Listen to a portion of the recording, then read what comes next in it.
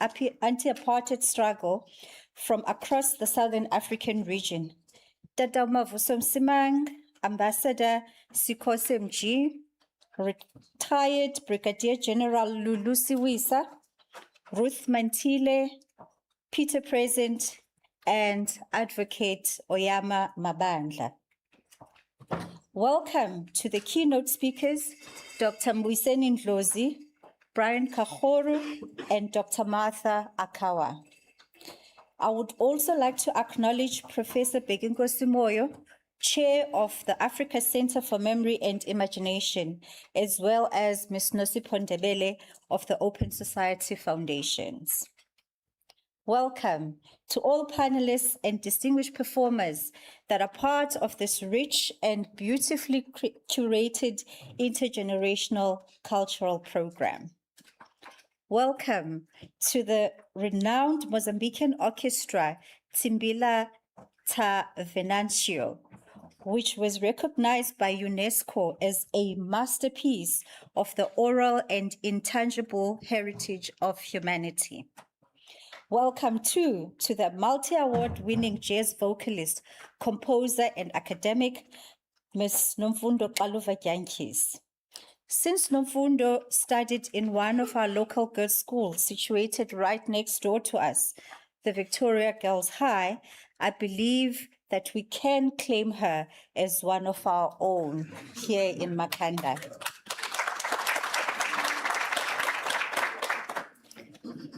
Welcome too to the poets, Akona Mafani, whose stage name is Bodlingaga, and Zusa Kezide, whose stage name is Khasacha Wenqiko. Welcome to the members of the Kwantu Choir, our multi-award winning Rhodes University Marimba Band, which recently cleaned out awards at the Education Africa International Marimba and Stelpan Festival in Joburg, which is the biggest festival of marimba bands in the world. Welcome too to the Mbira Ensemble.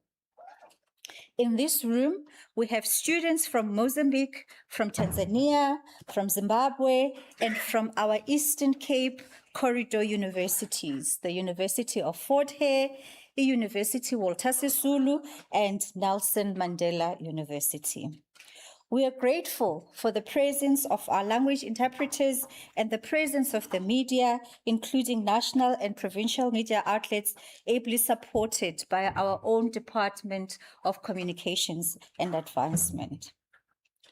Rhodes University is proud to host this two-day symposium, Luta Continua, Samora Machel, Liberation Movements and the Unfinished Decolonial Project, in partnership with the Samora Machel Foundation, the Africa Center for Memory and Imagination, and the Open Society Foundations. By looking back at the legacies of liberation fighters and statesmen like Machel, the symposium offers an important intergenerational platform to ask what remains unfinished about Africa's liberation project. For Rhodes University, the symposium reflects our university's role as a space where history, scholarship, public debate, and contemporary African thought intersect, creating room not only to remember the liberation struggles that shaped the region, but to debate the Africa that those struggles sought to create. This is embedded in our institutional development plan, which we call Umkombandlela, whose mission is to provide transformative education, rigorous scholarship, and research that cultivates knowledgeable and skilled graduates, innovative and critical problem solvers, caring and engaged citizens, and responsible, courageous, and ethical leaders. As none of the world's problems can be solved in silos, here at Rhodes, we encourage the spirit of collaboration, not competition, amongst our academics and students. We hope that the students that participated in the Pan-Africa World Cafe on Youth, Liberation and African Futures yesterday will return to us, not only as postgrad students, but as co-conveners of other symposia, as co-authors, as doctoral students, as postdoctoral fellows, as future staff, and as visiting fellows. The symposium opens avenues for our students to collaborate in research and African-centered community engagement with their peers at the Universidade Pedagógica de Maputo, the University of Dar es Salaam, University of Zimbabwe, and our sister universities in the province. This is cohort building towards Pan-African decolonial futures.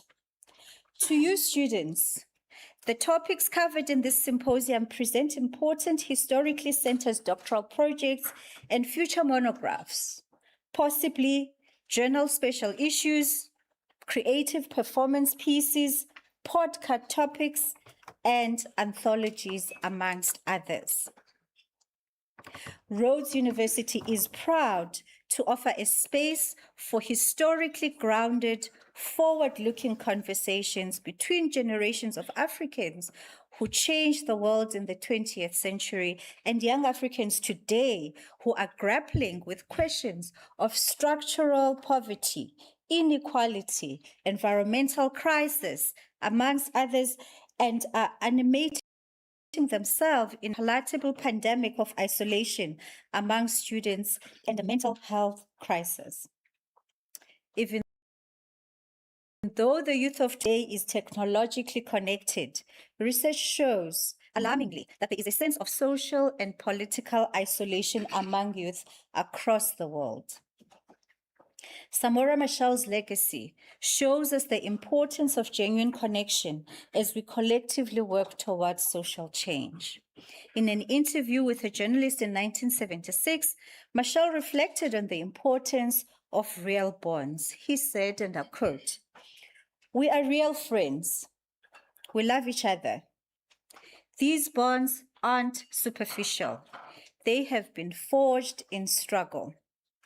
Each of us knows of sufferings of the others, of all others. One person's weakness is everyone's weakness. We debate, we often crack jokes, but it is no longer possible for us to behave even temporarily like people without responsibility, like vagabonds, like gossipers." Close quote. This symposium, therefore, offers an important space for an intergenerational reflection of how leaders like Machel and his generation understood liberation.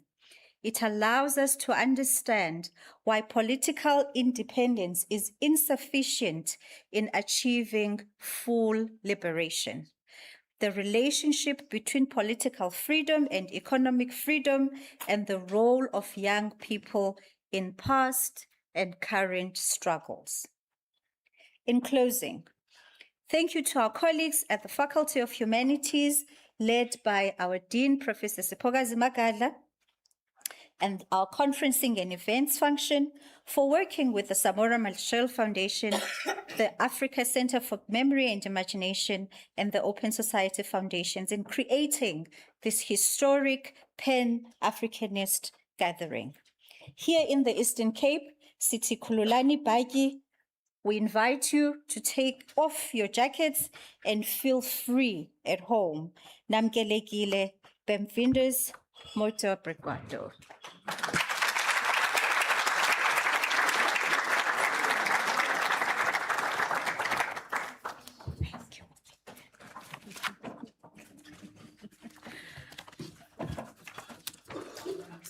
Thank you very much to our Deputy Vice-Chancellor, Dr. Mbuyiseni, for offering the institutional welcome.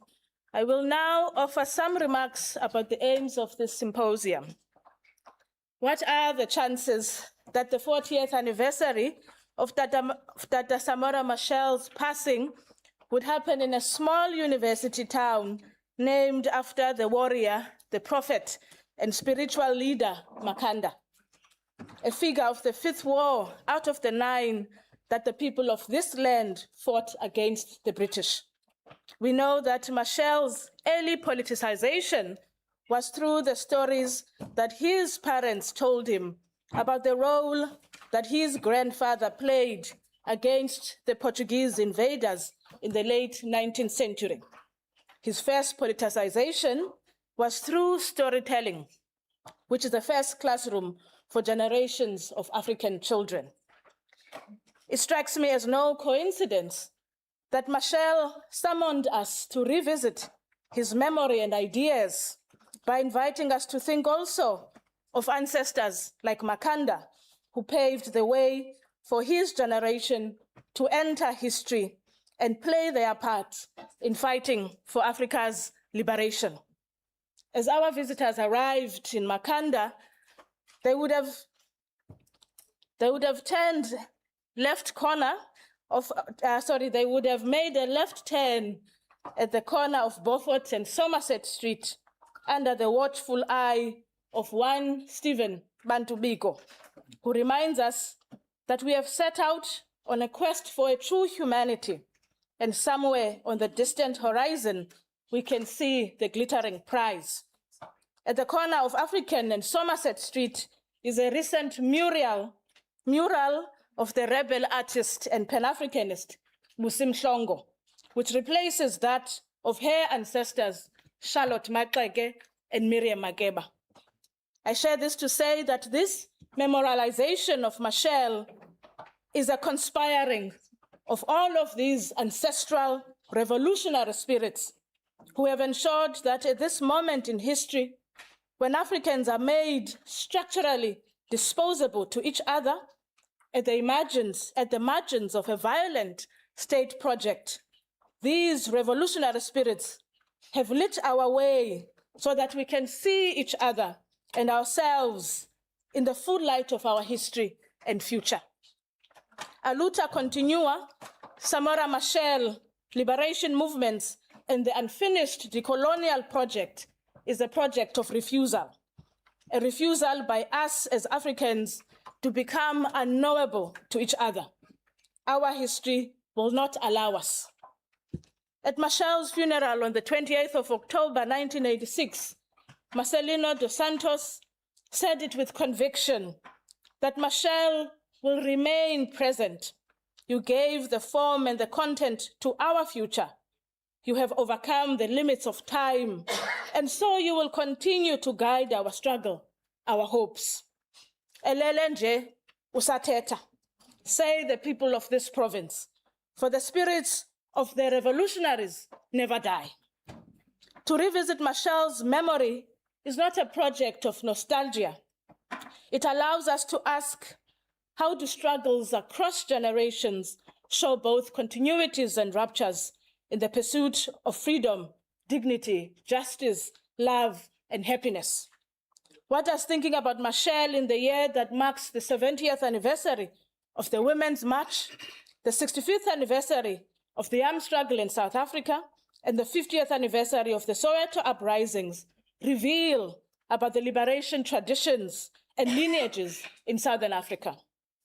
What do anniversaries of struggles of the democratic era reveal about what young people connect, how young people connect contemporary struggles to those of the past? This year also marks the 20th anniversary of the silent protest against sexual violence and rape culture started by students at Rhodes University, which went on to become the biggest annual protest against rape culture in democratic South Africa. Pumla Kola explains that a year like this one means that we cannot, and I quote, divorce the Soweto uprisings from the drawing up of the Constitution and or the TRC, or the Women's March, or the Bambata Rebellion of 1906, or from the assassination of Mozambican President Samora Machel and his colleagues. A year such as this one reminds us of how much has been fought over centuries in order for us to enjoy the freedoms we have. How many people have fled, bled, sacrificed, and also how many others have rebelled, fought, and planned, end quote. Today and tomorrow's addresses panel discussions and performances tend particularly to these histories. They show us how the veterans among us today came to decide that they would not be bystanders in the project of liberation. Imperfectly, they all embarked on a world-making project, refusing to accept the world as it was and fighting to make it better for all of us. I say imperfectly because fighting to create a just world that is designed to dehumanize you is a messy project, full of contradictions, and in many cases, full of the very violence and dominance that we seek to reject. Machel demonstrated this awareness when he addressed his Frelimo fighters during the 3rd anniversary of the Mozambican armed struggle. Machel said to his comrades, and I quote, "It is difficult for us to have to talk about all of this. It is even more difficult for us to have to talk about these things in this message on the 3rd anniversary of the armed struggle, on this glorious, brilliant day. But we also think that it is not good to hide our faults and inadequacies from ourselves. Only if we are relentless with our mistakes can we be prepared to face our difficulties, the difficulties that await us," end quote. So as the youth coming from Mozambique, Tanzania, Zimbabwe, all the Eastern Cape universities and the University of the Western Cape draft and adopt the Declaration on Decolonial Futures, you must know that to embark on a world-making project does not need to wait for perfect conditions.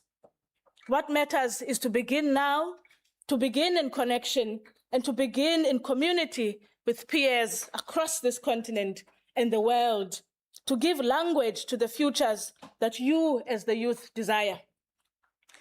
Revisiting these histories means that the youth can learn from the mistakes and perceived betrayals of their elders.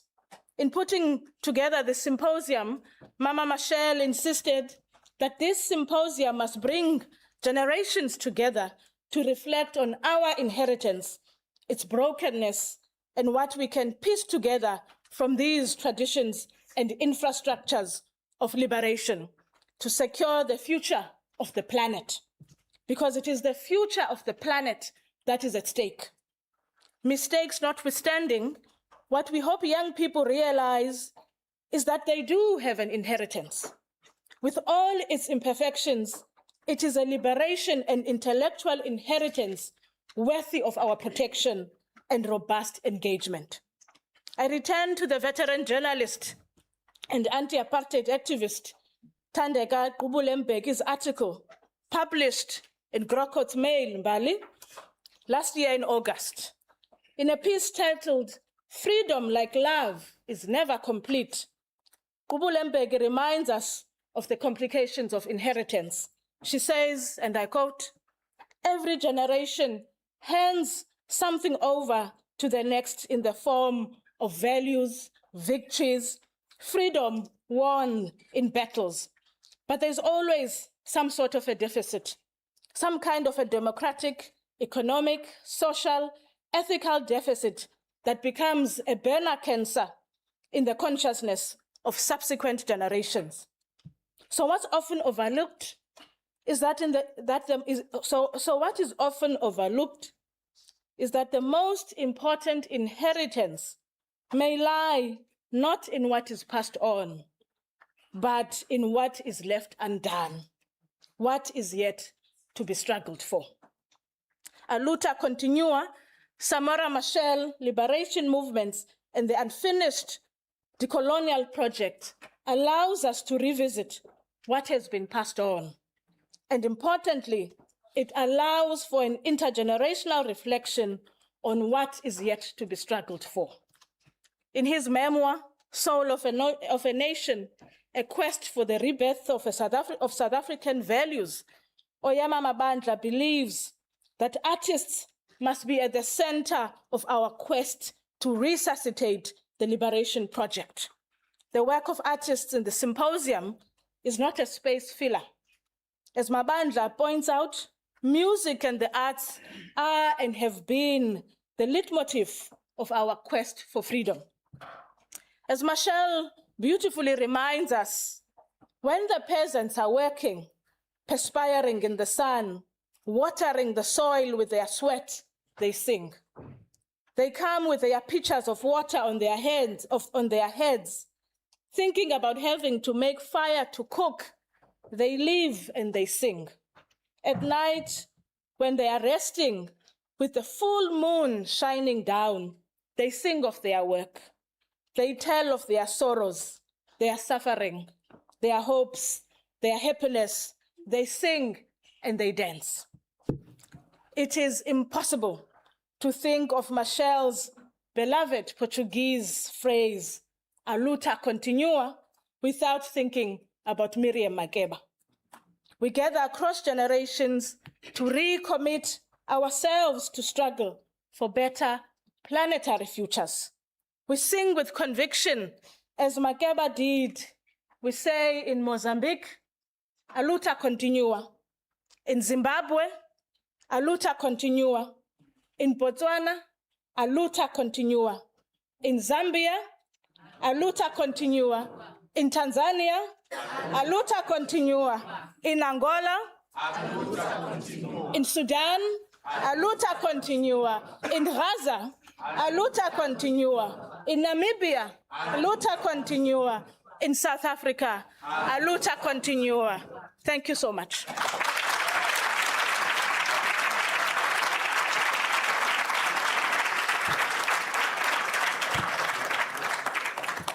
And now I would like to invite Dr. Samora Machel Junior to offer a message from the Samora Machel Foundation.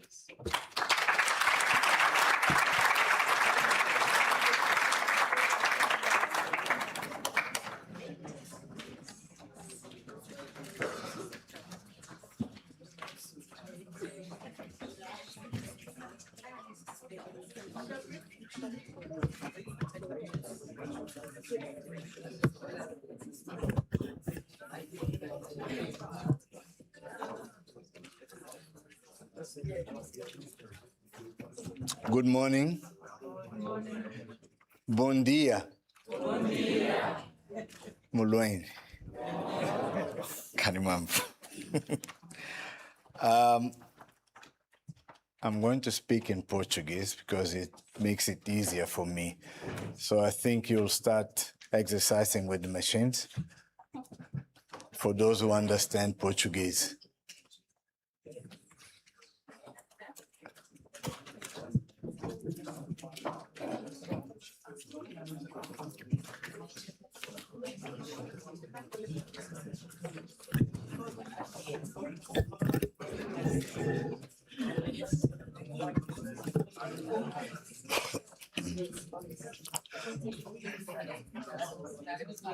Dr. Mbuyiseni Ndlozi, Vice Chancellor of the University, on behalf of the Fundação Samora Machel, I would like to thank you for hosting us and accepting this challenge of bringing Samora Machel to Rhodes University for all of us to study and think of what was Samora Machel to us in the days that he was amongst us, and what has he left for us in these past 40 years, and what are we going to do with this example.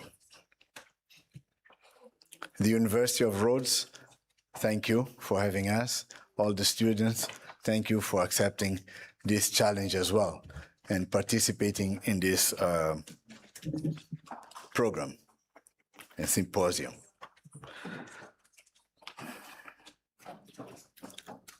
Mama Graça, thank you for accompanying me.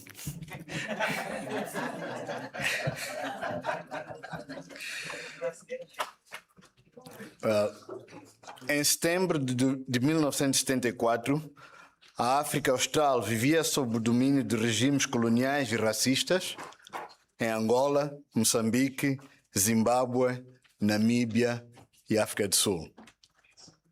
Embora independentes, os governos de Botsuana, Lesoto, Malawi, Suazilândia e Zâmbia estavam economicamente dependentes dos caminhos de ferro, dos portos, das redes comerciais e financeiras desses regimes coloniais e racistas portugueses, rhodesianos e sul-africanos.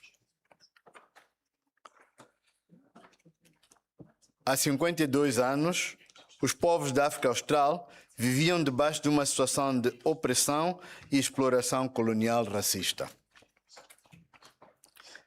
Liberdade e independência política eram um sonho pelo qual alguns milhares de patriotas acreditaram ser possível e por ele se dispuseram a sacrificar as suas vidas, lutando de armas na mão pela liberdade. Como sabem, em história, seja ela a de um país ou de uma região, para não falar da história universal, meio século é um pequeno período de tempo. Mas quando em apenas 20 anos se testemunha a libertação e independência de um conjunto de povos e países, então esse histórico deixa de ser um mero capítulo da história. E a história dos povos é feita por seres humanos, por homens e mulheres que, de uma forma ou de outra forma, foram determinantes na transformação política, social, econômica e cultural de um país ou de uma região. Neste quadro, Samora Machel foi e continua a ser uma referência histórica obrigatória na alteração do mapa político e econômico da África Austral. A partir do momento em que assumiu a responsabilidade de chefe de Departamento de Defesa da Frente de Libertação de Moçambique, em 1966, ele transformou a dinâmica da luta de libertação em Moçambique, quer do ponto de vista de eficiência operacional, como do ponto de vista de tática e estratégia militar. Em 1970, essa liderança resultou na derrota da maior e mais sofisticada operação militar de que há memória na história da ocupação colonial em África. A Operação No Górdio, destinada a eliminar a Frelimo em Cabo Delgado, mobilizou dezenas de milhares de soldados portugueses e a participação de militares sul-africanos e rhodesianos, como apoio de sofisticados meios aéreos e de infantaria. Ela marcou o início da derrocada da dominação colonial portuguesa em Moçambique, contribuindo de forma decisiva para a alteração geopolítica da África Austral. Para além de ser considerada como o ponto da viragem da guerra em Moçambique, esta operação permitiu que Samora Machel percebesse que a libertação de seu país estava intrinsecamente dependente da derrota do eixo Lourenço Marques, Salisbúria e Pretória. Essa percepção levou-o a criar condições para que no ano de 1971 as forças de libertação do Zimbábue tivessem na província de Tete a retaguarda para as suas operações no interior da Rodésia. Entre a vitória sobre No Górdio e a independência de Moçambique em 1975, decorreram somente 5 anos, o mesmo espaço de tempo que decorreu até a proclamação da independência do Zimbábue em 1980.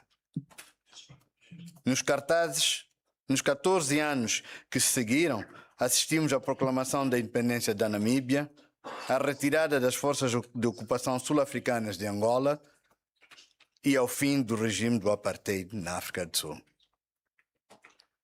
Para além de seu papel crucial em contribuir para o sucesso desta estratégia militar para a libertação da África Austral, Samora Machel teve igualmente um papel preponderante no desenho da estratégia na luta pela autonomia de economias da região. A independência do Zimbábue permitiu a criação da Southern African Development Coordination Conference, SADC, with 2 Cs, hoje transformada em SADC. O seu principal objetivo era o de libertar os países da região das amarras da dependência econômica, comercial e financeira do regime do apartheid. Moçambique, e particularmente o seu povo, conquistaram a liberdade e independência que alavancou a liberdade e o fim da opressão para os povos do Zimbábue, Namíbia e África do Sul, bem como o fim do estrangulamento e dependência econômica que o sistema do apartheid impunha ao Botsuana, Lesoto, Malawi, Suazilândia e Zâmbia. Mas este compromisso trouxe graves consequências para todo o projeto de desenvolvimento de Moçambique, um país que acedeu à independência com uma taxa de analfabetismo superior a 90%, uma rede escolar concentrada nas principais cidades, contando com apenas uma universidade destinada a servir os filhos dos colonos. Uma rede sanitária dirigida para servir os colonos, com menos de 200 médicos. Uma esmagadora maioria da população camponesa dependente da agricultura de subsistência ou contribuindo para a produção de monoculturas como o algodão, caju e cana-de-açúcar, controladas pelas companhias coloniais. Unidades industriais concentradas na capital e sem peso na balança de pagamentos, ou industriais de transformação de caju, indústrias de transformação de caju, algodão e cana-de-açúcar dedicadas à exportação.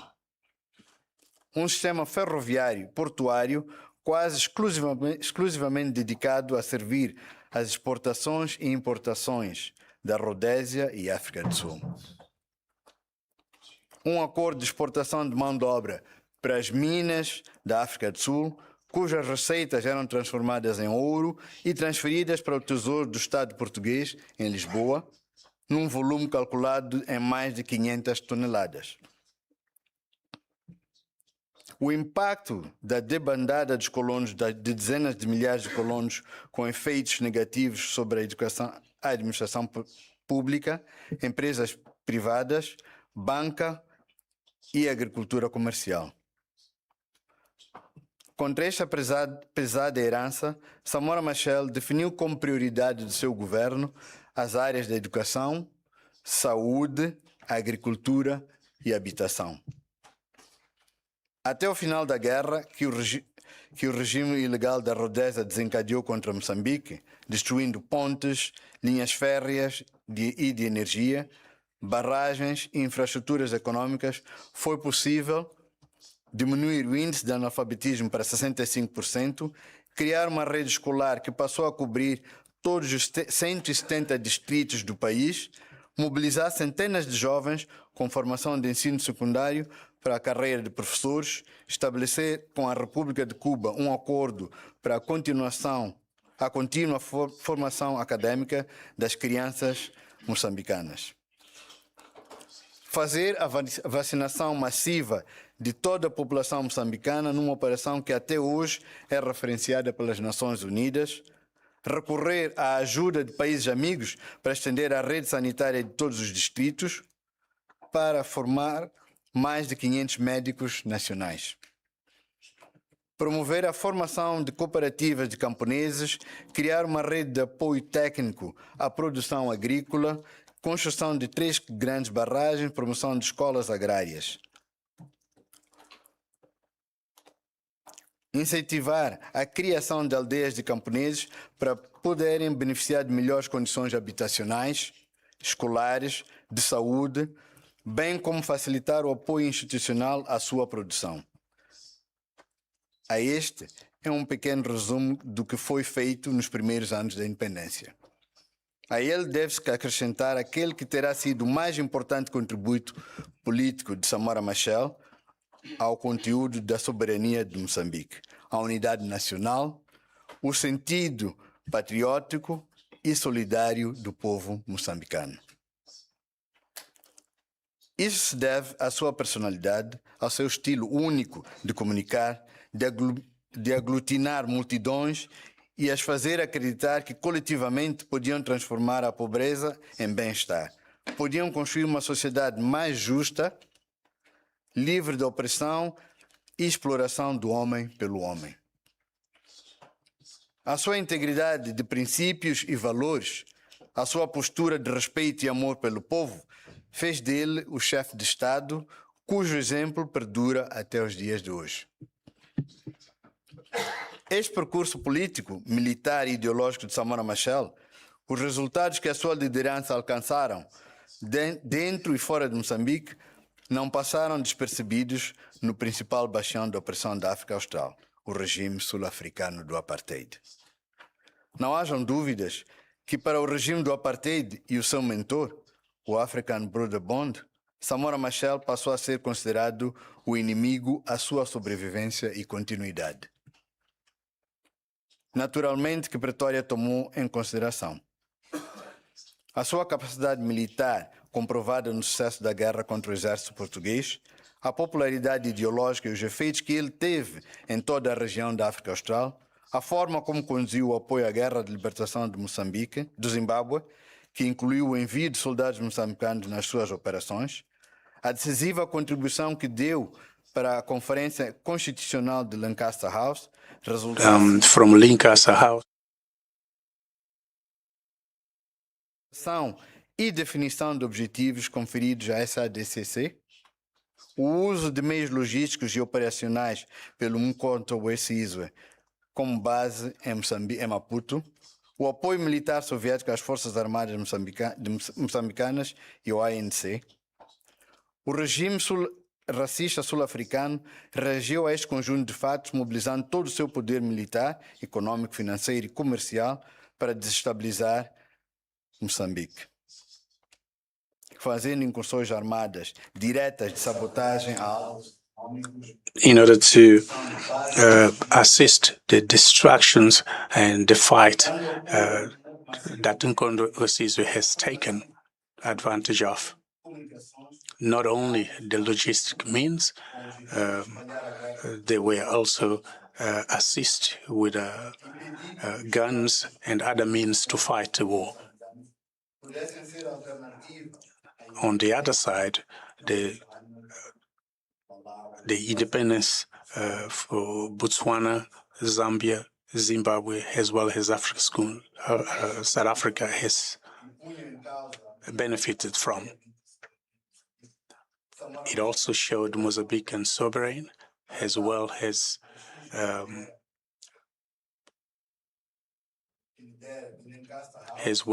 the Lancaster House, Zimbabwe independence, as well as the growth and the condemnation of apartheid regime.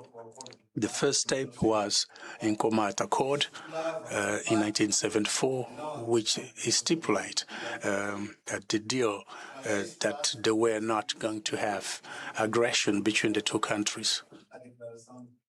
There was then Pretoria Declaration. This declaration has a result of Renamo and Frelimo, which were supervised by South Africa. Renamo has recognized Samora Machel as the leader of Mozambique. However, they had different plans. For the African broadband, the same initiative, Samora Machel initiative, has disturbed a lot of other deals that Renamo and South Africa had. His discussion with Oliver Tambo, within which there was one of the leaders that had to discuss in having one Africa for all. But that has actually resulted with a Cadeza discussion agreement. Looking for contacts within the ANC to start the conversation between the African Bed Bond, Thabo Mbeki, in August 1986 in New York.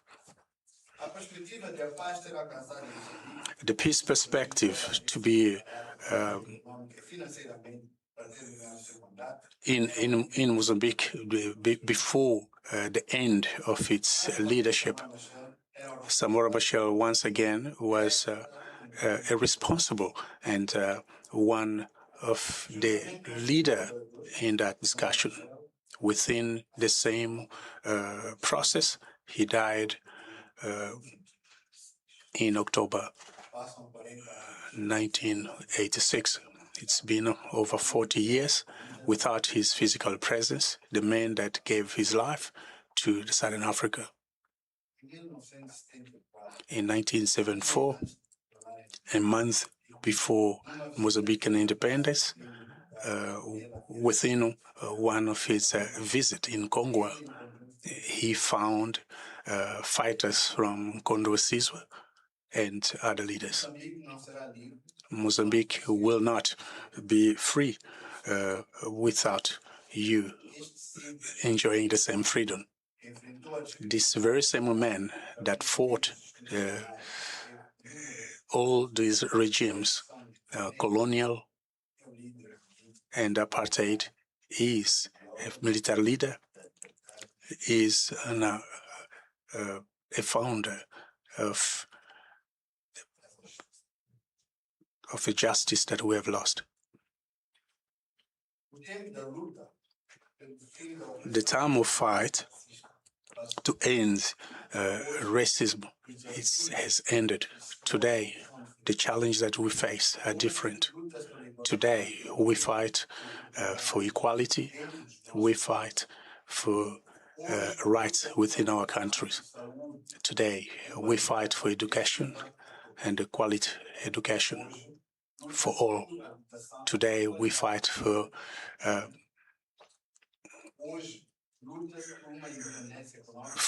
a better life. We fight for economy, and we fight for justice for all. It is important that Samora Machel example has a meaning, has a proof, and give incentive to new generation to believe in transformation and understand and thank those that fought for our betterness. As youth, today we have a huge challenge. And thank you.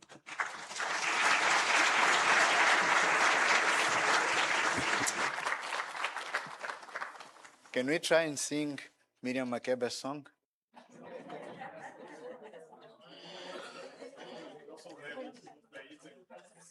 Does anyone know the words of the song? Can we start then? My people, my people.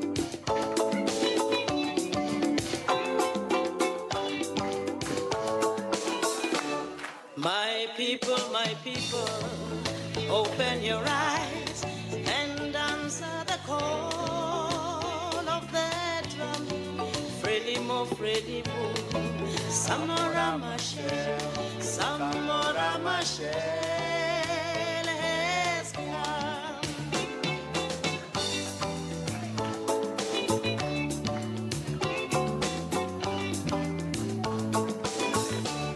Maputo, Maputo, home of the brave, our nation will soon be as one. Frelimo, Frelimo, Samora Machel, Samora Machel has one.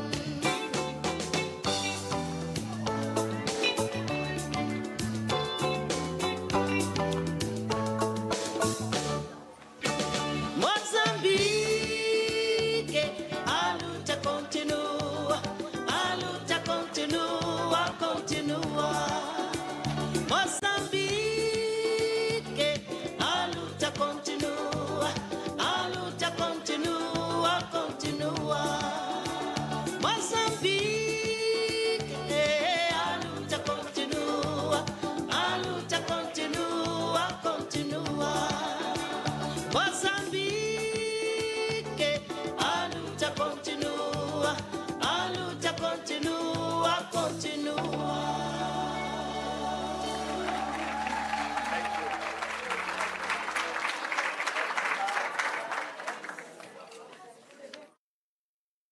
Thank you very much to Ntate Samora Machel Junior for reminding us about this, as he says, a man that gave his life for Southern Africa, and by drawing the enduring legacies of Machel's impact in changing the Mozambican political economy.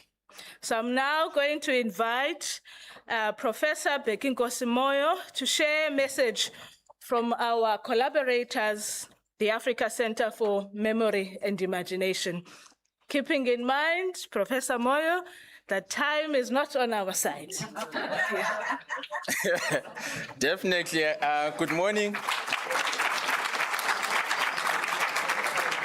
So good morning, Molweni, Pondia, and because we've got colleagues from East Africa, Habari.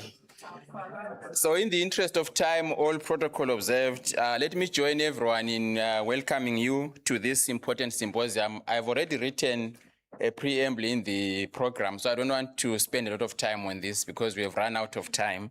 But I want to say that we are gathered here to reflect on Samora Machel's life, philosophy, principles and experiences, and what they mean for all of us here today, especially for the young people, and how we connect history and Africa's futures, especially when we deal with issues such as youth unemployment, high levels of poverty, issues of inequality, among others. And all of those, as you reflect and go back to Samora Machel's life, you see how he urged all of us to approach them. So at the Center of Memory and Imagination, we aim to hold spaces for intergenerational debates, and you will see that we have crafted the program in such a way that there's a debate and conversation between those that were called elders last night and the young ones. But at the same time, we also are interested in issues that have to deal with archiving history, and it is important for us to have journalists like Zenzele and others here among us who have been documenting liberation stories and experiences across Southern Africa. And so archiving is part of the work that we want to do, and I want to urge some of our students who are doing their research to also focus on archival research, because that's one of the areas that we don't do much in academia.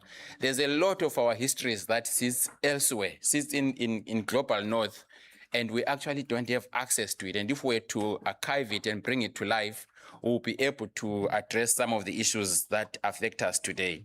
We also are interested in, obviously, having the Council of, we actually crafted a program called the Council of the Wise.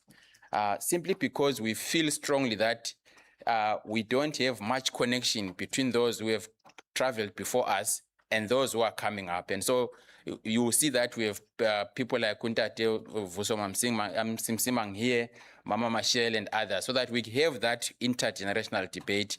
But we want our young people to benefit from those that have experienced and those that have really gone behind to hand over some of the values and some of the experiences to the young ones. Mama Machel usually says, she's worried that those that liberated these countries might not have handed a proper history to the young ones. And this is our role now to make sure that the young ones inherit this. We also have thought about, obviously, holding convenings, and we think that this is just the beginning. So we did one event with the Samora Machel Foundation in Maputo in May this year, and we are doing this second one here. We dedicated this year to the values and principles of Samora Machel, but our hope is to go to other Southern African countries. Let's go to Zambia and talk about the values that Kaunda left. Let's go to Tanzania and talk about Nyerere. Let's go to Ghana and talk about Nkrumah and many others, so that we learn from all these experiences. I want to thank, obviously, all our partners, the Samora Machel Foundation, Rhodes University, and all the other universities that have actually sent their students to actually come here and be part of this gathering. I also want to thank the esteemed speakers, our keynote here, and some of the panelists that are going to be here. We have lots of academics, historians who are going to be talking about some of these experiences. And then, of course, the colleagues at SMI, they are here. Chris is here, that you have all been communicating with.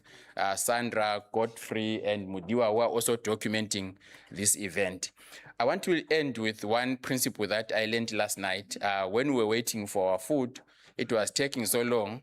And we said that, leaders in a revolutionary must be the last in line. They must be the last to eat.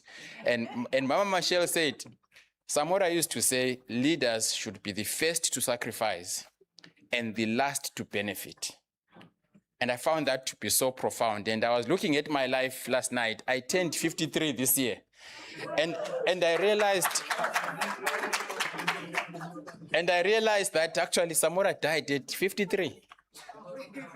And I looked at myself and asked, what have I really done that compares to the work that he has done? I am 53. And look at the history that he has left us. And all of us here at our current ages, whether you are young or old, but in my case, I'm exactly 53 at the age that he died. So thank you so much, everybody. Aluta.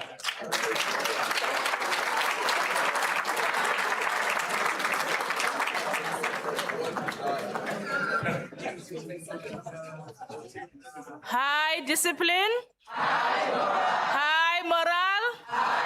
Thank you. Thank you so much, Professor Moyo. Of course, to this audience, 53 sounds like a very long time.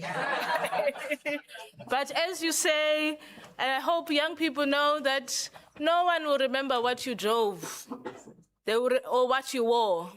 They will remember what you did, which is why we are here, remembering what this figure of Southern Africa did. And so now it's my pleasure to invite Nozipho Ndebele, the Associate Director of Programs at the Open Society Foundations, to offer her message.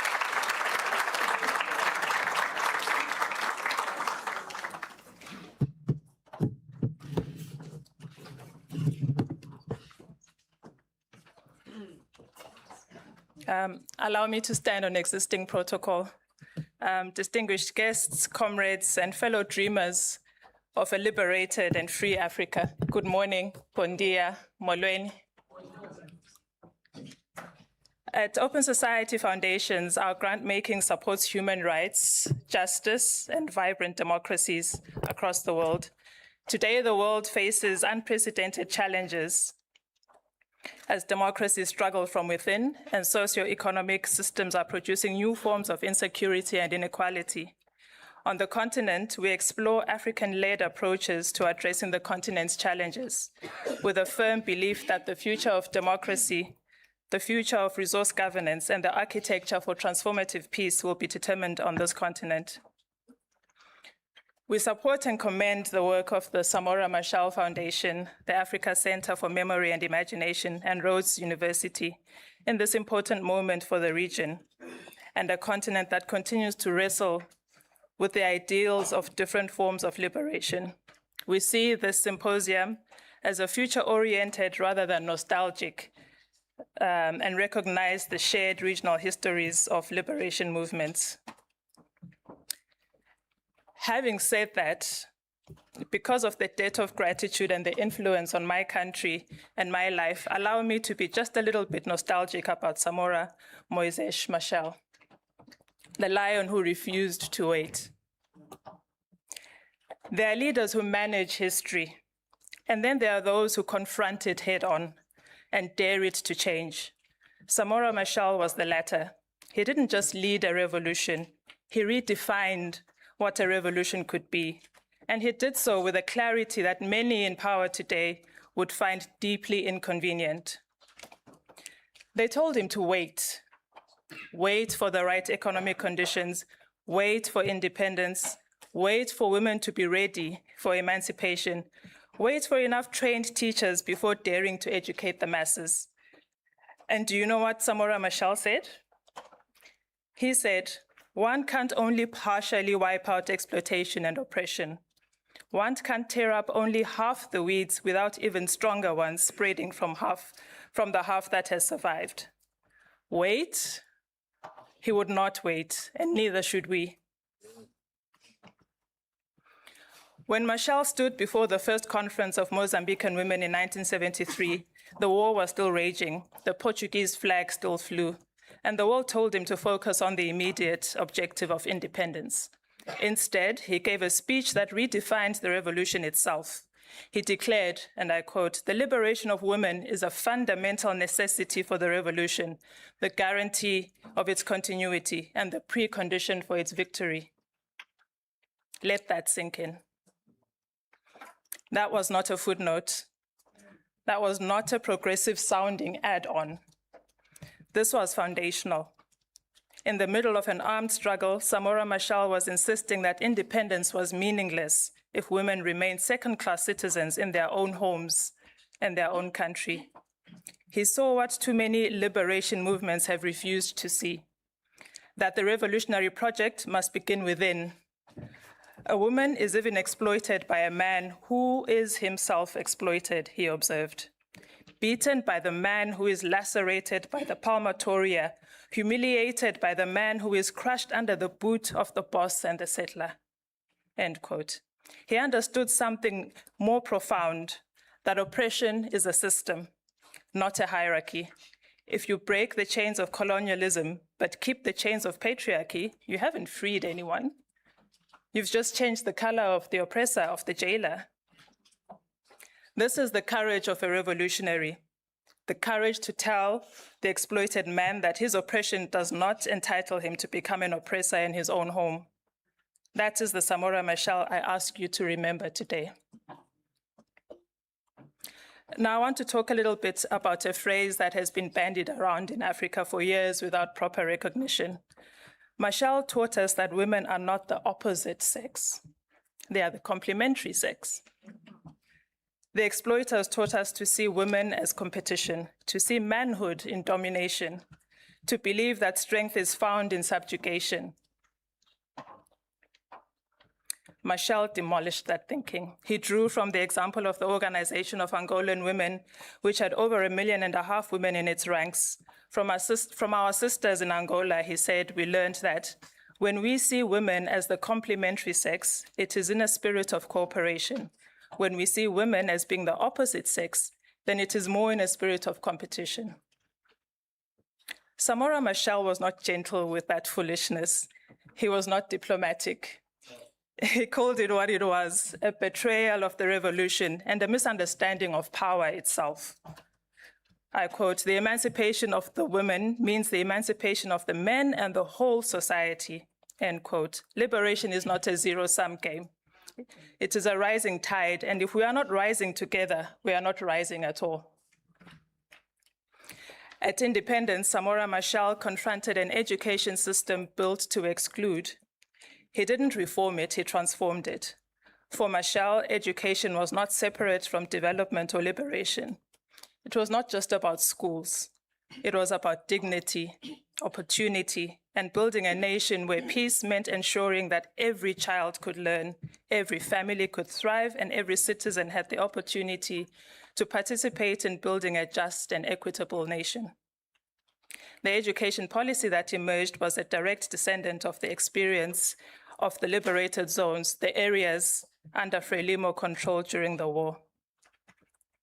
Peace was not the absence of war, it was the presence of justice, of health, of education, and these were not separate goals. They were the same goal from different angles. You cannot educate a hungry child. You cannot build a nation with sick mothers. You cannot talk about liberation when 87% of your population is trapped in rural poverty and with no access to schooling. Ladies and gentlemen, we gather today not to build a museum to Samora Machel.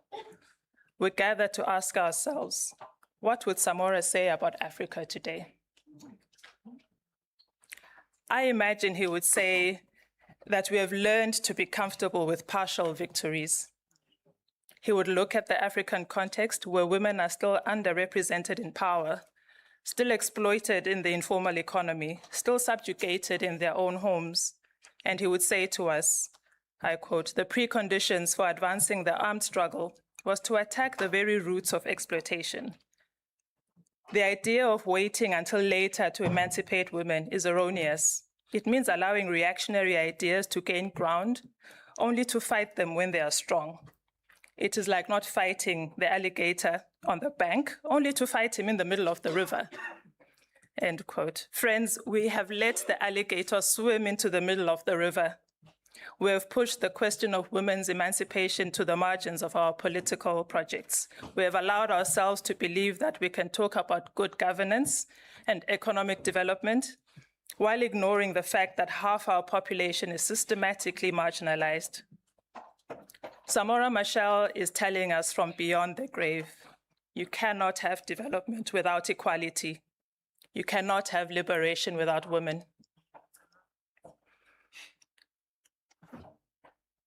Samora Machel did not die in 1986. I want to suggest that he lives in every girl who insists on staying in school, in every woman who refuses to be silent about abuse, in every man who recognizes that his liberation is bound up with hers. He lives in the vision of education, not as a privilege, but as a right, as necessary and revolutionary as the gun ever was. He gave us the framework. The liberation of women is not an act of charity, the result of a humanitarian or compassionate attitude. It is a necessity. It is a precondition. It is the guarantee of continuity. So I ask you today, what are we waiting for? Are conditions not ripe enough? Are we still afraid of local traditions? Do we still believe that women are indifferent to their own liberation? Samora Machel was not a man for comfort. He was a man for revolution. He stood in the soil of Mozambique, still at war, and told his comrades that they would not win without women. He stood in the rubble of colonialism and declared that the new nation would be built by educated, empowered, liberated citizens, or it would not be built at all. Let us honor him with action. Let us honor him by refusing to wait another moment, because if we do not, if we continue to treat these as secondary issues, we are not honoring Samora Machel at all. We are betraying everything he fought for. As he himself said, the main objective of the revolution is to destroy the system of exploitation and build a new society which releases the potentialities of human beings, reconciling them with labor and with nature. That is the task before us. That is the task that we cannot abandon. Let us be worthy of the lion who refused to wait. Viva Samora Machel. Viva a revolution. A luta continua.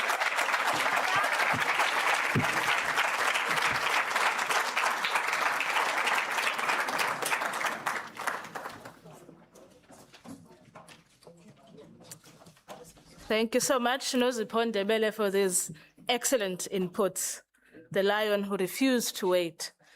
So it is now my pleasure to introduce our keynote speaker, Dr. Mbuyiseni Ndlozi, who has made the place of his birth both his political and intellectual project. His doctoral thesis in political sociology examined the permanent juniority of Black youth in the Vaal under late colonization. His upcoming book, Love and Violence, The Revolt Against Permanent Juniority, promises to continue to explore these themes. Dr. Ndlozi is a public intellectual, former parliamentarian, we can still say that, a Pan-Africanist, preoccupied with questions of liberation, governance, and social justice. We also know that he can sing. And so we hope that he will lead us as he delivers his keynote.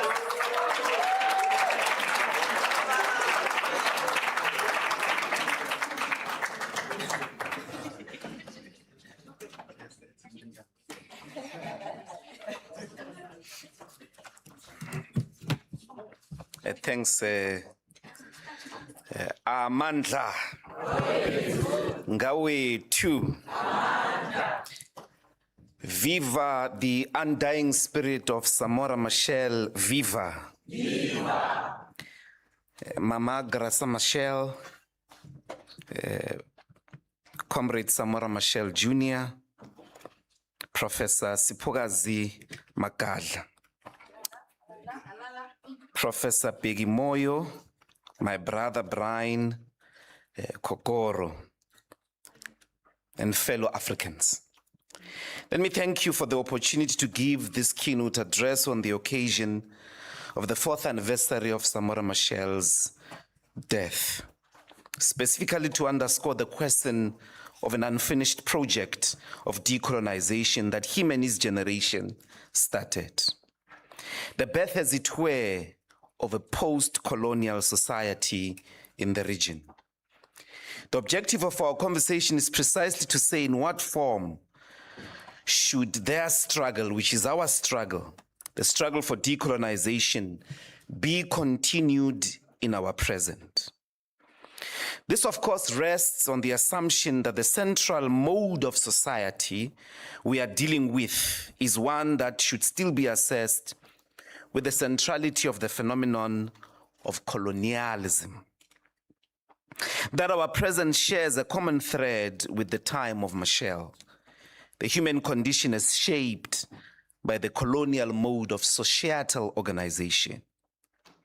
We must therefore remind ourselves against forgetting, against a painful and powerful amnesia that has been assisted by, in part by the failure of the post-colonial state, as to what we mean by colonialism. We have to ask this question because our curriculums have not kept the memory of the struggle against colonialism alive. Let me then start with the provocative question as to why exactly is the conceptual framework today still colonialism? What is it today that we seek to mark with this concept?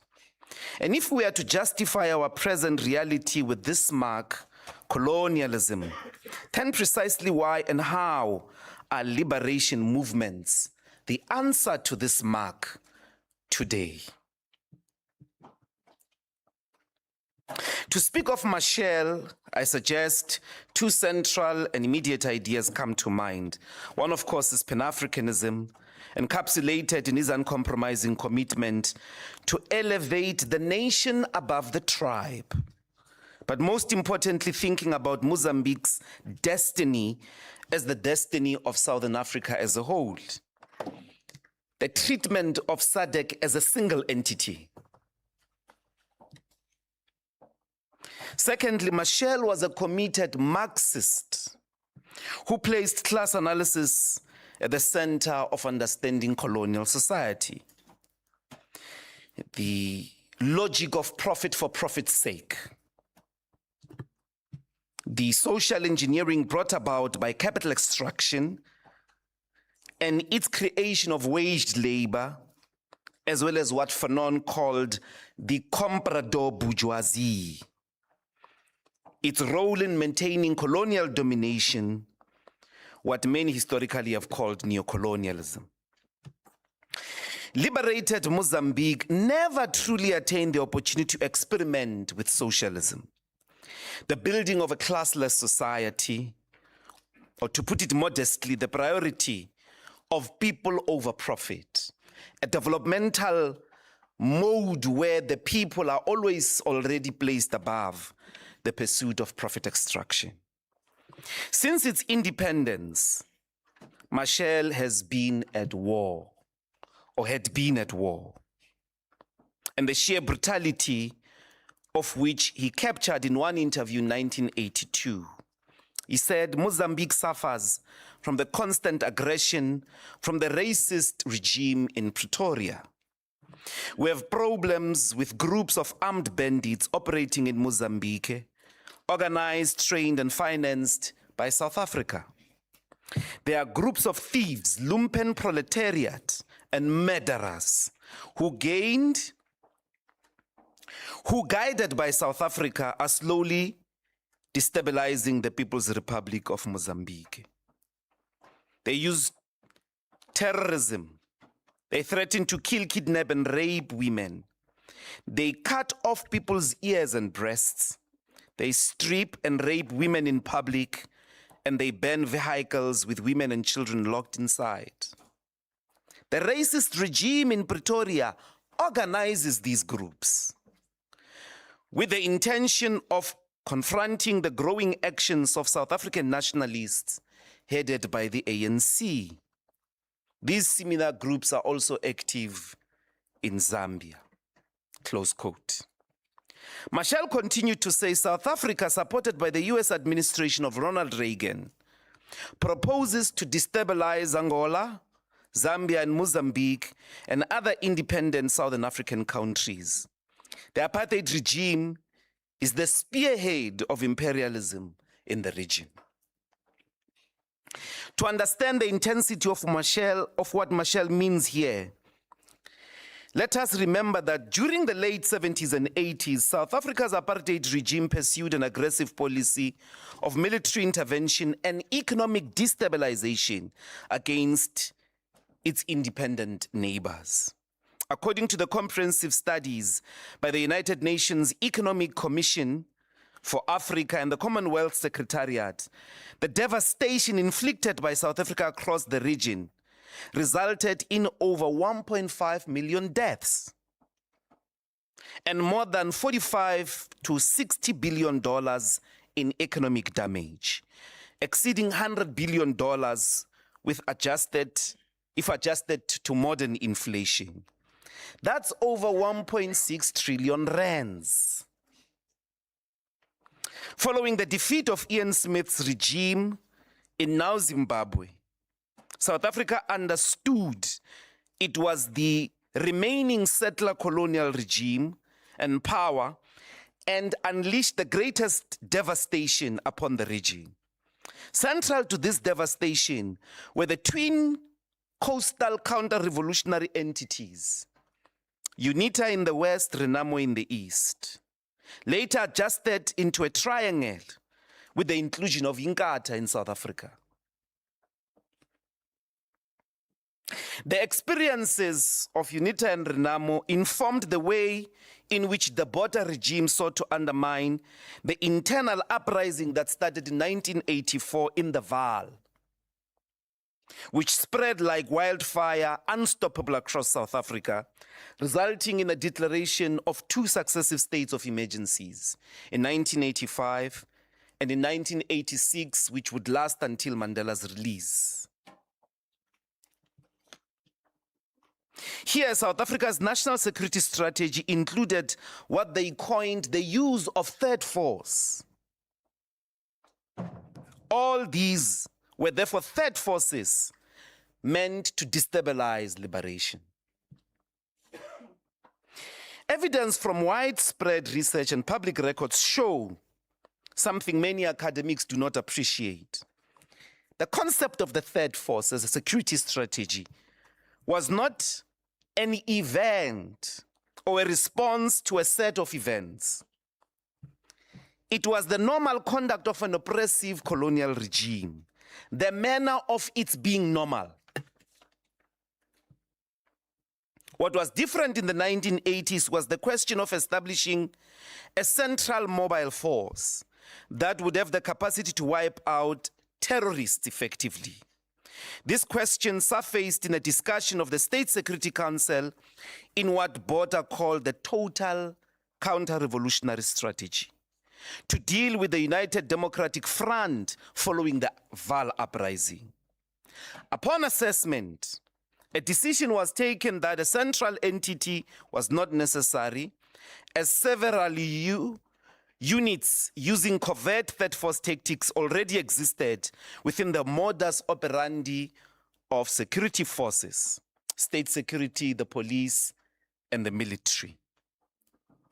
The move then was to opt for the intensification throughout the heightened insurrection and political unrest in the 1980s.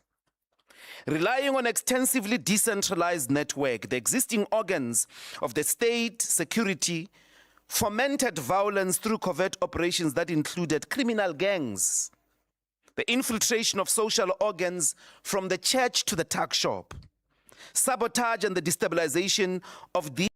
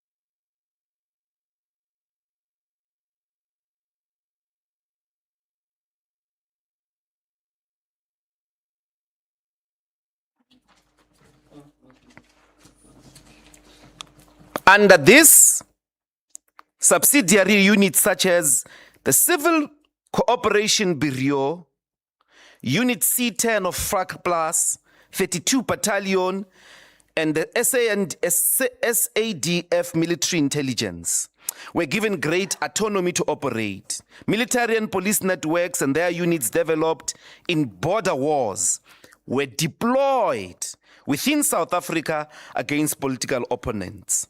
For example, the Keynote officers were used extensively in covert operations, while Inkatha recruits were trained in Caprivi and deployed in the Natal region.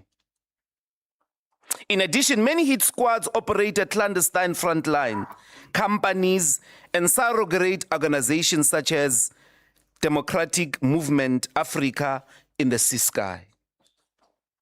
All this combined to produce black-on-black violence, a means by which the state sought to disarticulate the collective subject of emancipation, as it did in Mozambique, as it did in Zimbabwe, as it did in Angola, as well as Namibia. These were parts of the apartheid war machine that sought to destroy the liberation of the whole SADC. In fact, TRC dedicated specific sections of its reports, Volume 2, Chapter 2, The State Outside South Africa, in investigating regional destabilization of the apartheid regime. We agreed this is a symposium, so let's do ideas. The report stated that in the period 1960 to 1994, the former state perpetrated gross human rights violations outside the borders of South Africa. It was responsible for the violation of the sovereignty of regional states, for the generation of regional conflict, and for local destabilization.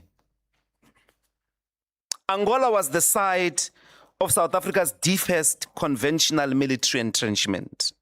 As the primary target of South African National Defence Force, South African Defence Force, Angola suffered the heaviest infrastructure destruction.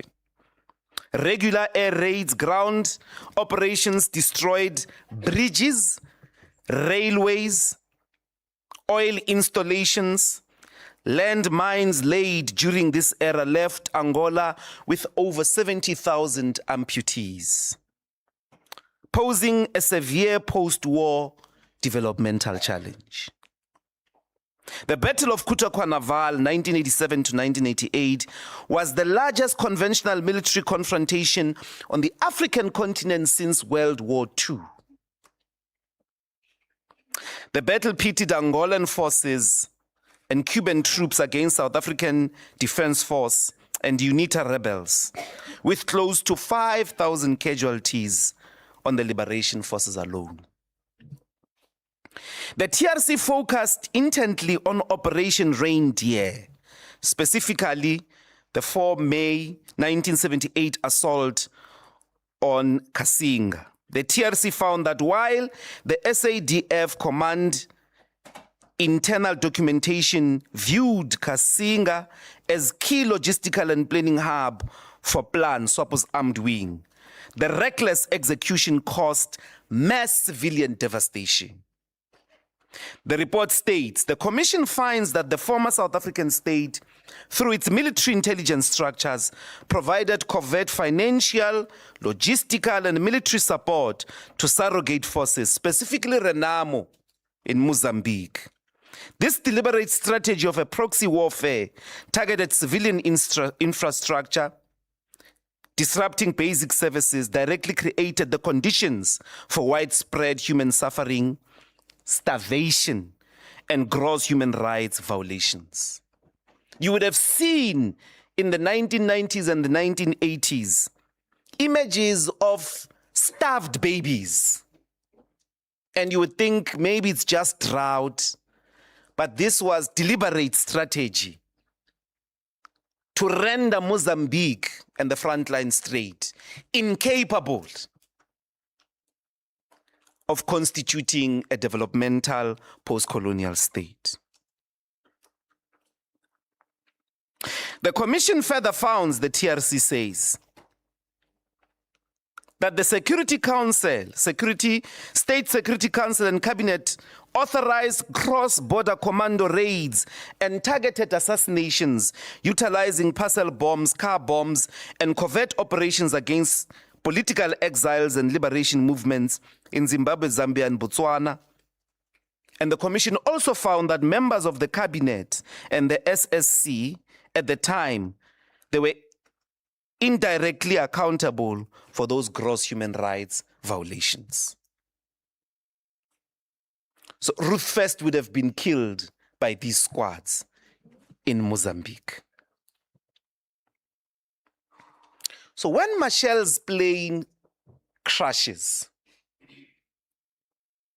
Botha and his Security Council were plotting assassinations in the region. That's why many of us found it impossible that it is not the apartheid regime that killed Samora Machel.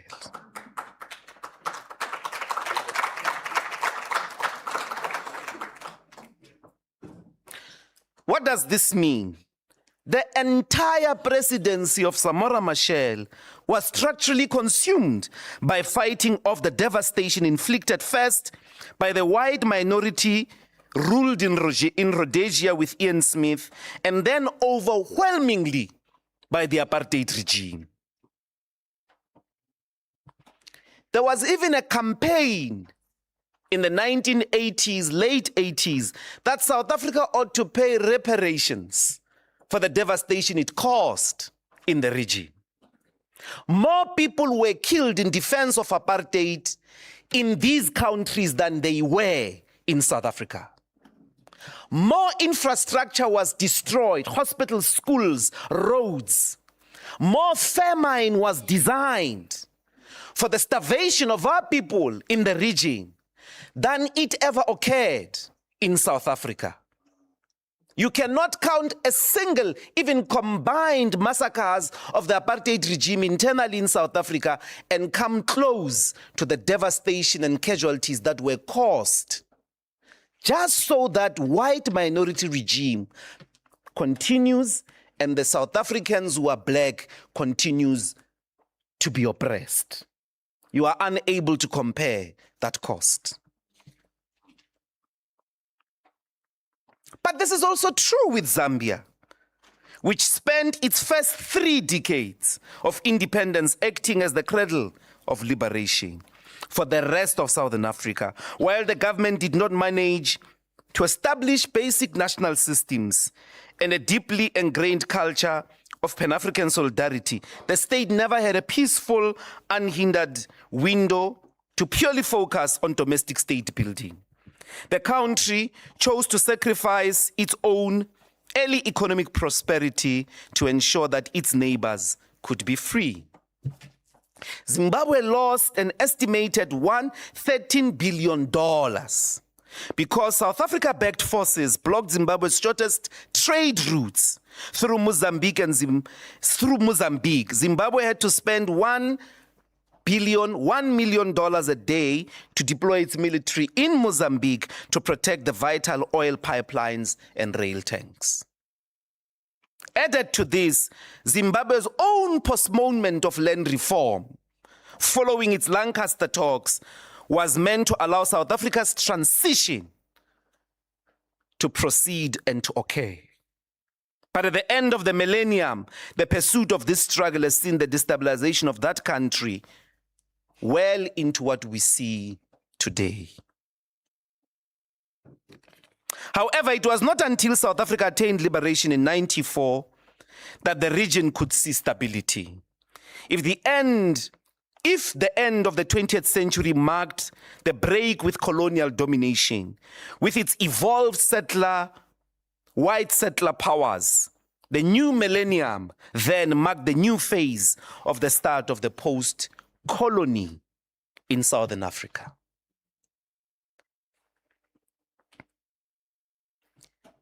This renders SADC as a post-war society. In economic terms, that has consequences to the type of a developmental agenda you have to adopt. If you don't assume that these are post-war societies, you will miss the mark of what developmental strategy ought to be adopted.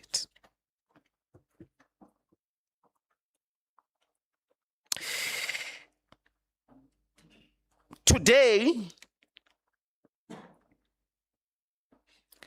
we know that Machel understood because SADC to him was a single entity. And so should SADC be to all of us. For as long as trade, industry, and social formation took place, even before the colonial encounters of the 14th century, Portuguese in particular, SADC's life was always impactful. Those who do history later, you may want to go investigate, for instance, one of the big events in the region that will show you the interconnectedness of the life here is the Mfecane, which have the Zulus ending up in Tanzania, in Zambia, in Malawi, as well as in Mozambique itself. Today, and due to the history of British colonial domination in the region over that of Germany, Portugal, and the Dutch powers, the economic and infrastructure interdependence in SADC is highly integrated, structurally unbalanced, characterized by South Africa's dominance as a regional economic hub, cross-border energy pooling, and critical transport corridors connecting landlocked nations to maritime ports. The bloc's combined economic output stands above $924.3 billion, with current policies steering the region towards an even deeper integration via the SADC Vision 2050 framework. South Africa accounts for 51.2% to 55% of total intra-regional trade exports and 17% of total intra-regional imports. SADC is South Africa's most vital continental market, consuming 91% of its total intra-African trade. It means South Africa generates $151 billion in outbound regional goods.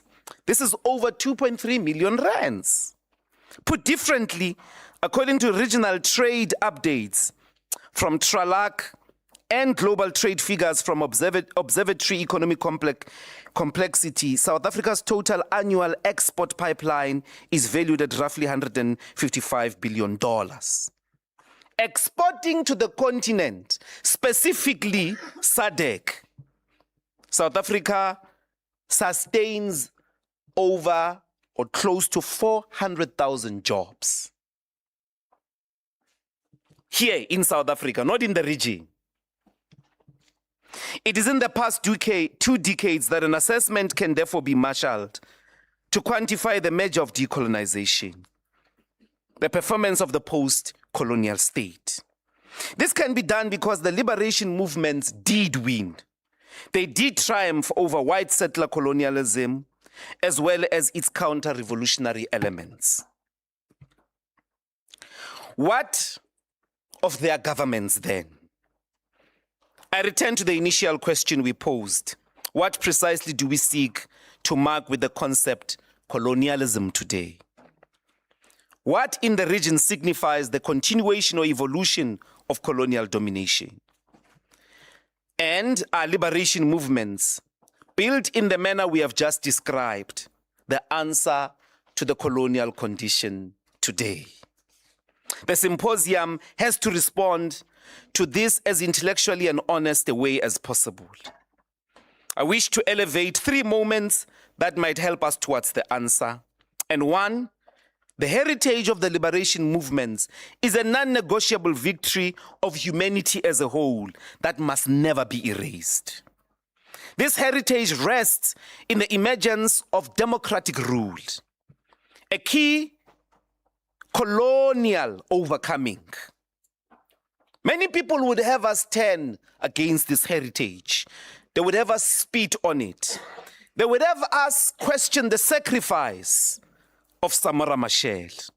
They would have us question the regional sacrifice for the ultimate freedom of South Africa. In this democratic overcoming rests the principle that no government must preside over our people unless it is based on the will of the people themselves. Colonial power was fundamentally a despotic form of power, resting on the inhuman proposition that Africans are less than human, marking them out as permanent juniors who are unable to handle their own affairs without white tutelage. The democratic project then must be defended at all costs. Historical revisionists would have us believe that democracy is un-African. How can so many lives of Africans be lost against white colonial power just to attain a government they can call their own? And you wake up in a free region and tell us democracy is un-African. If it is so un-African, how come the white colonial regimes killed so much to resist it? If it is reactionary and foreign, so much devastation was caused that democracy should not be realized? There are many amongst us who would have us turn against this heritage of our forefathers. We must defend this democracy against all costs.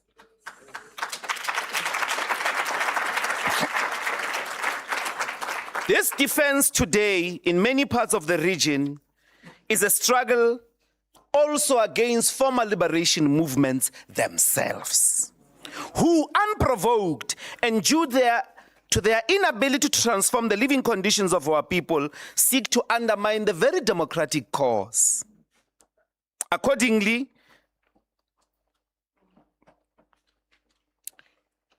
we ought to ask, how is it that in Durban today, Tanzania's president is allowed to sit among SADC heads of states when she's a product of what everyone has legitimately called illegitimate elections,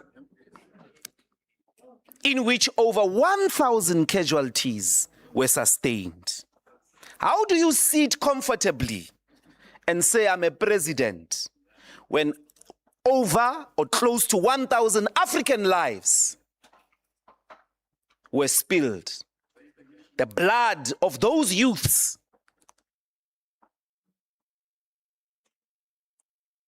whatever we do, we must not turn our back on the principle of a government based on the will of the people.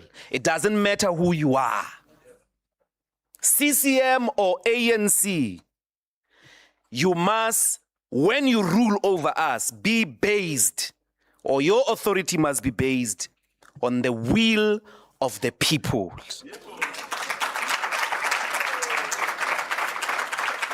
This is where the form of colonial continuity rests, that we are modes of power today in the region continue to violate the popular will. That is how coloniality is being continued, to always regard our people as objects of rule.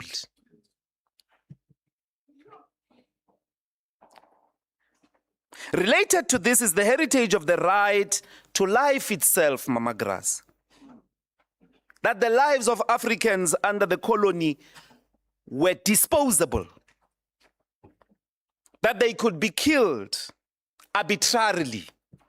Death could be rendered anywhere, anytime, anyhow, with impunity. A colonizer could just kill you in sport. The question of the arbitrary killing of our people, the arbitrary taking of people's lives in the continent, continues in many parts of our region. Finally, the triumph of greed, gluttony, and theft, driving the privatization of public funds for selfish enrichment. In the post-colony, the liberation movement has been the most parasitic force to itself and to its own project.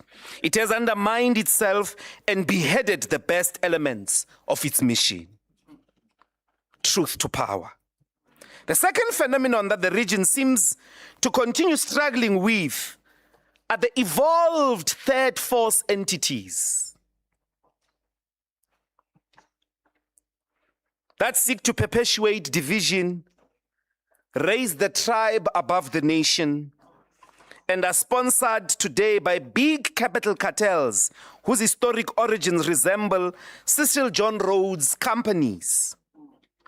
The large corporations that create and fund political parties in order to maintain the status quo and to continue their capital extraction.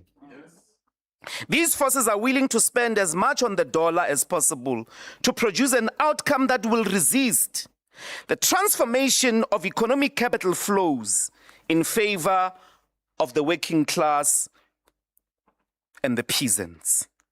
Somehow, these forces manage to steal our language of the historical progressive movement. They speak like Samora Machel, but they are not in his lineage. They are black like me, but they are not black conscious.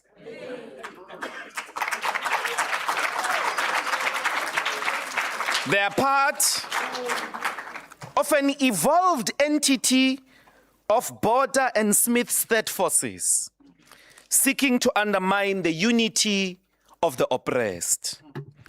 The uncontrollable, insatiable appetite to lead at all costs, the obsession with messianic politics, the egocentric political party entrepreneurship.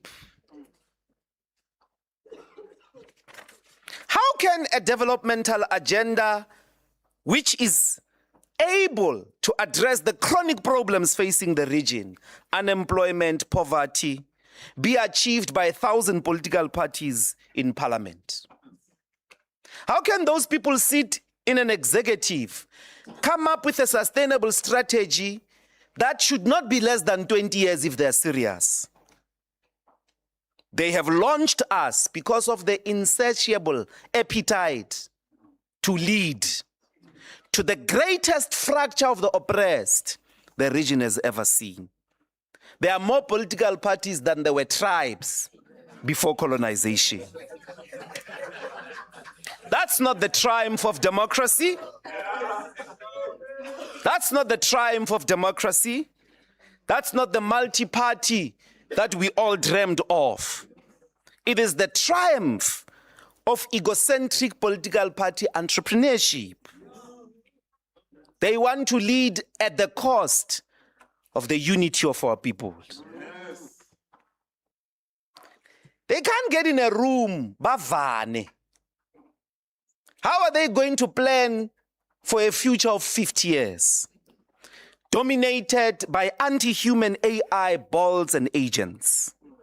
How are they going to resist the continuity of the neo-colonial project in digital technologies? In some parts of the region, they indeed remain armed and murderous. But in majority, they have accepted to partake in the democratic project and seek to tame the revolutionary transformation of society. At the core, they keep us in fractured mode, unable to attain the hegemony to produce a long-term plan and sustainably implement it in ways that address our problems. The weakening of civil society.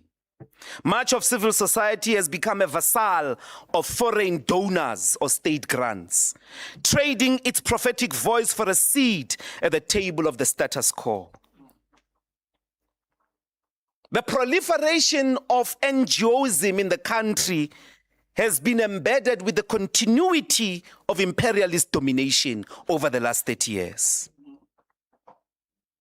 As an industry of activism, it has conspired to produce a lean post-colonial state across the region, replacing the historic dream of a revolutionary developmental state that meets the needs of the people.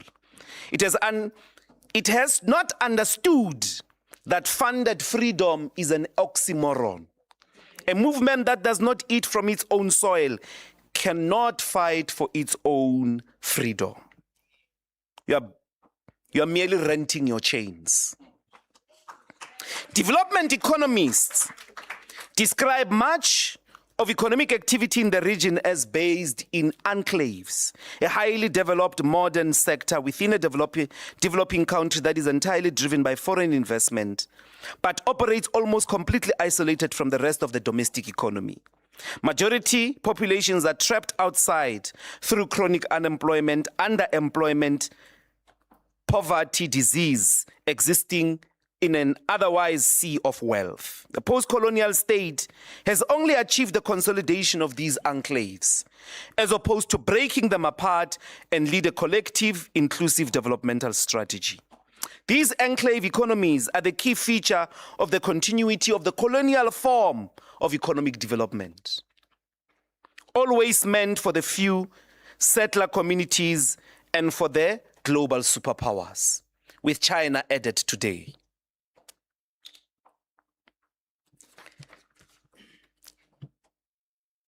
Colonization. In economic terms, it was always about separate development. The true name was coined by the Broederbond as apartheid. So the post-colonial state has been unable to render separate development incapable of continuity. The future that is profiling itself even here in South Africa is the future of enclaves, self-sufficient, high-walled estates. You see them in Stellenbosch, you see them in Tshwane, where people are able to grow up with schools, malls, power, sewer, completely insulated from the rest of society. Those are the enclaves economies. But the enclaves economies is another name for apartheid.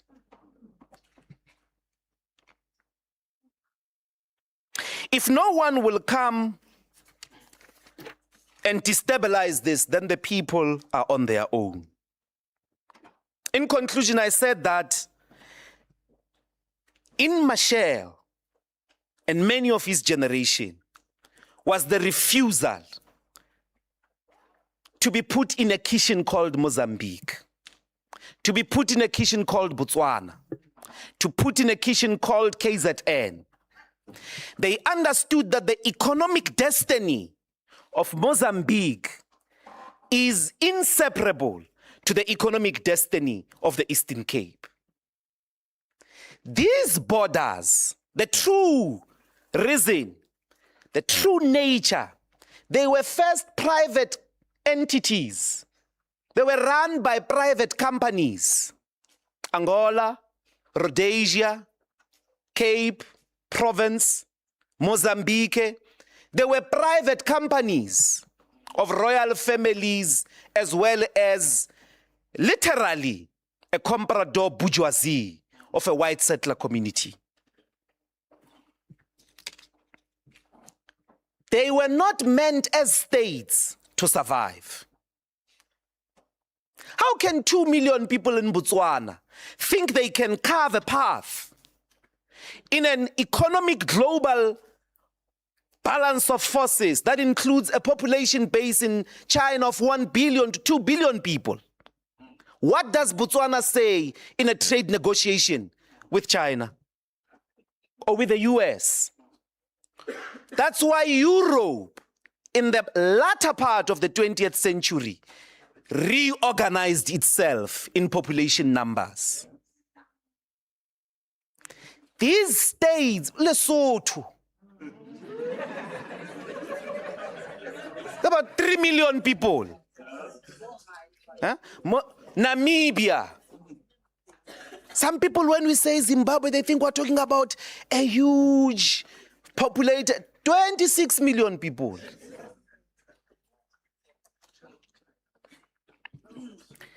Kept to themselves, South Africans, Zimbabweans will not be able to matter in an economy that is now a global village. You can't go back to the 19th century. You can't go back to the kingdom of Ushaga. You will perish as that kingdom did. A true economic emancipation program. A true economic emancipation program has to imagine this region like post-war Europe. We need a pulling together of massive capital investments to reignite a post-war economy. The contestation of the future we seek, the contestation of a tomorrow, either we approach it together, as Machel thought of this region, as a single unit. Either we do that together or we perish in our kitchens. Colonial capitalist extraction is already redesigning a less human future. Decolonization has to now contend seriously with autonomous digital technologies. Now, you think you're going to be conversating with China about a trade deal. In 2050, it may be a super intelligent machine that has been trained and that was born in the image of people who thought we are less than human. Either we come together and pursue SADC as a single entity, or we will perish. Thank you very much.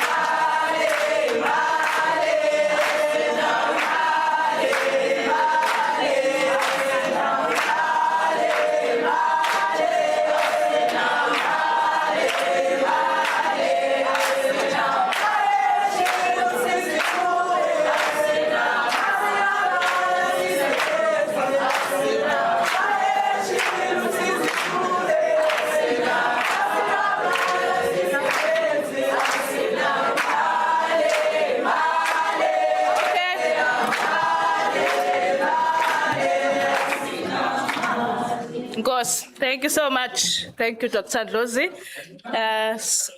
So many ideas, so many thoughts. And as you were talking about the total strategy, I was expecting you to say, of course, they called it guerrilla strategy in reverse. And I remember that in this very room, we launched Bergilda's novel, The List, that talks about some of these informants you talk about who ended up in very senior places in government. But of course, it is a novel. I thought, of course, about Mandalanga's The Texture of the Shadows, which I think young people should read. Another MK, former MK, like Bergilda. You say as well that SADC is a post-war society, but I do wonder to what extent South Africans think of themselves as a post-war society. I think there is agreement that Mozambique, Zimbabwe, Namibia are post-war societies, but there's some sort of an exceptionalism to this country. But as you say, of course, in the 80s, SADC South African Defence Force was spending 2 to 3 million a day in Angola and in Namibia, speaking exactly to the damage that you reminded us of. So I'm going to stop there. One last thing, where you conclude on the question of ethics. I finished reading the book, Why Babita Decolonial Had to Die. And the heartbreak of that book is that one knows absolutely with certainty that what happened at Tembisa Hospital, the pillaging that happened there, is happening across all state institutions, including universities. Because I agree with Janssen that universities are not exceptional. If you have a budget of over $1 billion, you have things to pillage, which is why one needs an intellectual project to defend against that, which is why one needs a vision to defend against the pillaging of our institutions. But of course, with this tension, this poverty, this helplessness of young people sits with an idea of success that talks about a soft life. Who pays for that soft life? It is young people not having toilets in rural areas, for that watch, for that bag. And we must speak the truth about what these young people here see as success. They watch your former colleagues in parliament spending thousands on watches, on shoes. That is the soft life. That is what needs to change, right? Okay. I'm going to take just one round. We're going to take 5 questions directed to Dr. Ndlozi. We have microphones on both of us, both of the sides. Very quickly, 5 questions. Please tell us your name, your university, and what you are studying. You're an honor student, master student. You tell us that. Thank you. Sumelo, shall we start from your side?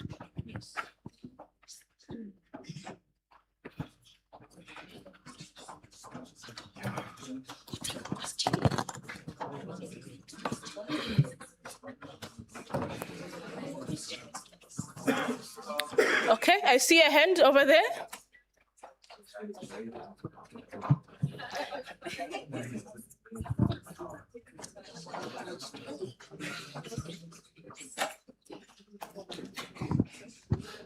Greetings, everyone. My name is Samora Machel. Please say that again.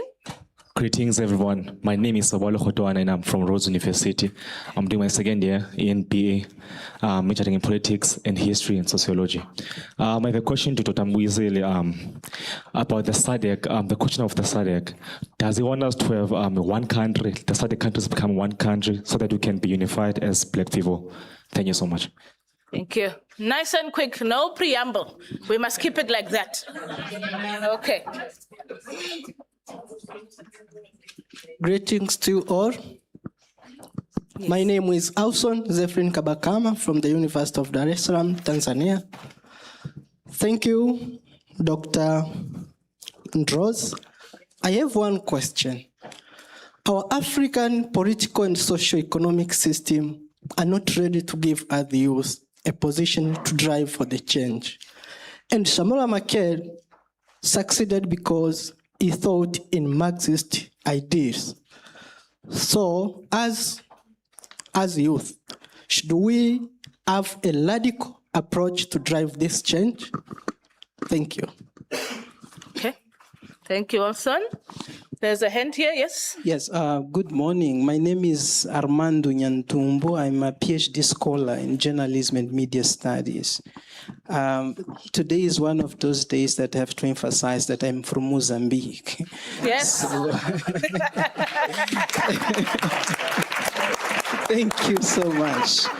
And thank you so much, Dr. Mbuyiseni, for this very provocative discussion.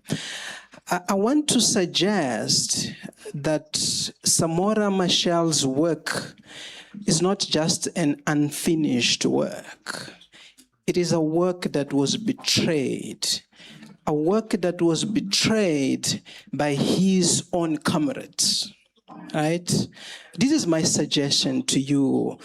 And I just wanted to hear, what is your take on that? As I said, I'm coming from Mozambique, and I like that we mentioned earlier on this very powerful sentence from President Machel, when he used to say that the leaders should be the first in the sacrifice and the last when it comes to the benefits. But I can tell you that this is the opposite today in Mozambique. The leaders are the first in the benefits and are the last in the sacrifice. And this, I want to think about, to take your perspective to think about the region. I would also suggest that this is not a problem of Mozambique only. We have the same situation in Zimbabwe, in Angola, in Botswana. I don't want to talk about South Africa because my visa is still, thank you so much.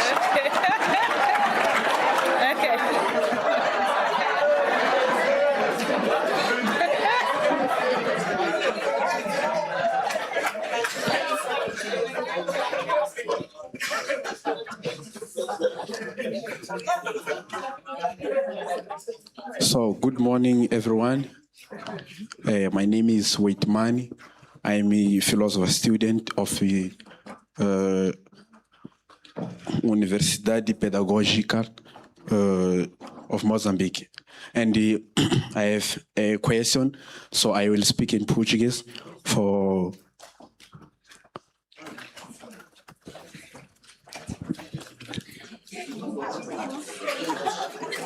Sou Dr Ndlozi. Ok, tenho uma questão. A questão é a seguinte. Se nós formos a refletir, vamos notar que o sistema colonial, neste caso aqui em Moçambique, foi possível. In this case, in Mozambique, it was possible because of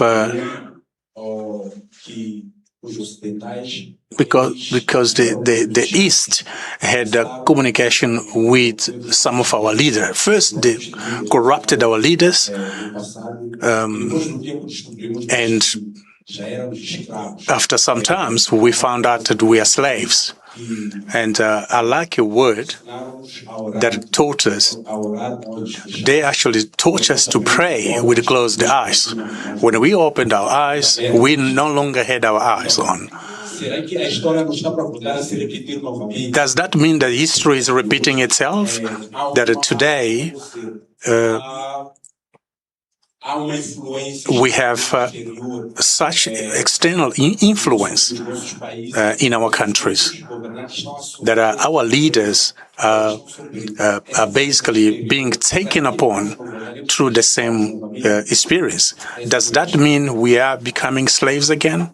That's my question. Are we becoming slaves again? We're taking the last question. I'm a bit concerned here, Hlumelo. Of the 56 students that were part of that youth forum, I'm pretty sure that the majority were young women. And yet only men have asked questions. No, but I think that's on sake of representation. Is there any woman who would like to ask something? Yes. Okay, There she please. is. We will save yours for the next panel. Thank you. Absolutely, yes. Good morning, everyone. My name is Nkosi Kiabetsi, and I am doing my Bachelor of Social Sciences and Psychology here at Rhodes. So for me, it's not a question. It's more like a realization when I am here in this space. I'm not much of a political person. I don't follow politics like that. But as I'm here, what's your name? You just asked a question. Yes, your name. Yes.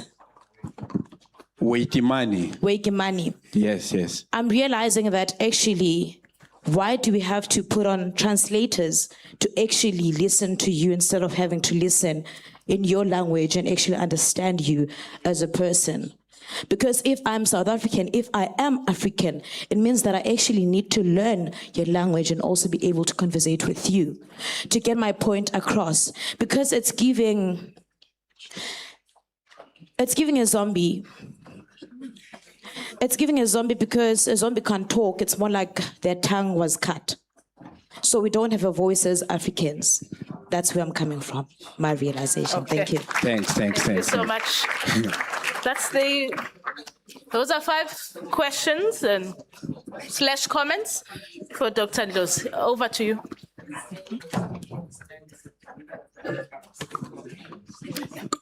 I think it's better if you come to the podium.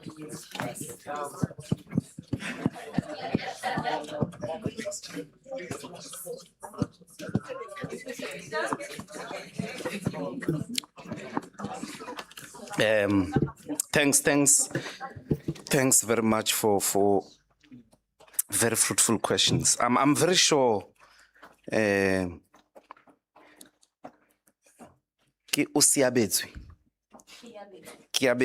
very sure that our friend from Mozambique was speaking in Portuguese. I'm not sure, Mama Graça, I want to learn Portuguese. I'm already speaking English. But maybe Kiabets will be glad to know that there is a South African language in Mozambique called Shangano Tsonga. Tsonga is there. You can learn Tsonga instead. I don't know, but I apologize.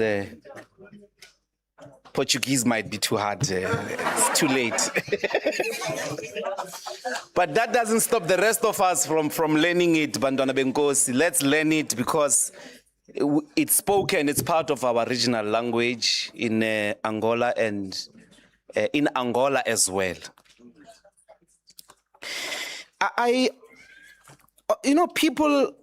People when we say there must be a treatment of SADC as a single entity.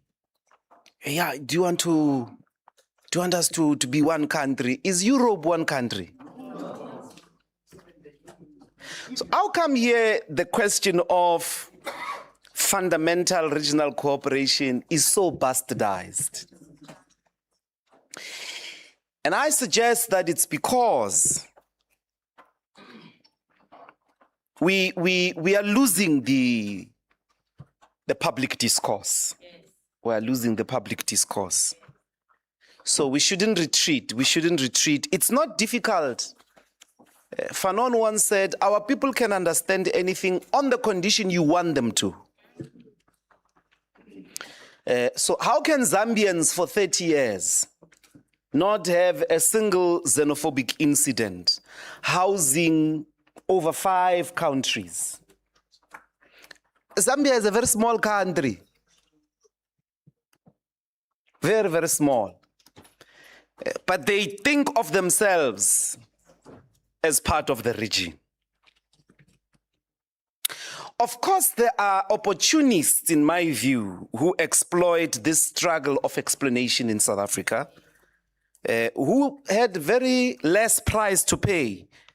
You know, we don't get a lot of, Mama Machel, we don't get a lot of the government of Mozambique, for instance, over-condemning much and much.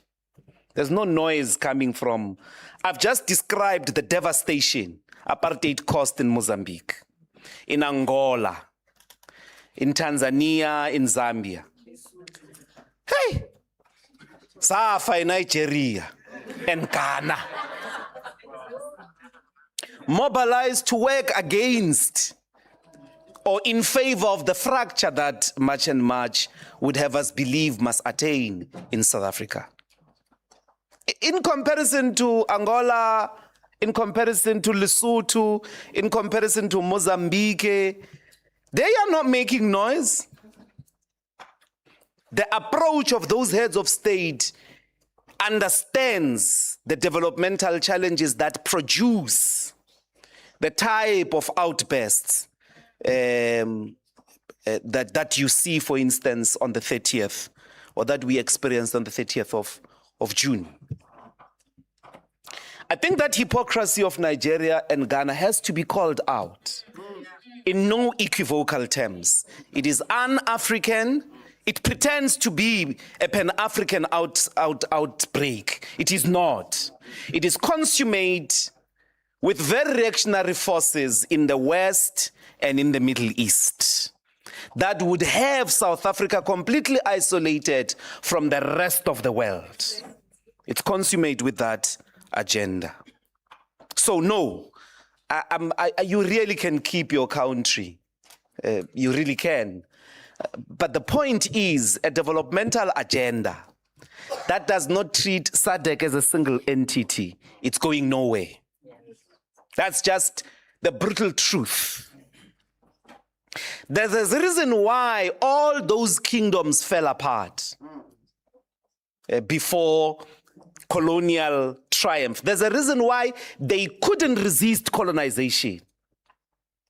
Because the Zulus alone wouldn't. Abatembu alone wouldn't. They couldn't in 1700s. They're not going to do it today. Makhanda couldn't do it. So will you not on the basis of being Xhosa. You're not. I'm sorry. This news, maybe you didn't know, but this is the truth. That's why these people gathered and said, let's act as one. Yes. Do not turn your back against that heritage, because it's that heritage that have me today call Ramaphosa cupcake with his dollars in his couch, and I can go home without being killed. To enter Siskaya, I would have had to produce a passport. Maybe you don't know that.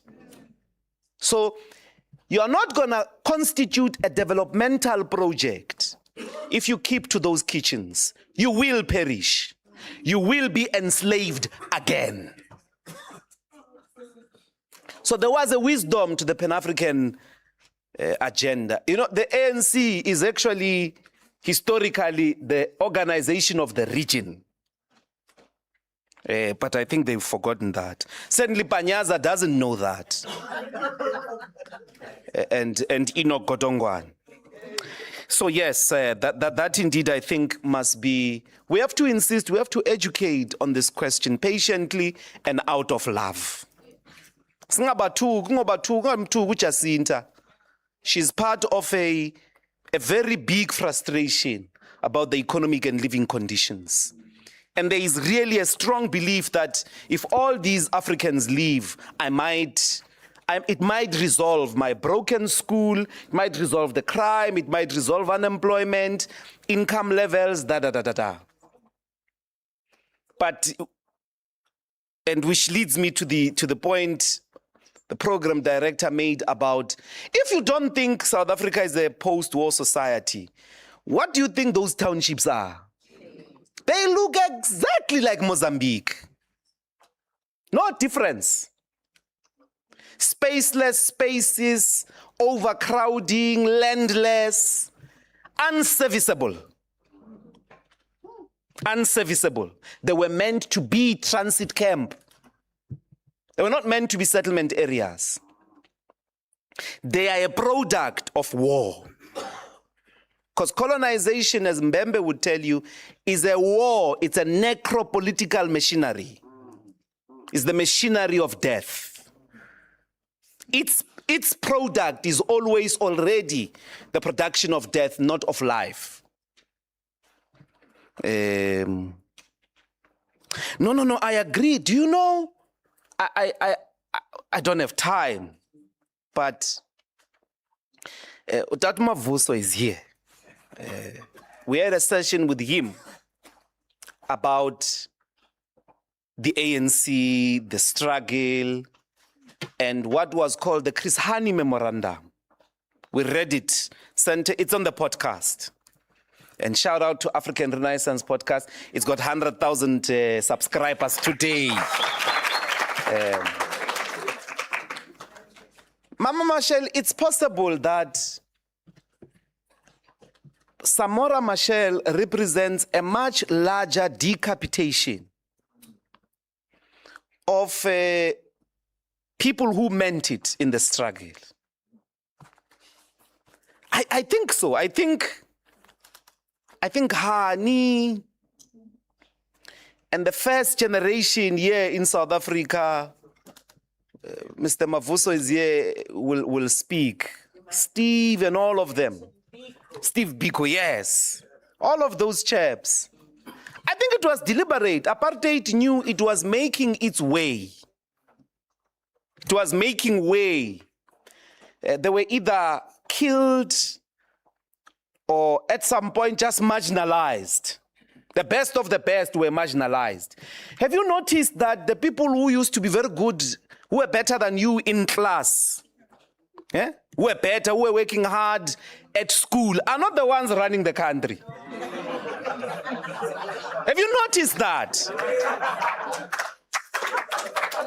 Spetwa is semi-illiterate, and is semi-illiterate iti yona organic intellectual.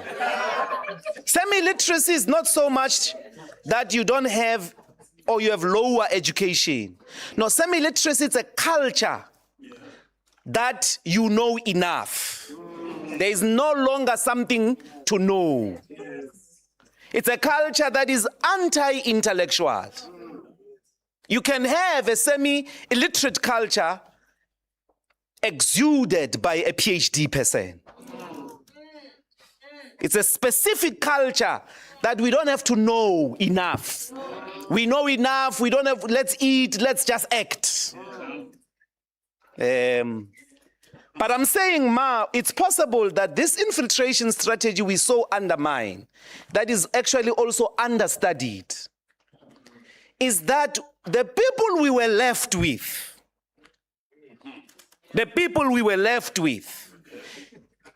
in Frelimo, in the ANC, in CCM, you name it, it's the Askaris, Komtsotsis, deliberately meant to render the project of the post-colonial state incapable of true transformation. I mean, think about these people. Think of Samora Machel, and you're like, okay, Ramaphosa, where do you come from?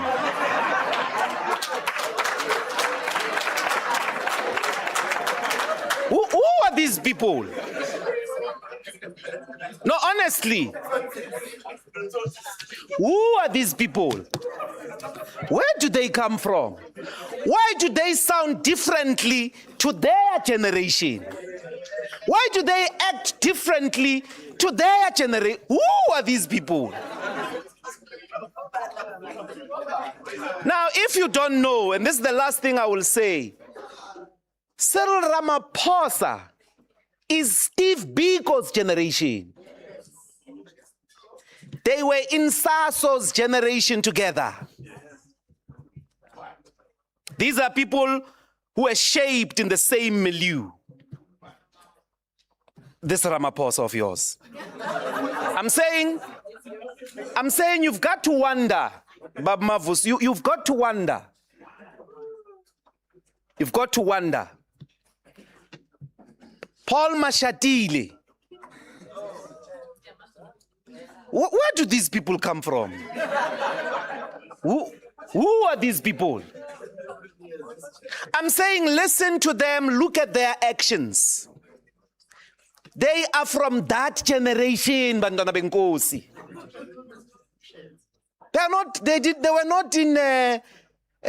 They didn't fall from the sky. These people lived in the same milieu. So the question is really, why are they different? Why are these people so driven by gluttony? Eating for its sake. They must just eat, Bona. So I am 100% convinced that there was a deliberate plan, a deliberate infiltration of Komtsotsis, the lowest amongst us, to swell the ranks of society.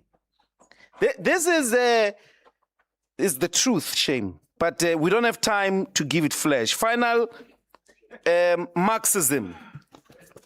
You know, socialism is the only system that is not allowed to fail and try again. Capitalism, how many times has capitalism fallen? It produced the greatest crisis. This crisis we see from Cape to Cairo is a capitalist crisis. It will produce the 2008 global economic crisis. Capitalism will be bailed out. It will reboot and go on and even take bonuses and go on as if it's business as usual. So I'm saying we can't give up on the dream of a society that is not based on the production of profit for profit's sake. We have to hold on to the possibility of a classless society. It's a desirable dream. It's Samora Machel's dream. And those ideas of Marxism-Leninism, if you're not discussing them, anteting with Samora Machel. So yes, I agree 100% that these are important critiques of society, particularly today. What is AI announcing in terms of production relations? Because AI is going to overproduce in the absence or in a society with fewer workers. Is it still producing, is its mode of production still commodity production? Because who's gonna buy the products of AI if we are all without salaries? If we don't have wages? What kind of society is this industrial revolution announcing? Samora Machel would have been seized with that question and its implications on a developmental strategy in SADC today. I think.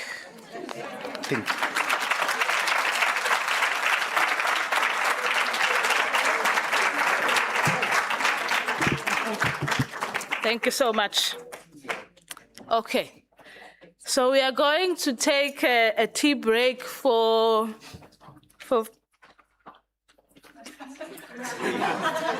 15 minutes, okay? And the glass room just in front of us has been set out for our elders, and the students will help to direct them to the glass room. But as we share the snacks and the tea, we are going to treat each other with respect, with the spirit of sharing, right? It doesn't work if your plate is full and the other people can't get that scone, right? Okay? So we are going to keep that high discipline, that high moral. High discipline. Okay. So thank you so much for this first session. We are back just before midday, please. We are back at what, 5 to 12. We are back here, seated. Thank you.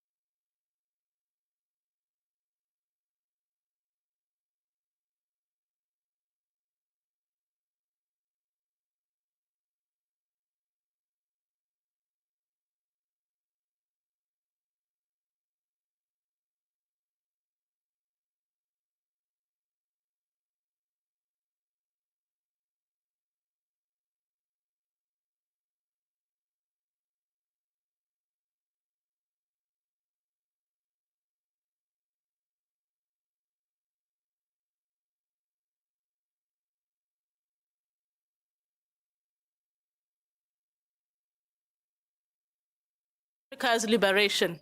It continues from the earlier themes, and I'm going to invite my colleague, Professor Pascal Taruvinga, to lead us for this session. Professor Taruvinga is the head of Department of Anthropology and Heritage Studies. Over to you, Professor Taruvinga.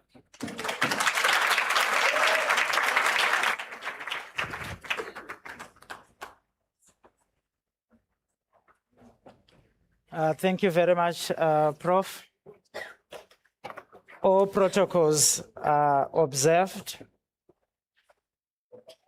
I think my job this morning is very simple.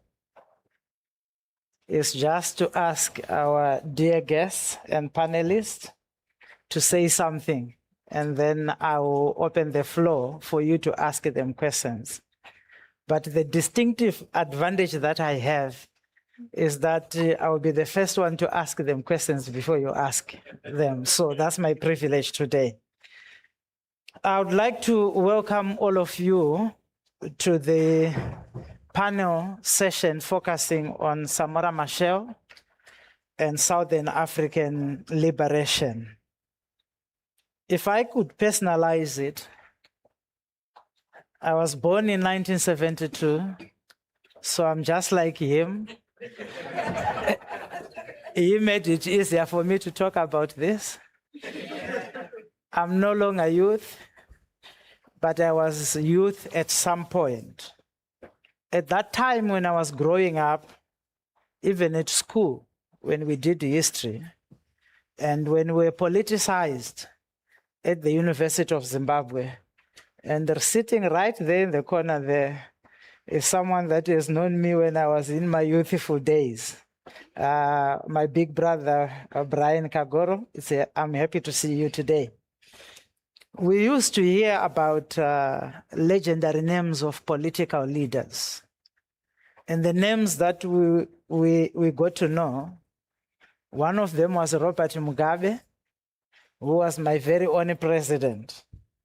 I learned about Julius Nyerere from Tanzania. I learned about Kenneth Kaunda from Zambia. And then I learned about Samora Machel.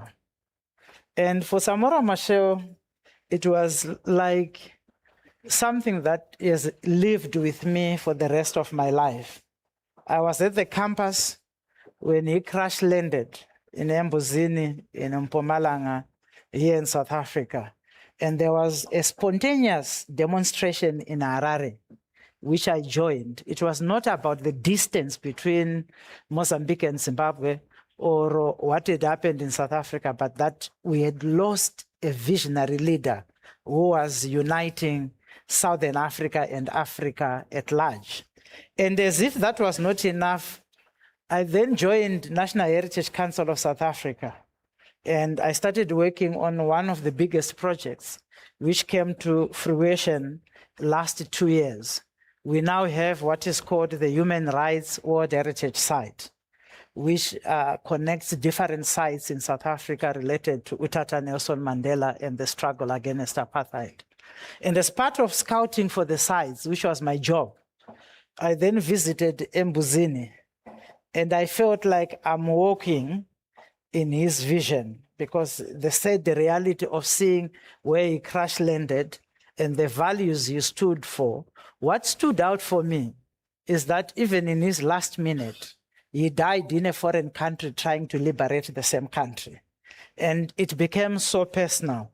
So today I'm privileged to have panelists that range from an academic, a mother, and a politician.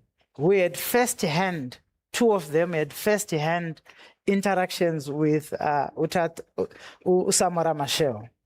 So what we are going to do in this panel is to explore Machel's contribution to regional liberation struggles and also examine his relationships with liberation movements across Southern Africa. And to help me navigate this theme, I have three panelists, and I would like to introduce them one by one. And the first one is a very humble woman who is my mother, And I'm happy that today when I woke up, I chose this color, and I didn't know that she's going to wear the same color. So I just want to thank her for raising me in a way that I know what she's going to wear in the morning without me. Thank you so much, Mama.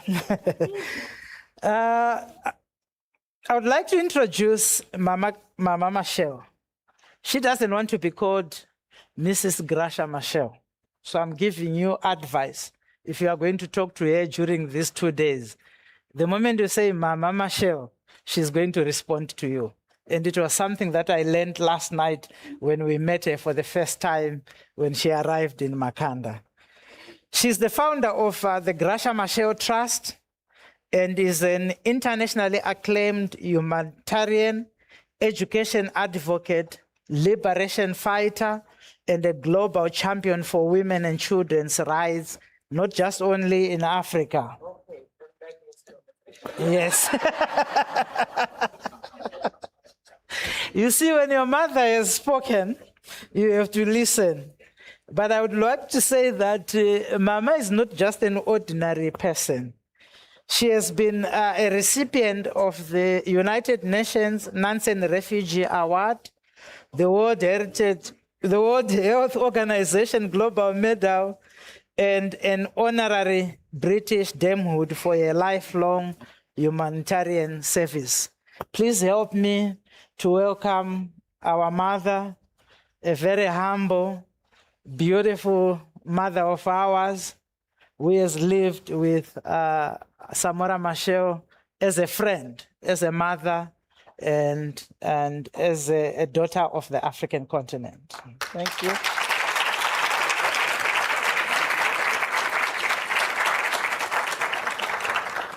For me, Mama, it's a privilege to be close to you like this. It has always been a dream to see you very close, like today. And I have one of your sons from Mozambique who is very jealous, who sent me a message a few minutes ago that I should have invited him to come and shake your hands. He's from Mozambique and is doing very well for the continent. I will let you know about that at the end of this session. The second person that I want to introduce is Ntate Mavuso Msimange. He's a former anti-apartheid activist and senior public servant. He holds a BSc and MBA from the US International University in California. He is also a recipient of an honorary doctorate here in South Africa. He was a senior member of the African National Congress and served on the military high command of Umkhonto weSizwe. In 1977, he joined the United Nations working in Zambia, Kenya, and Ethiopia. He also subsequently worked with the World University Services of Canada, CARE International as a country director in Ethiopia and Kenya. He returned to South Africa in 1993 and served in various positions, including, but not limited to, being the executive director of South African Tourism, CEO of the South African National Parks, and CEO of the State Information Technology Agency. And today, he remains a very influential politician in this country. And today, we are going to hear about his youthful experiences and his encounter with Samora Machel, possibly in Tanzania. Please help me to welcome Ntate Msimange.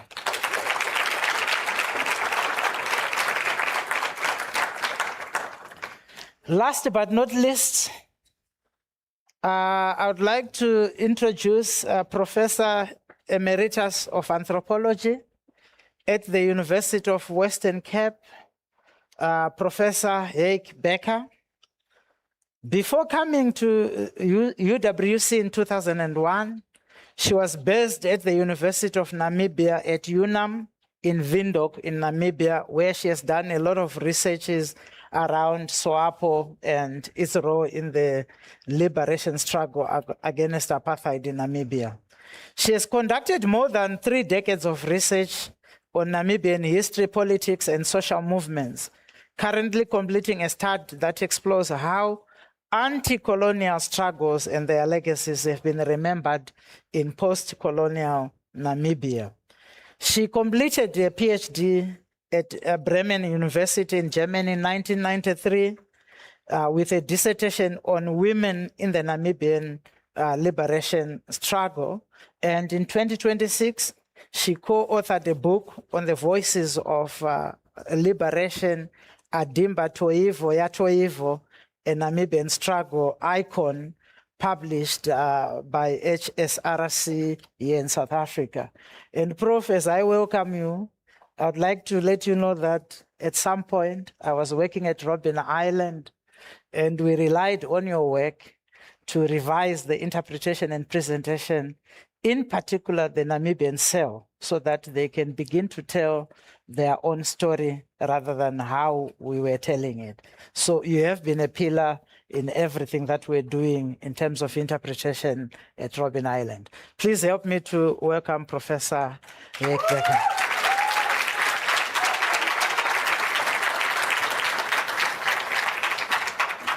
So what I would like to do now, now that I've introduced our panelists, and as I promised that I would be the first one to ask them questions, I would like to start with Mama Machel. We are talking about Samora Machel. To you, he was your lover, your friend, he was your husband, and you also then became the mother of the nation. So you have been wearing too many hats. And today I heard Samito saying that he's thanking you for accompanying him. Yes. Which means you have raised a gallant son who is following the footsteps of his father. So what I wanted to hear from you for starters, so that the younger people that are in our midst today, they understand who is Samora Machel, what kind of values did he embody as a father and as a political leader? And we want to hear from you, because I always tell people that if you want to know me better, you better become a friend to my wife, because we spend more time. You know, she knows whether I'm happy today or I'm not happy. So we are taking advantage that you are here, Mama, to ask the most difficult questions and for you to transition from your love life to politics, which is where we are today. That's why we are remembering and trying to relive the values and principles of Samora Machel. So who was Samora Machel to you, Mama? And what were his values and principles that shaped the liberation struggle against first the Portuguese and then the rest of Southern Africa? Oh, thank you. Thank you so much. Let me start by really thanking the Center of Memory and Imagination for having taken the initiative, because it's their merit, the initiative to organize these events, which started in May in Mozambique on the 25th of May, Africa Day, to mark exactly the beginning of these reflections on who is Samora Machel and what is his legacy to our peoples, in not only in SADC but in Africa, and could even say for oppressed people all over the world. And then they did the beautiful thing of bringing these young minds, which are coming from the different universities who are sitting here together this morning. And I have to thank especially the Rhodes University for having offered to host us and to give us the opportunity to, now I'll come to, I'm not responding to you yet. Now, but they gave us an opportunity to revive what I would call to revive the spirit of frontline states. So see yourself here this morning as representing frontline, not states, but frontline people in SADC. Each one of you, wherever you come from, your country, what you are studying, what you're doing, we have been summoned here under the spirit of frontline people in SADC, right? Now you ask the question of who is Samora for me? And you started by saying he's my lover. You know, it was the opposite. I started by really being taken by his very sharp mind. I get into the camp for training, and the camp was vibrant, as everyone you can imagine in a military training camp. But the moment the president entered the camp, he was coming from one of the provinces. The mood in the camp changed. You could feel there's something different in this place. I'm a newcomer, so I'm measuring everything which happens every day.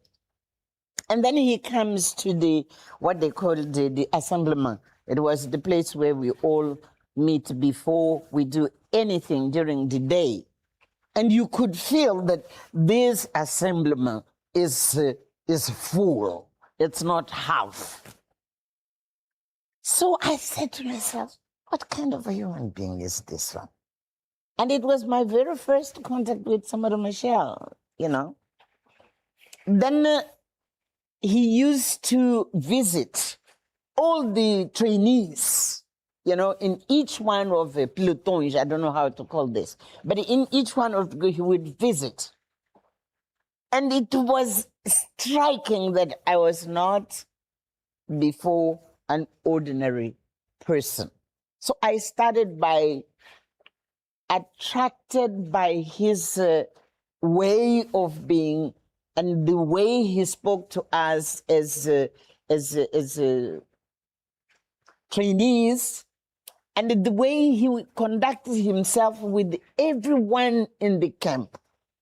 And this is me. I mean, I have to be honest to say, people who are dull don't count much to me. But he was that kind of a person.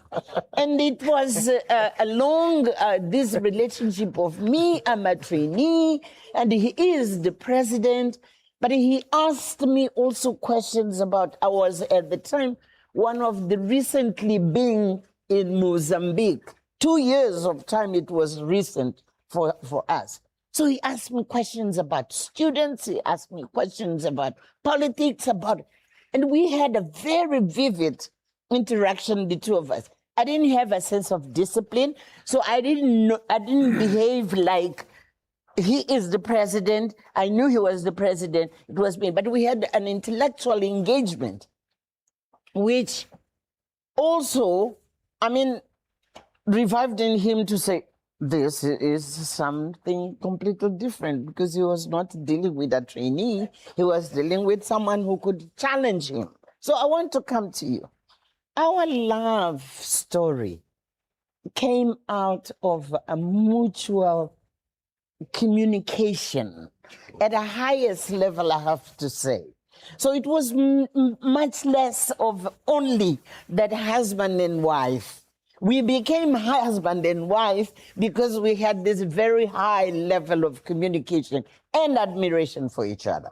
So that's how for us, I mean, love was coming up. But I want to take you, I mean, before you ask the other question, because I could talk about my family, but I will come back to this. We are here out of very simple things which at the beginning they seem to be simple, but they have a very high meaning. Samora Machel left Mozambique in early 63. And he traveled through Swaziland, and then he went to he crossed South Africa. He went to, at the time it was Bichona line, Botswana. And he was there and waiting for an opportunity, there were two of them, waiting for an opportunity to find a lift to go to Dar es Salaam. It happens that the ANC was organizing it has a charter of ANC, militants, people. And then Joe Slovo, who was the head of the military those days, he is told that there are two Mozambicans who are also waiting for an opportunity to go to Tanzania. So he decided to take out two South Africans out of the plane to bring in Samora Machel and his colleague to go to Tanzania. I wanted to fix this. The plane had been chartered by ANC to take ANC members, but a leader of this organization called ANC is made aware that there are two Mozambicans who are joining Frelimo. And he says, okay, let's take out two South Africans and put in two Mozambicans for the struggle. You got my point? Yes. You can see where I'm going to, okay? I'll jump from that. Samora Machel is a part of the second group of people who are sent to Algiers for training. I do not know whether many of you are aware that the first Nkonto Sizwe to be trained abroad, together with Frelimo people, were trained in Algiers. Were you aware of that? Who knew this? You see, why is it important to tell this? Because these two groups are in Algiers, supported by FNLA at the time, because Algiers was the very first country to free itself from French colonialism through armed struggle. Okay? And I'm saying this because many of our young people, and I feel guilty that we don't give you history. So Algiers was the very first African country to become independent through armed struggle. They had been, Ghana and many others who negotiated, but through armed struggle and to bring down a colonial military power, it was Algiers. And Algiers opened, the doors for us then here in Southern Africa. You see the thing, what I'm trying to say to you. Algiers is on top of Africa there. It's a French-speaking country because it was colonized by the French, but it had opened the doors for South Africa and Mozambique to be trained in the country. Some of the first guns we had to start the armed struggle were given by Algiers. So when we talk of Pan-Africanism, please remember this. Yeah. The second point I want to make is that in this camp, Marnia, there were two groups, but they trained together. It was Mozambicans and South Africans. So this thing of being together and being one, it is not a theoretical. It is not a question of just intellectual option. It is something which is sort of organic, if I can call it. It's organic. Remember Joe Slovo saying, no, two of them, they must come with us. They are in Mania, they are training, it's South Africans and Mozambicans together. They come back to Dar es Salaam, and to Dar es Salaam, yes. And the President Nyerere said, Dar es Salaam has no space for you guys to be planning to fight colonialism and the apartheid sitting in Dar es Salaam. He takes them out to a place which is called Kongwa. And I'm sure my brother here will be telling you more about it. In Kongwa, all of the freedom fighters, they were being trained as freedom fighters for Africa, in this case for Southern Africa. This thing of because you are Mozambican and because there were three of them, Mozambican and the South African and Namibia in the same camp, training. So the preparation and even the framework of what it means to liberate Southern Africa has done absolutely together from the onset. So when we talk of what it means now, SADC, etc., we have to go back to this. Now you are asking about, I'll talk about my family, but I want to share something about Samora. When Samora is in the camp in Manya, they meet Mozambicans coming from different parts of the country. Some would be speak Makhanda, others will be speaking Portuguese, others will be speaking Shangane, different languages. The only language they could communicate among themselves was Portuguese. And Samora came because people were saying, how come now we have to use the language of the enemy, blah, blah, blah. And he says, okay, suppose we don't speak the language of the enemy. How are we going to communicate amongst ourselves? So let's transform, I want you to fix it. Let's transform the language of the enemy in a language of liberation, in a language of unity amongst ourselves. So when people are worried about speaking Portuguese or speaking English, it depends on the meaning you are giving to the language which unites you. Because if we are sitting in this room, if each one of us will speak his mother tongue, would we be able to communicate? But we use English, we use Portuguese, and perhaps we can use French. It doesn't matter. It's not the question today. What is important is the meaning which we express when we use what used to be the language of the enemy, but it's our language of unity and it's our language of liberation. Language can liberate you. And you shouldn't be, because history is history.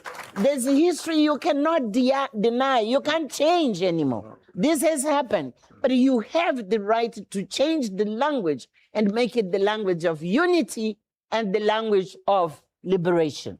That's the second point I wanted to make.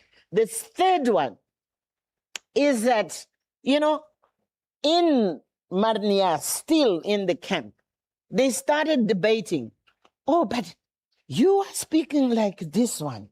And because you like whites, but you know what we have to do with whites? We are going to put them in a boat and throw them to the sea. Because we don't want whites in our midst. And then they would come and say, oh no, but Makhanda, you know who are Makhandas? I don't know. But Makhandas used to have tattoos, to use tattoos and And so one would say, oh, but you Makhandas because you are this, and you because you are imperialists or whatever. They started to discuss and to divide amongst themselves on the basis of tribe, okay? And Samora came as the leader in this debate to say, you know what? I would like to ask each one of us, why did you come here? How did it happen for you to end up in this space? So to find a common cause, instead of focusing on the differences, we define what unites us. It can be language. What unites us is the vision of why we are here in a certain place, in certain circumstances. What do we have in common? Build much more in our commonalities than with our differences.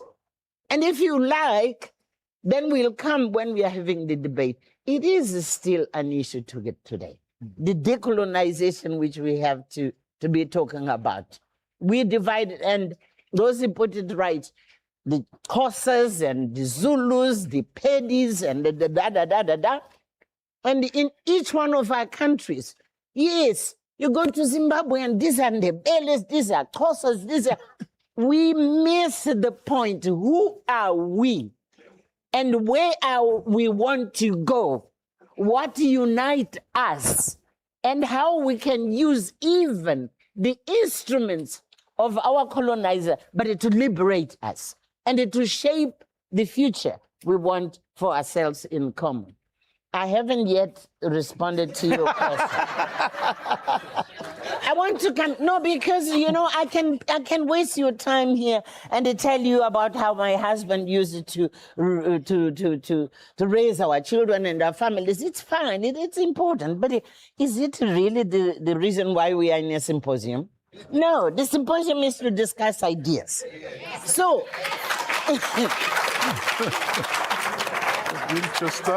and I did touch on the issue of tribe, and that's when the phrase which comes, you mentioned this morning, Ndlozi, the tribe has to die so that the nation will rise. And it's not that we are not going to speak our languages. No, it's not that thing. It's that we have to bring the differences of our languages, but to become a sort of a cement, which we call a positive diversity, right? Culturally speaking, but we bring them together, but we become a nation. If we sit in our tribes, in our differences, then we will never make it. So the other thing which I wanted us to talk, because it can sound like it's a theoretical. 66. Samora came with a proposal he became the head of the army under the assassination of, so he becomes the end of the army, and he goes to Edward Mondlane and he says, you know, I think we need to bring young women, girls, to come to the camp for training. And Mondlane said, yeah, but what do you think? Because he was an intellectual, he tried to analyze everything. He says, what do you think the chairman, the people in the liberated areas are going to do? Are they going to allow girls to come out from Nyasa, Nampu, and Cabo Delgado to come to the camp to be trained? I said, no, Comrade President, let us do that job. It's our work to convince the chairman and everybody. What we have to accept is that this thing of liberation, everyone has to liberate himself. We are not going to liberate women. Women have to liberate themselves. And they have to be side by side with everyone else to perform all the tasks which are assigned to a freedom fighter. So that is 66. I'm talking about this. And at that time, to have the vision that we cannot keep women at side, we have to bring them to the level where all tasks are being performed. And of course, amongst them, leaders will emerge. It was in his very first years of becoming the head of the army. And then much later, there were women who are in the army, and they presented themselves really as transformed. But there were many other millions of women who were in liberated areas, no training, and it was just being brought in to help to carry the equipment, to produce for soldiers. And they said, no. It's not what really has to characterize women. How do we organize women within liberated areas to make sure that they participate as well without coming out to Tanzania? They participate as well in the main tasks of the revolution. That's why in 73, then the Organization of Mozambican Women, which is a broader space than the military, the destacamento feminino. How do you call this? Destacamento feminino. Detachment. Yeah. So the military was it was the girls in the military, but there was a need to bring all women to be part really of the struggle. That's when the organization comes in. What I'm trying to say here is that Samora was he was a military commander, of course. He was also a very, very shrewd organizer, and also who has the vision of what a nation is and how do you build a nation in very concrete ways. It's not a theoretical. How do you do it? How do you bring everyone to feel I have a stake and I belong? I belong. To bring everyone not only to participate, because there's a participation, but there is a difference when I feel I belong. I hold, the essence of leading our society. I'm not a second-class citizen. We had succeeded to do this during the struggle, and then that famous statement which he put it in this conference of women, the emancipation of women, etc., etc., etc. So to be able to understand the importance of the tribe, men and women, military and non-military, to come together and to be able to boil it, if you like. It's like you have a stew, right? You bring it together to become something which is one, with all modesty. And now I'm not talking about my husband, I'm talking about the leader, which I started to admire. Yes. And then that's when I decided, I want this one to be my husband. That's a good choice. Samora had unfortunately, Samora had lost his first wife, Josina, who is the hero, the symbol of Mozambican women is Josina. To put it clearly, is the biological mother of Samora. When I meet Samora, it's 4 years after Josina had left us. Josina is already, a hero in our struggle. I admire Josina, but Samora is alone at that point. I am also, I like it. I am also alone. I am also a single person, right? Yes. So. We have these very vivid debates, right? Vivid debates where we begin to admire each other. Where am I coming when I say this? Now I'm talking to young women in this room. Yes. This thing of falling in love with a man simply because he's handsome, simply because he says many sweet words to you, and you don't take your time and say, but what kind of a human being is this one? What do I have in common with this human being for me to pledge to spend the rest of my life with him? So please, girls, don't turn things. You have to know who he is as a human being. What are the values? You understand? What are the values he carries? How does he see you as a human being? Somebody has to see me as a human being. At the beginning, he told me much later. He said, because I didn't have the sense of discipline, which I told you, I started talking to him and forgetting that he's a president and I'm a trainee.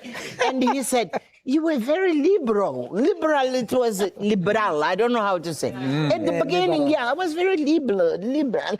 And he decided, no, it's not the liberal which counts. the way she thinks, we have very much in common. And then I will deal with these her liberal things. So he did. He changed me. He changed me. I learned to be conscious. I'm saying conscious, to be conscious of what it means structures, what it is respect you have to accord to everyone, to understand that this is a man I love, but this is a man who is also ahead of the party, and he is a head of state. And how do I now differentiate the relationship of the father of my children, but the leader he is, okay? So Samora for me is that brilliant mind you are talking about here, and his leadership style, why he shaped Mozambique, how he shaped our region, how he shaped the relationship amongst the people regardless of race, regardless of tribe, regardless of the social status. And in essence, he put in the center of the leadership of Frelimo, the center was exactly to say, Camponeses, how do you call Camponeses? Peasants and workers. And then all the rest, there will be, yes, intellectuals as you, yes, you are very important. But the leadership, he understood that people have to be the one. And people were, in those circumstances, the peasants, the workers, and the revolutionary intellectuals. That's how he would, revolutionary, huh? So you have to be revolutionary as well. I'm trying to say I'm a leader and a person who leaves a legacy, emerges across a confrontation with the realities of life. It's not being up there without being inside the people themselves. And now I'll come to you, my baby girl. I liked what you said. Samora, you said the lion who refused to wait. I'll reserve this if I have a chance. Yes. To come about he refused to wait. And he changed himself. He changed the circumstances in which, and along this process, he became the leader we can today celebrate. I'm sorry I was too long.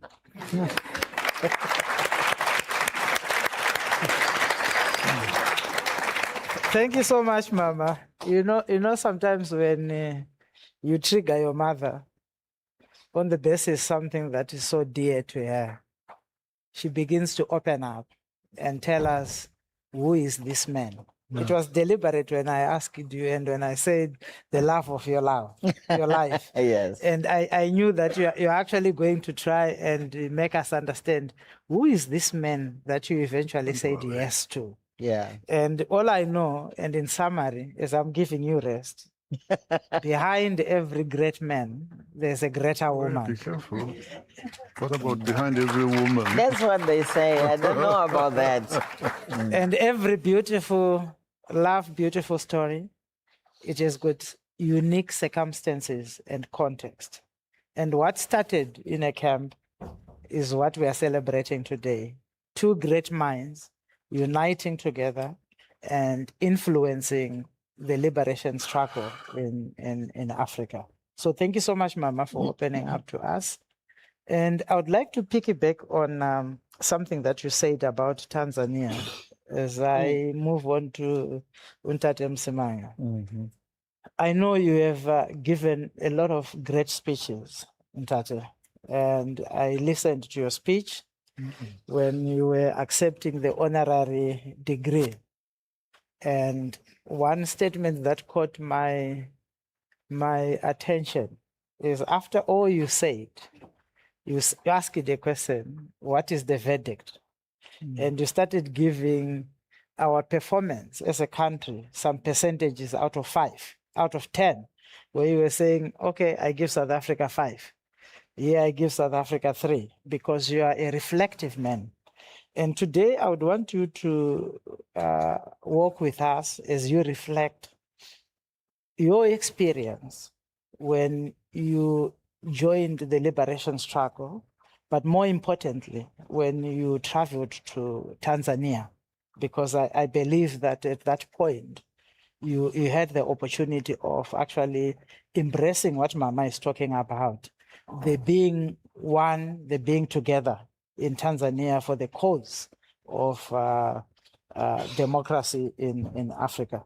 So if you can walk with us and walk us through your reflection on what it means, what it meant for you then, and what it means for you now in the democratic South Africa, which you rated very lowly on several issues around schools and everything else. Over to you, Ntate Msimang.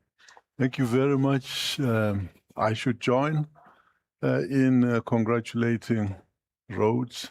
You know, Hona Uma Gaza. I'm so happy we're before you and not Uma Zanga. So that point, yeah. I would correct a little bit something that says I'm a politician. I was in the freedom struggle. I picked up, fortunately, some economic development, socio-economic experience. And once I came back to South Africa, not once was I in politics. I comment tremendously on the state of governance because many of the people we're talking about today, it's important. That's not a subject that should be left to politicians, but thanks for inviting us. I'm so grateful. I wish they'd let you just continue.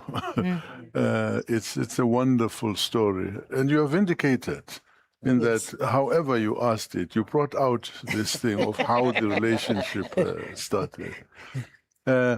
And when, Ceci, you talk about Algeria and the people who were pulled out of the aeroplane, our plane was delayed because the Boers knew that there were people who had participated in the Rivonia during the raid. And they'd flown over over South Africa from Swaziland into Botswana.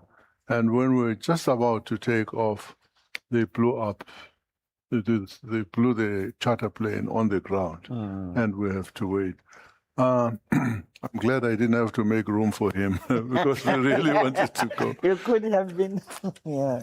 So, Tanzania.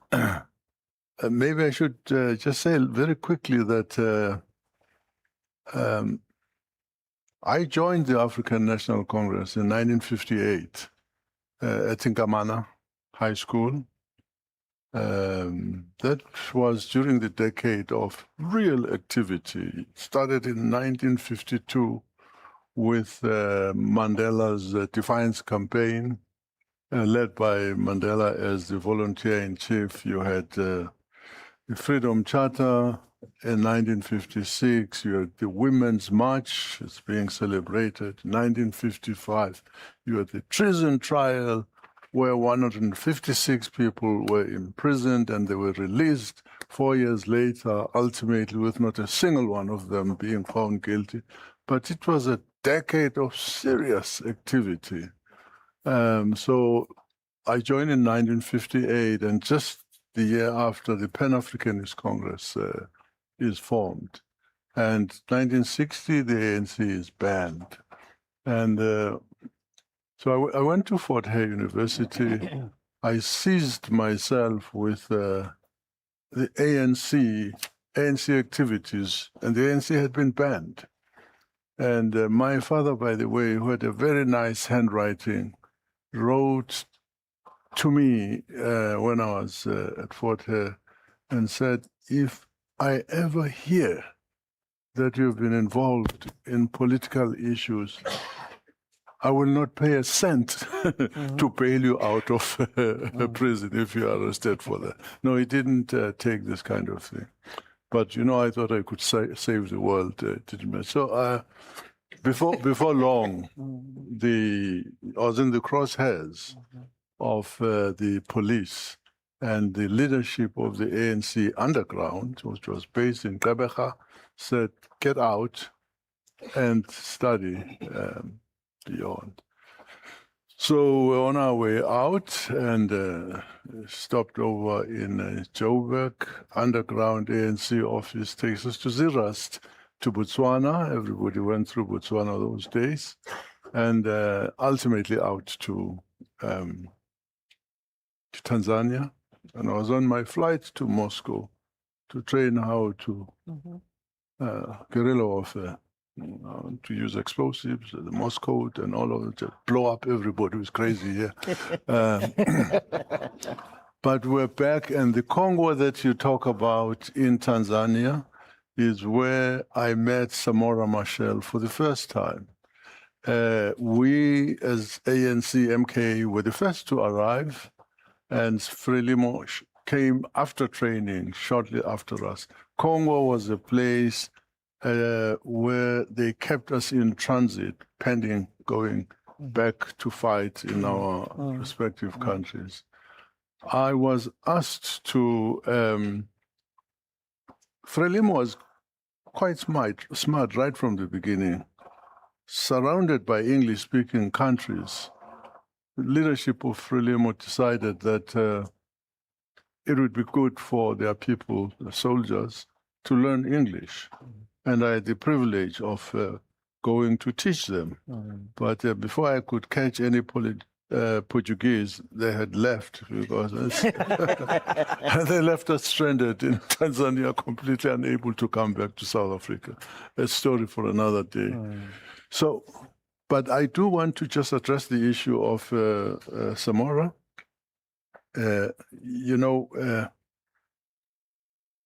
He took over after an interim period following the assassination of Eduardo Mondlane. There's always been democracy in liberation movements because there was a small group of people who took charge, and the election, his election to the position was earned clearly on merit. I look at our struggle, which started in 1912, and we only launched the struggle. Political party ANC formed in 1912. 1960, we are banned. Frelimo is formed in 1962, I think. Yes. 1965, they're fighting. Cabo Delgado, Niassa, and all the way down. The Carnation Revolution in Portugal was a tremendous. There was a revolt against this the very dictatorial, fascist regime of Somoza. Was it Salazar? And they overthrew him in Portugal. They were in alliance with Frelimo and with MPLA. So it helped quite a bit that that revolution took place in Portugal. That opened up the space for Frelimo. And I cannot talk about us. You know, we are in Congo. We have to come to South Africa through Zambia and through Botswana. And they are supportive of the struggle. But the Boers make it very clear that if they support terrorists, they are going to nyack them. Big time.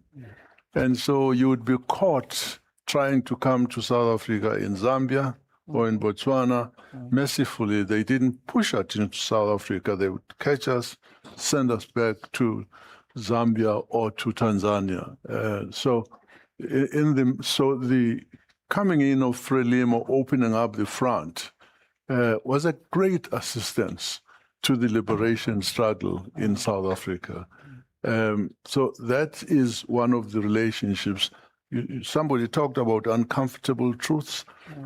There were always two, at least, liberation movements in the 60s in each country, SWAPO and SWANU. There was ANC and PAC and some others. and there was ZANU and ZAPU, yeah. and there was Frelimo, UDINAMO, and others, and so on.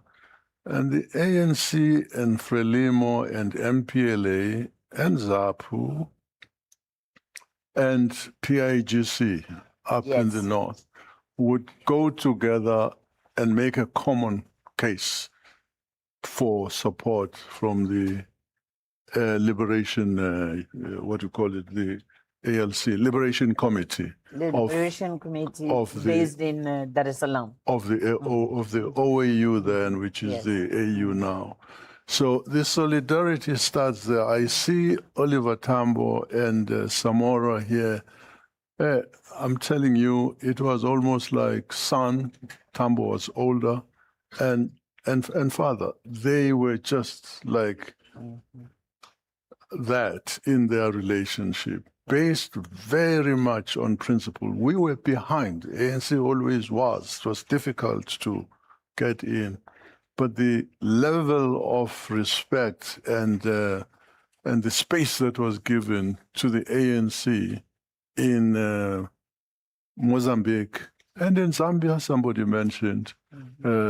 Zambia, more than any country, we're in an education thing here, in Southern Africa, can claim to have hosted all liberation movements, all of them. And they had their head office there, and they would be bombed, by the way. Those will come to what you were saying, in support. But, you know, allow me to just speak. When people march and march, when people say, yes, but we understand we also have a difficult unemployment situation. So maybe if we allow these guys to go back, it might solve the problem. So I can understand that being said by any organization but the ANC. The ANC, more than anyone in our country here, benefited from the countries whose people are moving out of here now. And they have nothing to do, by the way, with if you were able to remove all of them tomorrow, Tuesday, they're not a single one, our unemployment levels would continue to stagnate, possibly even go up. Because research has shown that for every entrepreneur who comes in here from Zimbabwe, Mozambique, when they create 2 jobs for South Africa. It's research that is carried out by completely independent countries. So we do need to be very careful. Those it talks about, I don't know, you differentiate us from the rest of the other people because perhaps we are losing our way here. But back to your question, sir. SADC and Samora, I think that's been done up so nicely in your presentation. And to say again that, you know, a lot of us who love soccer look at the Arsenal yesterday beating Manchester City, and et cetera, et cetera. You know, those teams will field 10 out of 11 people coming from outside England. And the fan base for the Arsenal, for any one of those, is crazy. They don't care where the person who scores the goals comes from. It's just amazing that that is because their SADC, the EU that is being talked about, has been created. If we really give up on the creation of SADC, we are accepting that as black people, we will remain here. When you talk about, you know, at the moment, when you talk about famine, somebody just says, oh, there is famine. You don't think it might have happened in Spain. It's Africa.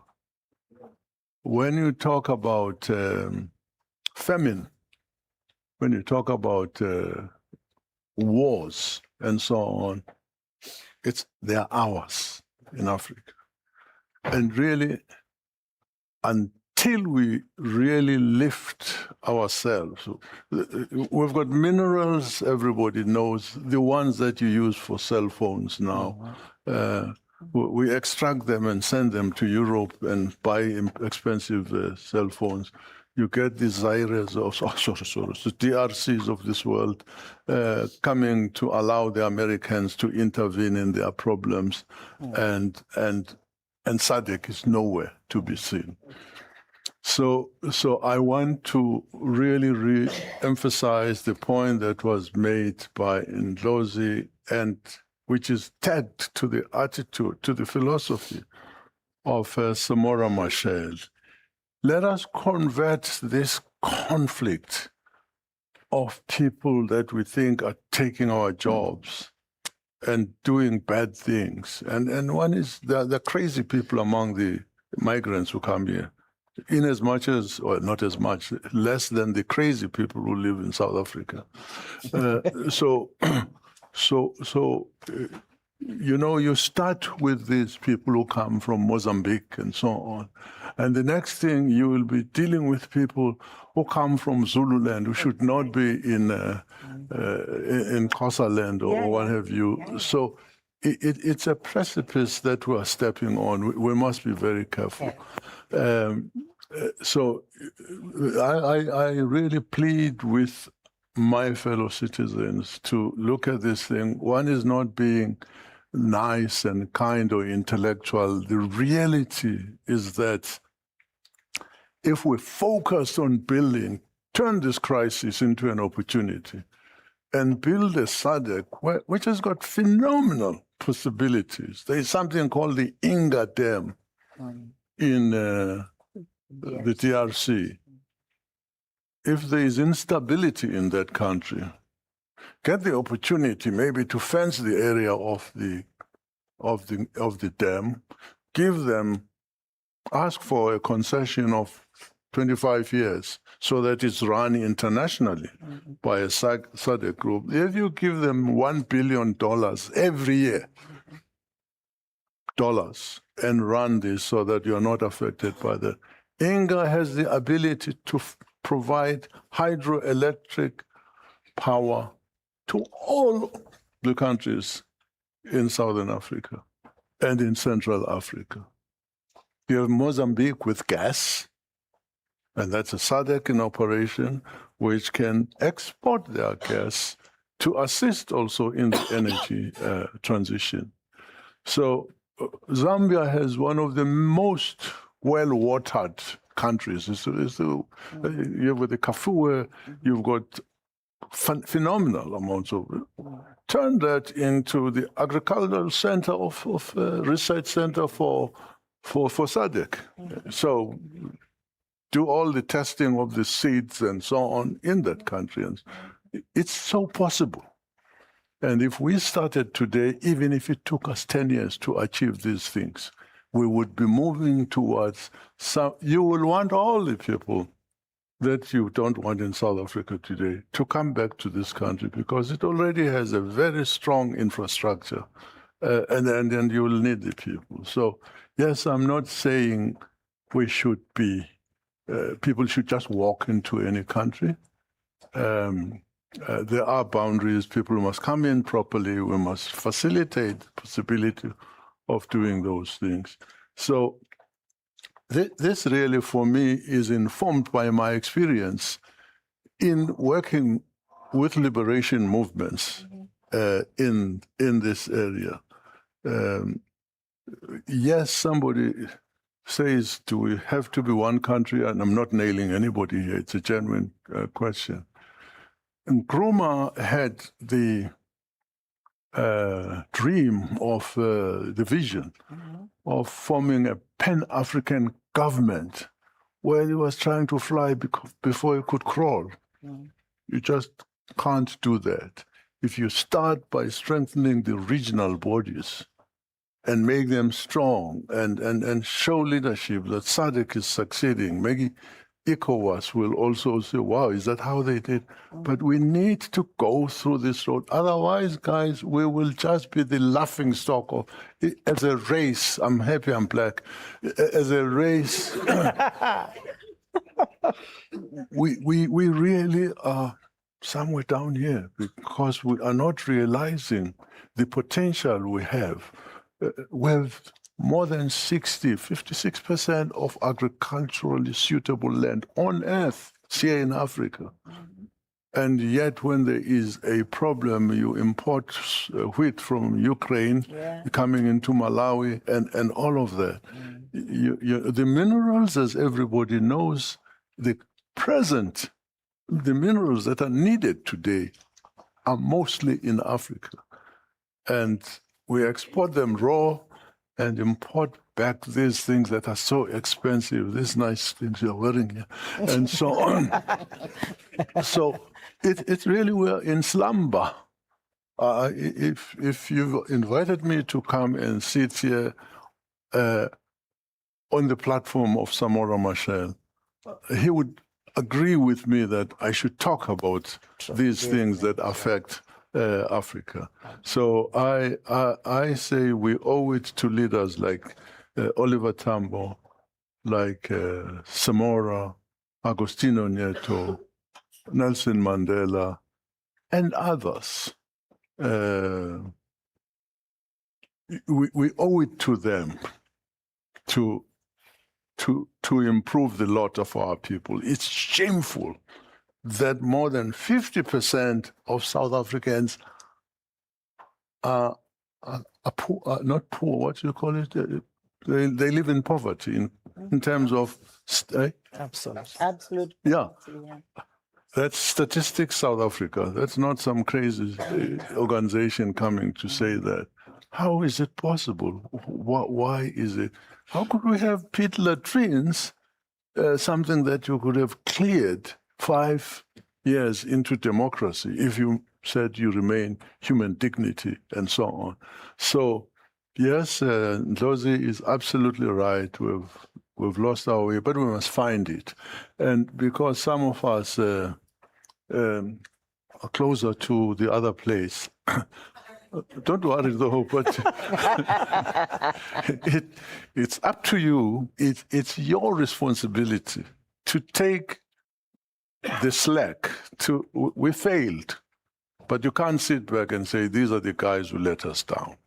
You've got more to live for, and therefore you've got a bigger incentive to make sure that this country functions.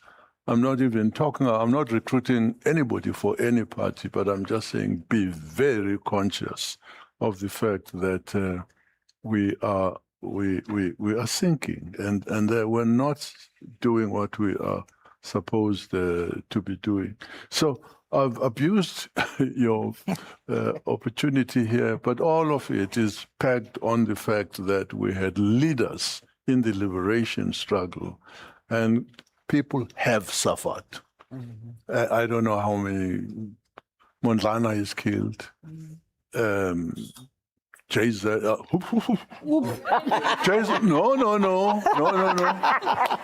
It's JZ Moyo. Yeah. Okay.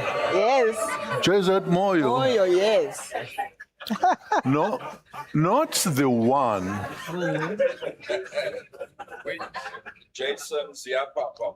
That's right. That was JZ Moyo. So Jason Ziapapa Moyo would not ever have taken the name of ZAPU and given it to some strange thing and called it the MK of Zimbabwe. This is not possible. So I can't talk about things like that. Yeah. So thank you very much.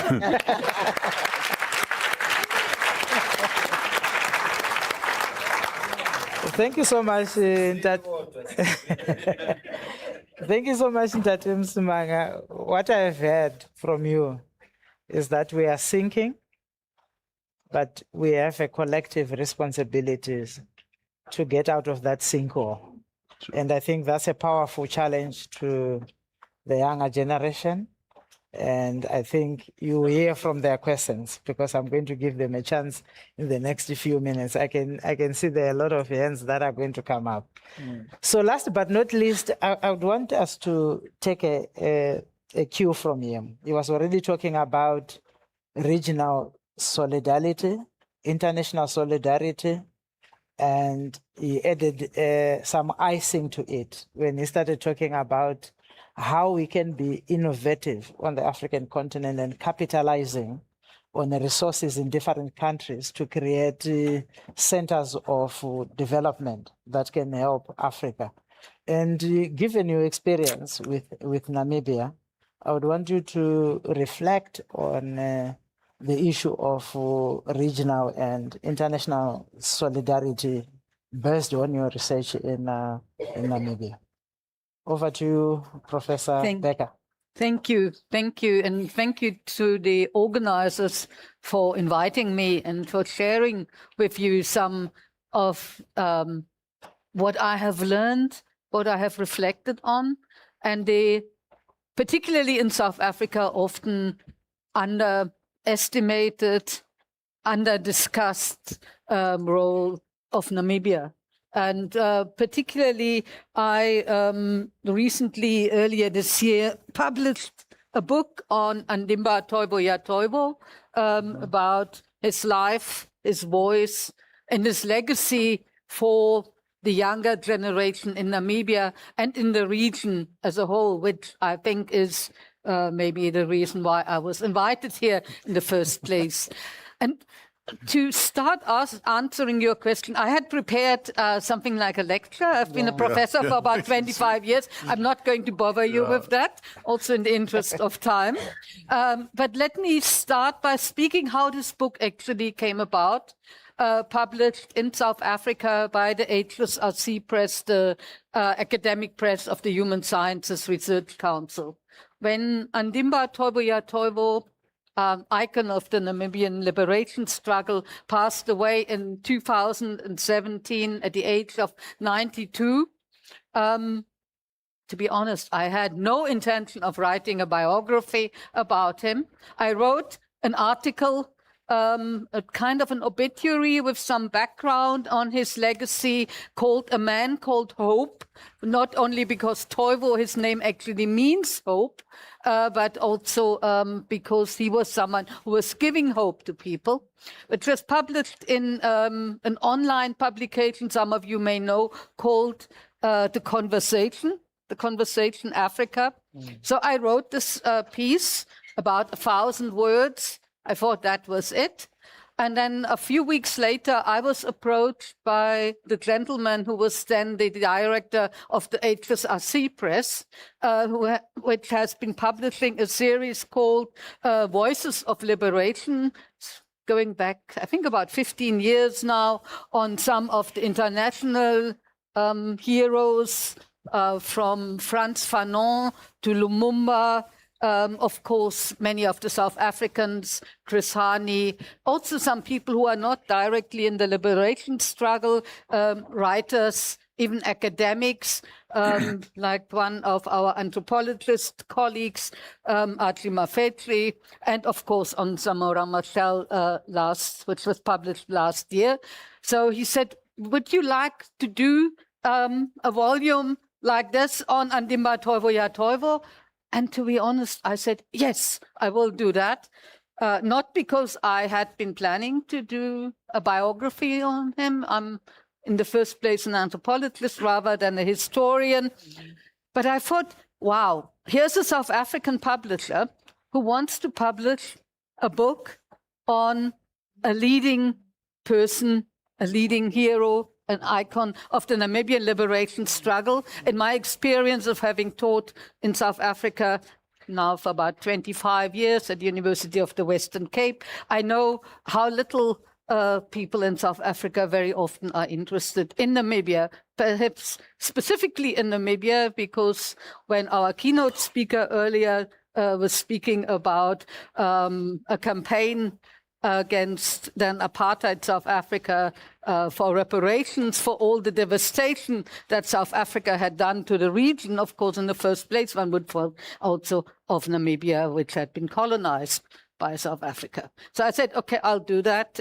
It took a while to come out. I started doing some research in about 2018, but then some of the things like the pandemic and so on delayed it a bit, and it's now out. So perhaps what I wanted to say by telling you the story of how this book is about, it was, in my understanding at the time, a very small way of a symbolic reparation from South Africa also to the region, of acknowledging the regional solidarity, but also the regional responsibility, specifically also from the South African side. But going a little bit back to also the presentation that I had prepared, who of you had heard of Andimba Toivo before? No.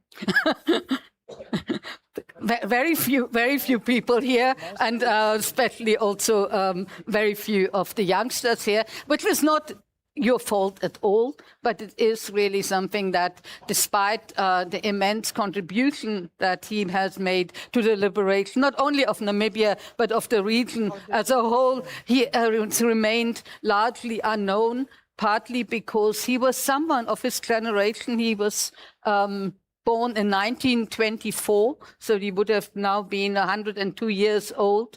Am I correct? Yeah, he'll be. His birthday was in August, in fact. So he did not clamber for power like many of the others did. When Namibia became independent in 1990,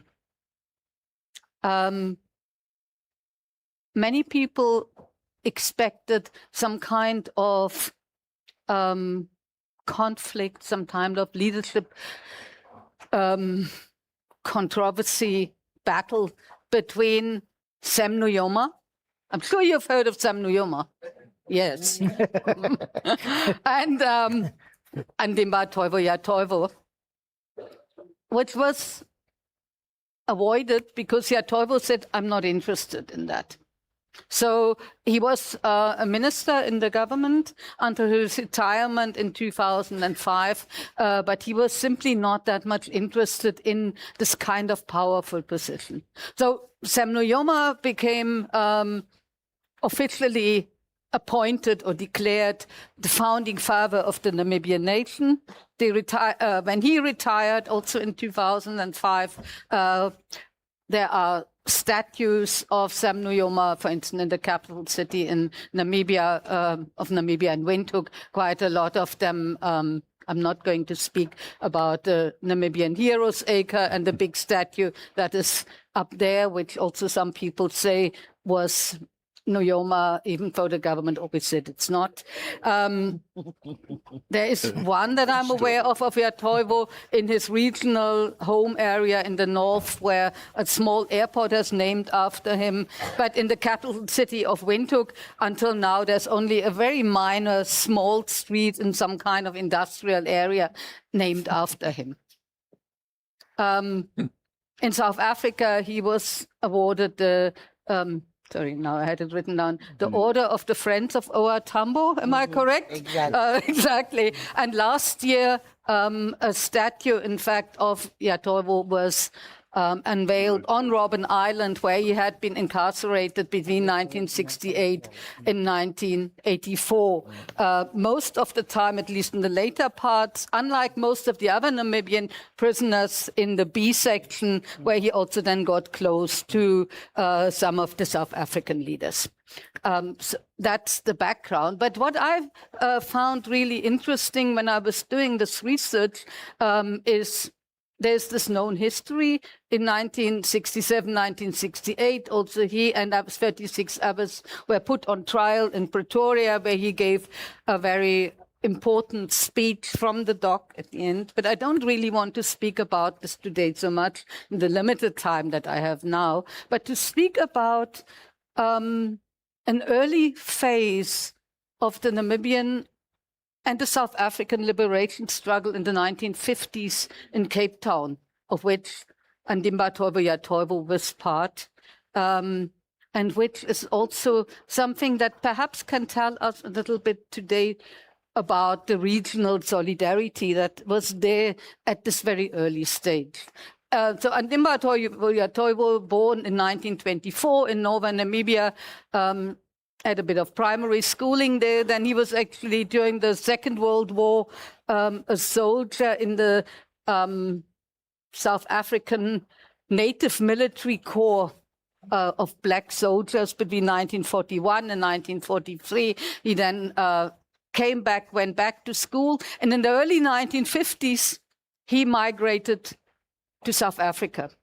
First, they had a contract for the mines in what we call today Gauteng, in the gold mines, but then like several, altogether a couple of hundreds Namibians deserted these contract labor jobs and went to Cape Town.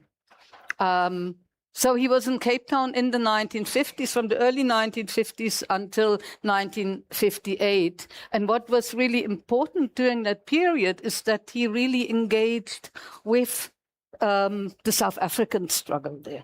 He became a member of the ANC. That's one of the things. He was most likely also a member of other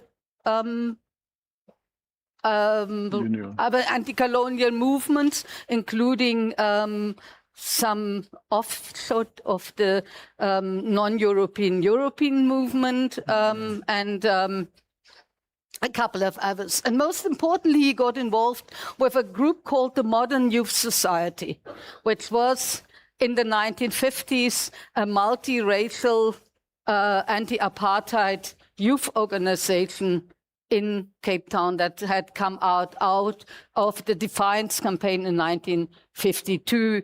One of the last surviving founders is the retired Judge Albie Sachs, who knows a lot about that. Now, what this group did was that they, of course, did politics, sure. But they also did sporting and social events. For instance, on the Easter weekends during several years in the mid-1950s, they organized what they called Cape Youth Festivals, like youth camps in seaside suburbs in Cape Town, in Simonstown, in Muizenberg, and Hout Bay, where young people, from young adults through to little kiddies, of all racial groups got together. Imagine, we're talking about the mid-1950s, about 70 years ago. Got together, played sports together, ate together, of course, talked and debated until late into the night.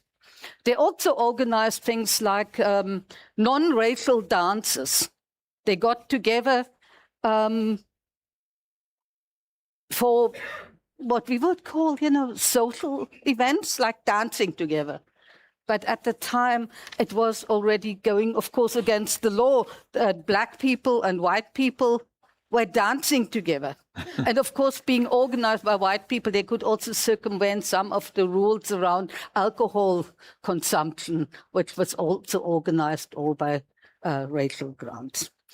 So what was interesting also about this group, that they had a strongly internationalist outlook. They were, for instance, also part of a delegation of South Africa to go to the Democratic Youth Movements meeting in Bucharest, Romania in 1953. What a disaster. And with all their interesting outlook, they attracted also young people, including Toivo, but also others from other African countries who were in Cape Town at the time, from Kenya, from Zambia, from Malawi, Zimbabwe. That's what I have in mind. So there was some kind of regional solidarity in that struggle in so many ways, in a very natural way growing out of it. And when I talk about Ndimba Toivo, as I said, I didn't have any intention of writing a biography of him until he passed away, but I got to know him in Namibia in the 1990s. Heard him speak at events, but also in some social contexts. And I was really also always very impressed how strong his outlook was on the struggle being not just for national liberation, but how much it was about a regional solidarity, in fact, about an internationalism, and in the end, also a global humanist. Perhaps before I'm ending it, because we have limited time, as I said, he passed away in June 2017 at the age of 92, just after having returned from a meeting of the Namibian-Cuban Friendship Association, of which he was the chairperson until the day of his passing. Thank you. Now, solidarity with Cuba, for instance, now is such an issue. Thank you so much, Prof. And if I can summarize in one statement, what I understood from you is that regional and international solidarity was one mechanism that was used to break social barriers or any barrier that was imposed because of colonialism and apartheid. But also important is that you spoke about how power corrupts and how power consumes the one who is pursuing it, which is a bigger issue at the moment, that our leaders are busy chasing for power rather than addressing issues that are affecting societies. Thank you so much for that intervention. What I would like to do now, Mama Machel spoke about mutual communication. And I'm standing between you and lunch. Okay? So move away. Secondly, when you speak to elders, I might look like I'm old, but when I'm sitting here, I am a son. You can't say to your mother, your father, you stop. It's not possible. If I had my way, I would have said, okay, we are taking the rest of the afternoon and dealing with these issues and asking for further clarification on key issues. So in the interest of mutual communication, I wanted to ask you for your permission to allow me to have a 10 minutes discussion, which I'm opening to the floor so that you can ask a few questions. But I can only do that under strict instructions that you are going to use 1 minute. Your name, your institution, and your question. No elaborate things, because I can see a lot of hands that were going up when I started talking about this. And in the meantime, I want my panelists also to think of their parting shot. I know Mama Machel, there's one that she needs to address, and would really want to hear that. So after the question and answer session, I will give you at least 2 minutes each to leave us with your parting shot. So may I open the floor with your consent? Can I hear yes first? Yeah, thank you very much. Good afternoon. My name is Sikose MG. I'm very happy to be here. I just have one question, Mavuso. When the Liberation Committee in Dar es Salaam accredited, if I may use the word, this organization or that organization, ANCPAC, what was the criteria? I've always wanted to understand this. Thank you. Okay. Can we take the next one? Sorry, Sandra, where's the other microphone? Where's got it? Please go ahead. And then I do recognize you. Okay. I am Azazole Dastile from the Politics and International Studies here at Rhodes University. Okay. I wanted to ask, especially to Tatum Simang, on how can we spark the unity that you had back then in a very fragmented society that we currently have, where people with Pan-African ideas are seen as not in touch with reality, which is what we have seen currently in South Africa. So, good afternoon, everyone. My name is Monica Bier. I'm from Pedagogic University, there in Mozambique.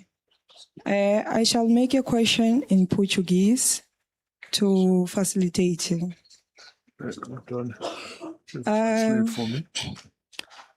Nós somos líderes aqui a aprender. We are leaders that are here to learn how to develop a country.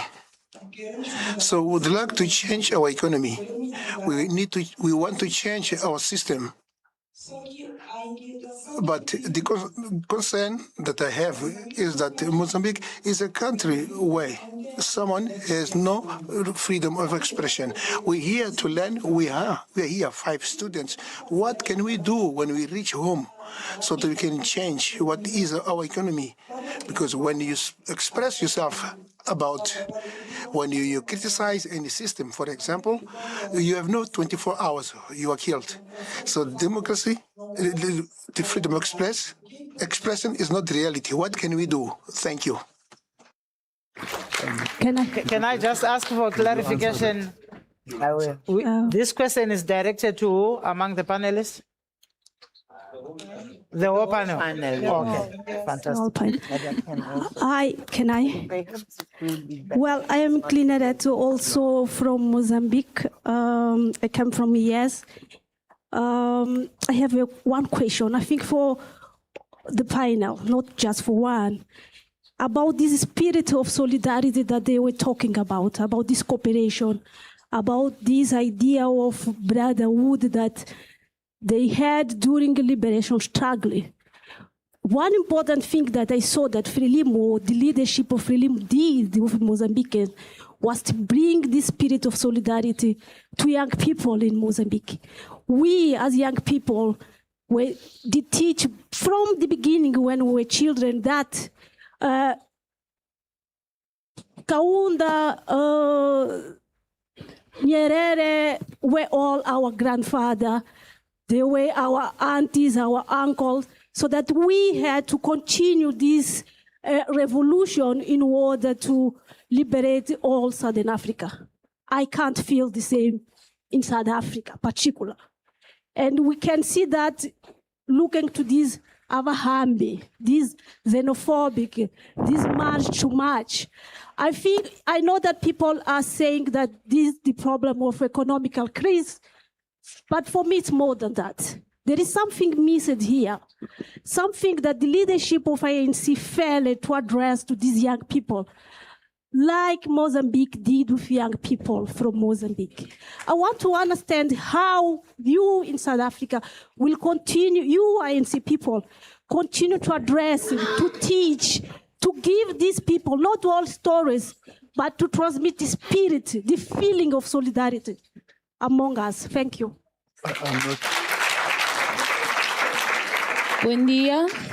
Bom dia a todos.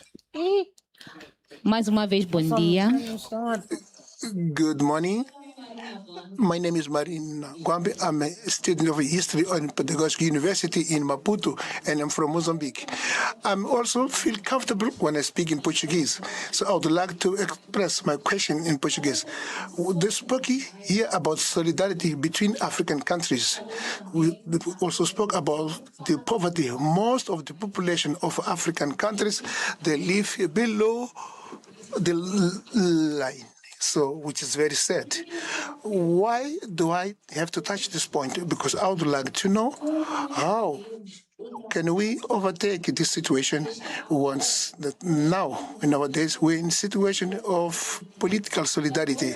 It's not only about political solidarity that we need economic solidarity. We have to stop begging the West.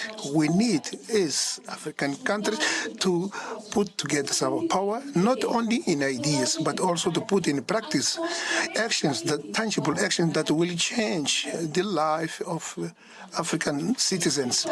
Their programs, their laws that are written, everything doesn't go beyond that. I can also mention so many problems and so many challenges that we face as youth. Now, we are being prepared to be the future leaders, to answer the future questions. But we need to start from the base, because an empty bag doesn't stand. If I have to talk about the hunger, there are girls, children, they get involved with people older than them because they are really hungry. The economy problem, is a problem that we can only overlook. It's true that we have political solidarity, but we also need to look in a profound way for our economic solidarity as African countries. Thank you. Okay. We are going to take one last question, and I think that's the mic that is there, and then I'll give back to our panelists. Please, in 1 minute. Okay. Hi, thank you. I'm Kara Chikua, and I'm going to be as quick as possible. My question is around sort of the lines as my colleagues, but my question was mainly addressed to Ntate Msemang, and just how you spoke about how in this day and age right now, there is a giving up on the creation of SADC and regional institutions. And I guess it aligns with the questions of my cohort in terms of like bringing about the spirit of solidarity that we've seen you guys hold within the liberation movement. And I just wanted to ask now, because you also touched a bit on xenophobia and how this unsolidarity amongst how this has this inability to actually create solidarity trickles down into our current leadership, and also our current leadership insinuating Western rhetoric like Africans being illegal. What is actually an illegal person, and how this insinuates of violence, and just how it pushes people outside of how this pushes people and excludes them physically with violence, but also how it excludes them within economic and social institutions.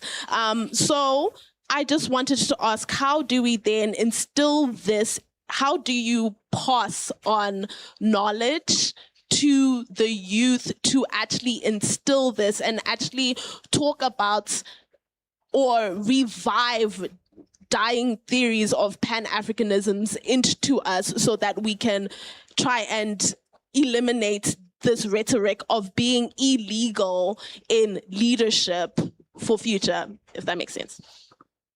Thank you so much. I'd like to come back to the panelists for some responses. Yes, you can start. Yeah, thank you very much. Many questions predictably come to me because I talk about things that are so current now. Yeah. I would like us to be very realistic. I don't think there's any country worth the name that would allow people in its midst who are unknown, whether they are citizen or what. At birth, you record birth, and so on. So it is important that we manage migration properly. It's very important. Any and every country does that.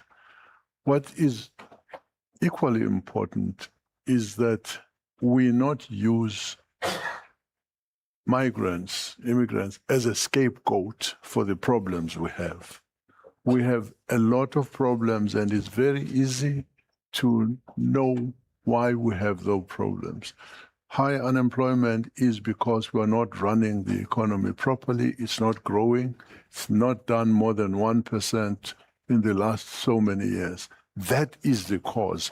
And that's what you need to address. Because if you address other things, you're not solving the problem.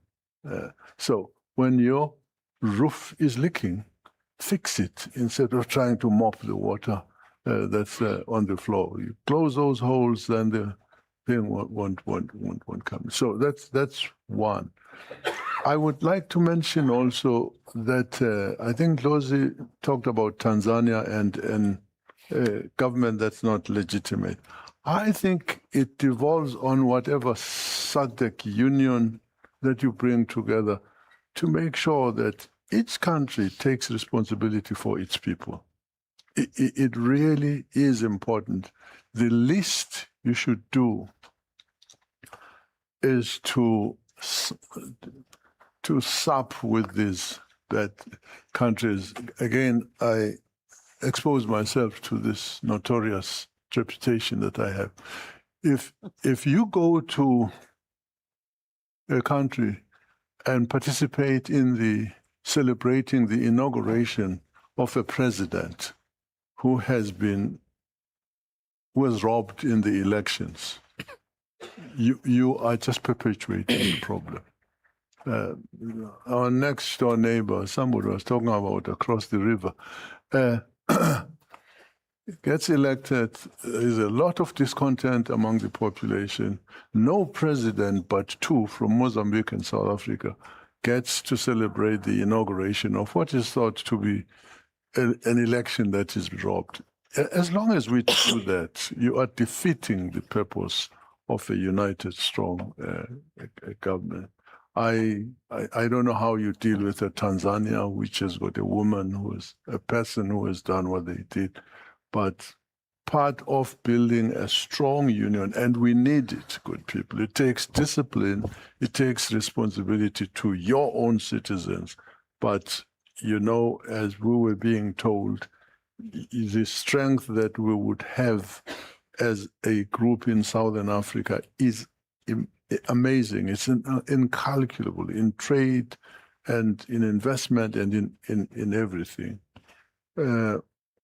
I don't know what criteria were used by the AU Liberation Committee to give people. I guess they knew who were in from South Africa to talk about us, how many people were there, I don't even know how they allocated the budgets, but we can talk about that a little later.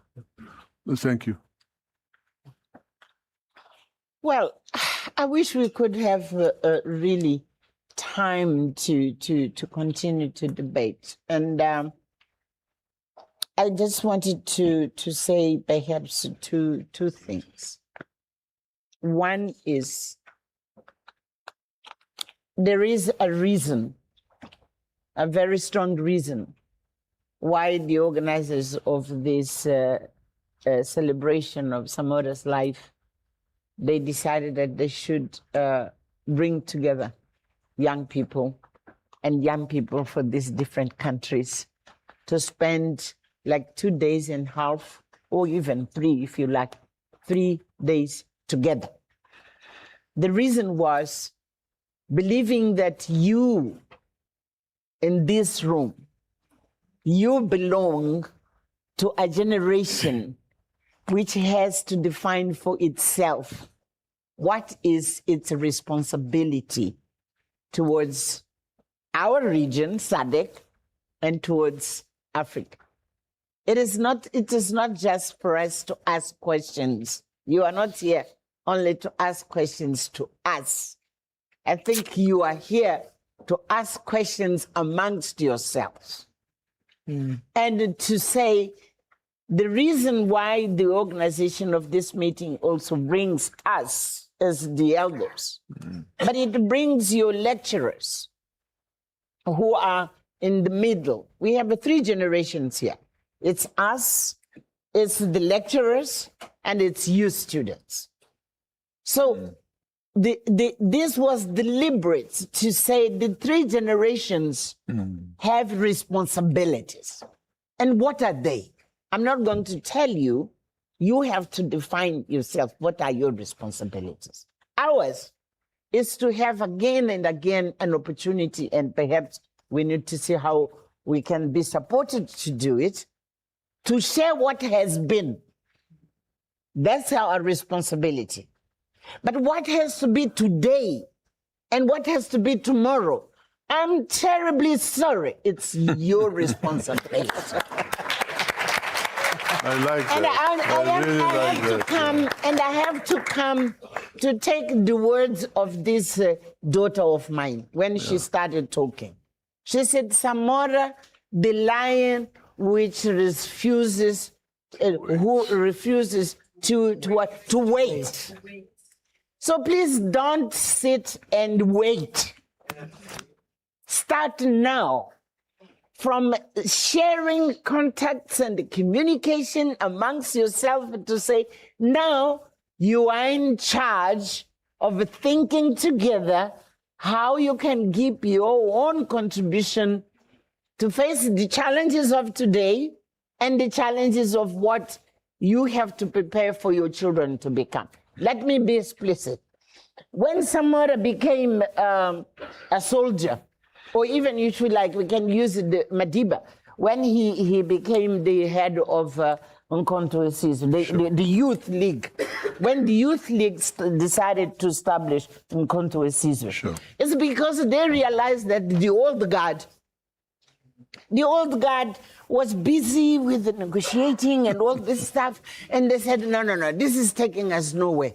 We have to create a military strength amongst, now I'm talking DNC, because we need, yes, to continue what the old people are doing, but we need to break through and get other ways of pressure against the apartheid system, isn't it? Sure. And they were in their 20s. 20s to 30s. How old are you, students here? You are also in your 20s, right? And some of you, of those who are in postgrad, they are in their 30s.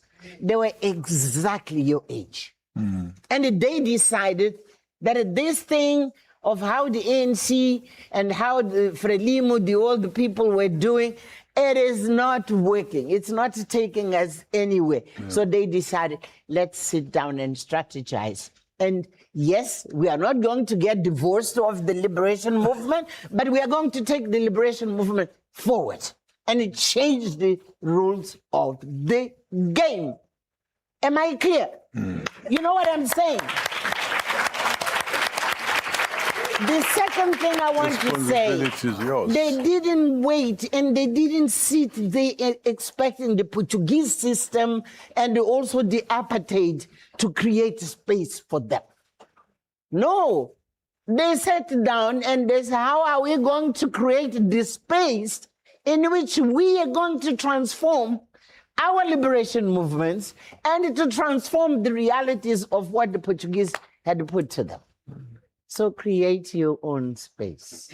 No one is going to give you, you are not going to be offered. Yeah. You see what I mean? Yeah.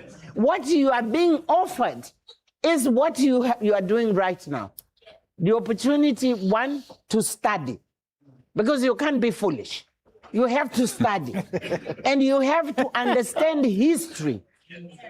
You have to understand history so that you'll analyze what are the realities you have now, and how you are going to take them, your responsibility, forward.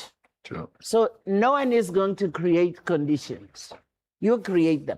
I'd like to have an opportunity to discuss with the students when we go back home. Come and see me in my office. We are going to discuss. This, I know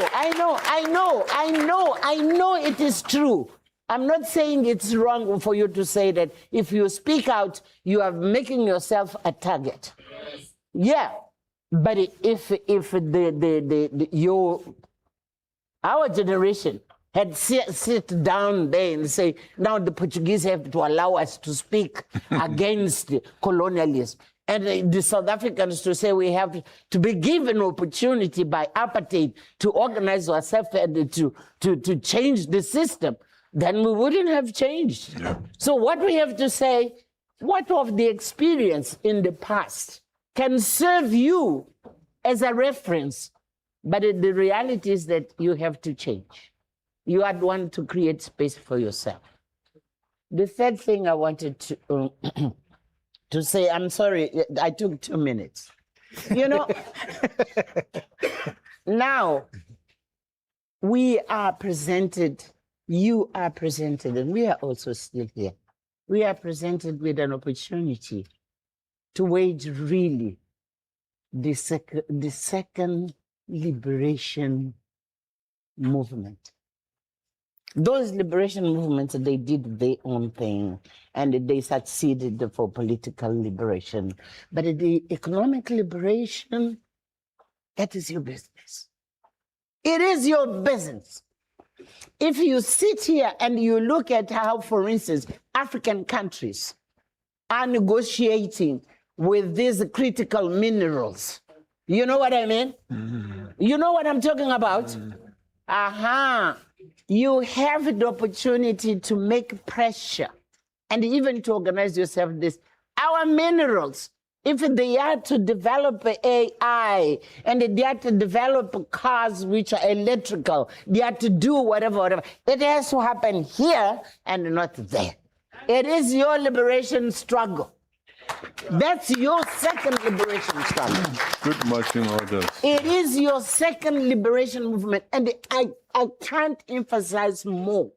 It is African youth who have to lead this. So tell your leaders as you wish. Do the way you want to do it. Organize yourself. But I'm saying 3 things. 1, don't wait. This is the time.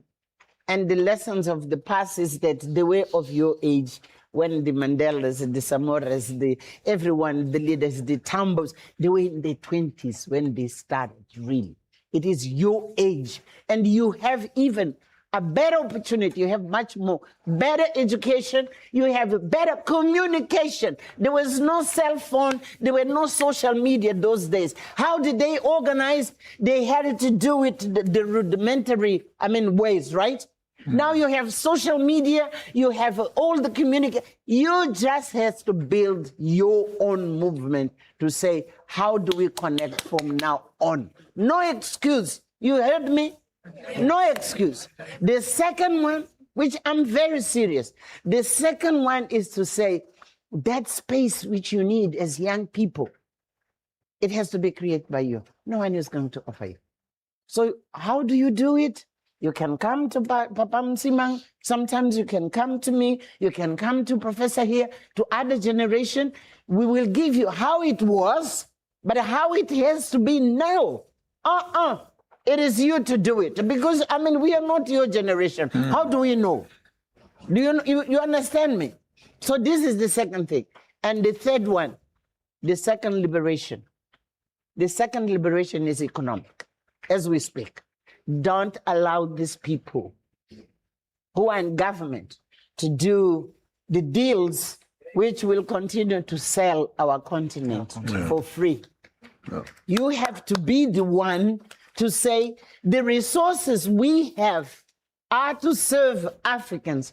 You are the ones who have come from universities, have come from technicals, have come from wherever you wanted. And you have to be the one really to transform the resources of this continent. And in this region, as we are talking of SADC, to transform them here. And don't allow us to continue and to complain. Don't complain only. Yes, complain. But complain, but organize and lead.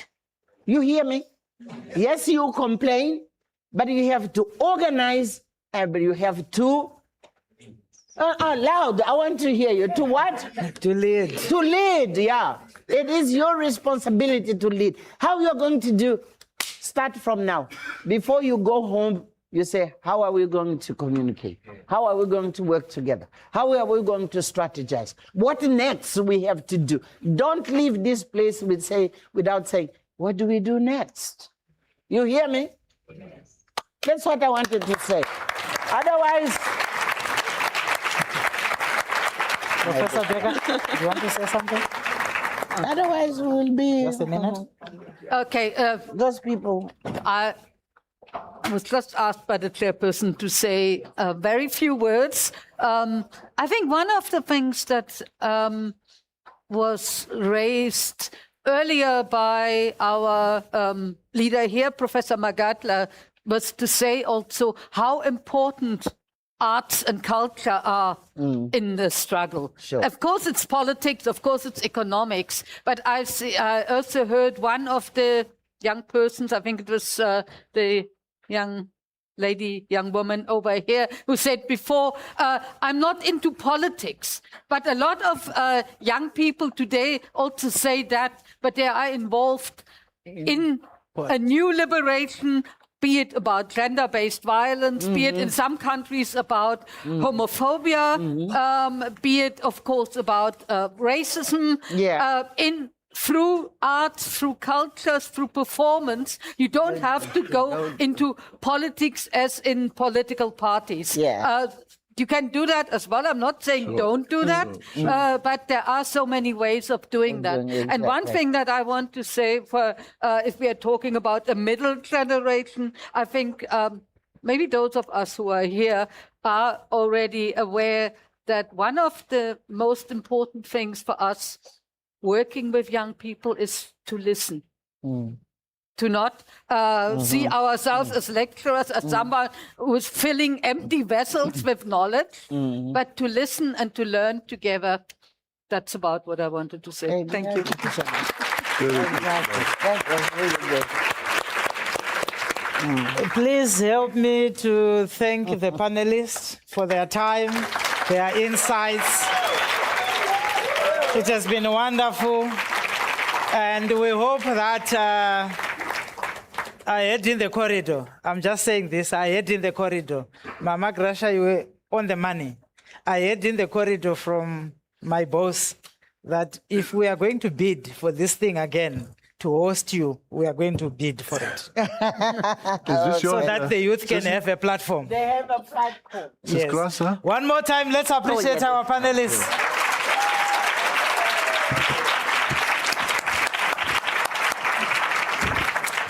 Thank you very much to Professor Taruvinga and our elders.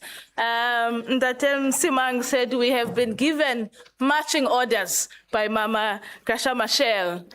High morale? High discipline?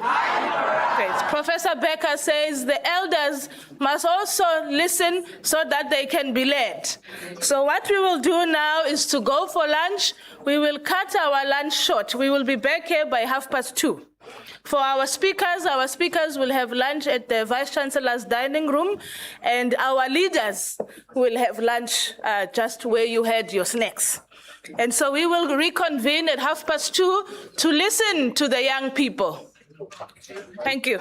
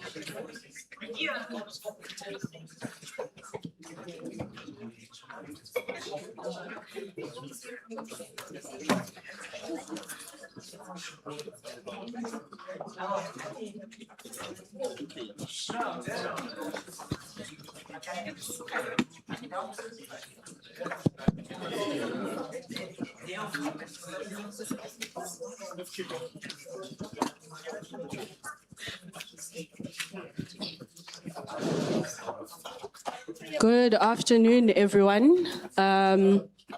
Good afternoon. My name is Dr. Mbuyiseni. I am here at Rhodes University in the Sociology and Industrial Sociology Department. I had the distinct honor yesterday of spending the day alongside my colleagues with 56 of our young youth delegates for the pre-symposium conversation. So very briefly, I know some of you guys are here. Can you just clap for yourselves for the brilliant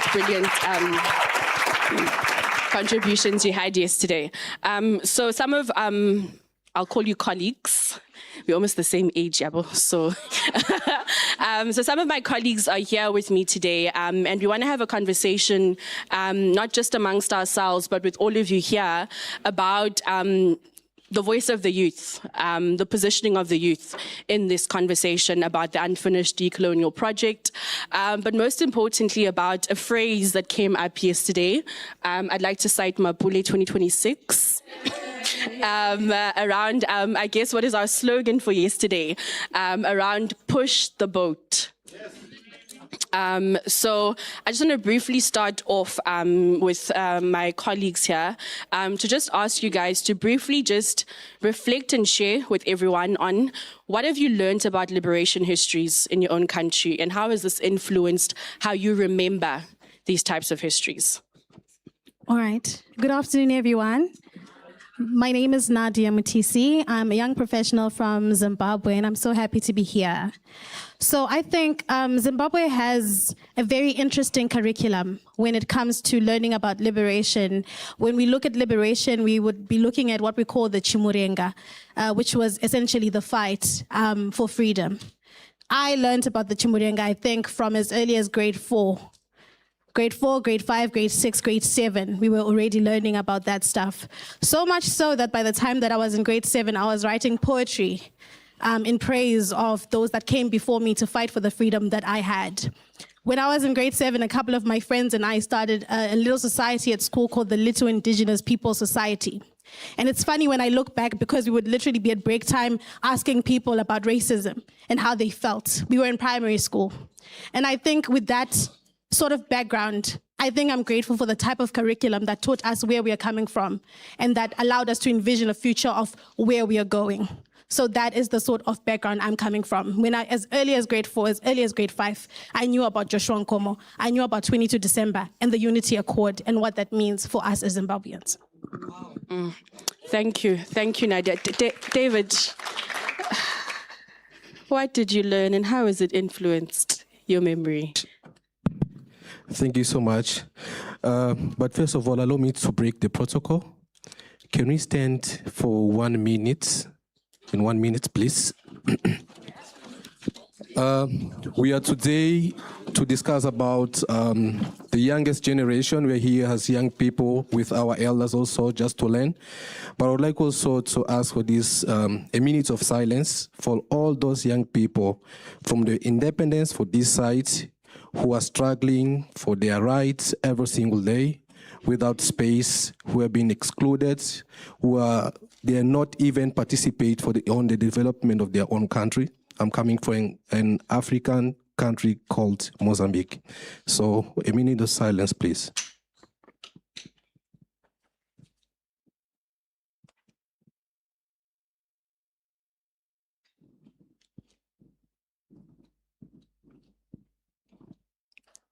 Thank you. So,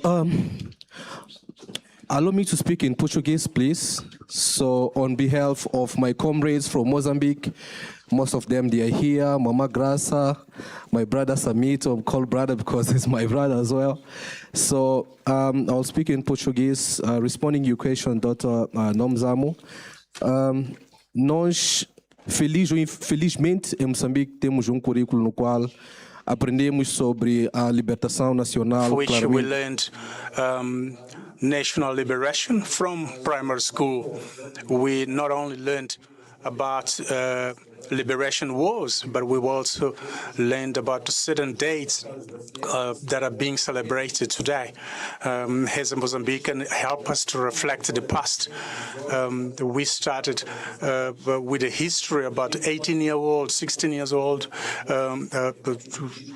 getting into war and fight for liberation since then. This was a national liberation. This was a liberation for Mozambique and before colonialism. We think that these are some of those gains that has led us to independence. We have to fight struggle.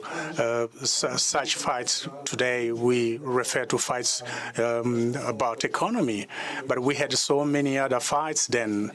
Looking at this war strategy itself, when it started from Tanzania all the way to Mozambique, this has been included in Mozambican curricula up to today.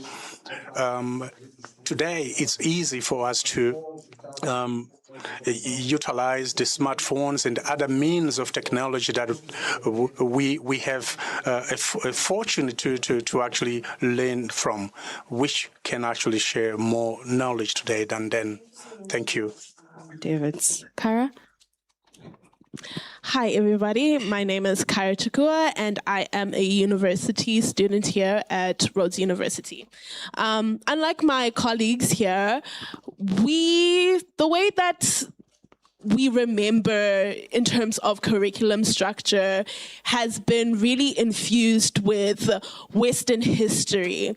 I think my first remembering of any type of African liberation, I can find it mostly when I enter into high school. That's where I remember it starting. But even then, because of the dominance and the way that Western history was taught so colorful, and how in comparison, South African history was very broad, very diluted, missed a lot of figures. I don't remember learning about women in high school at all.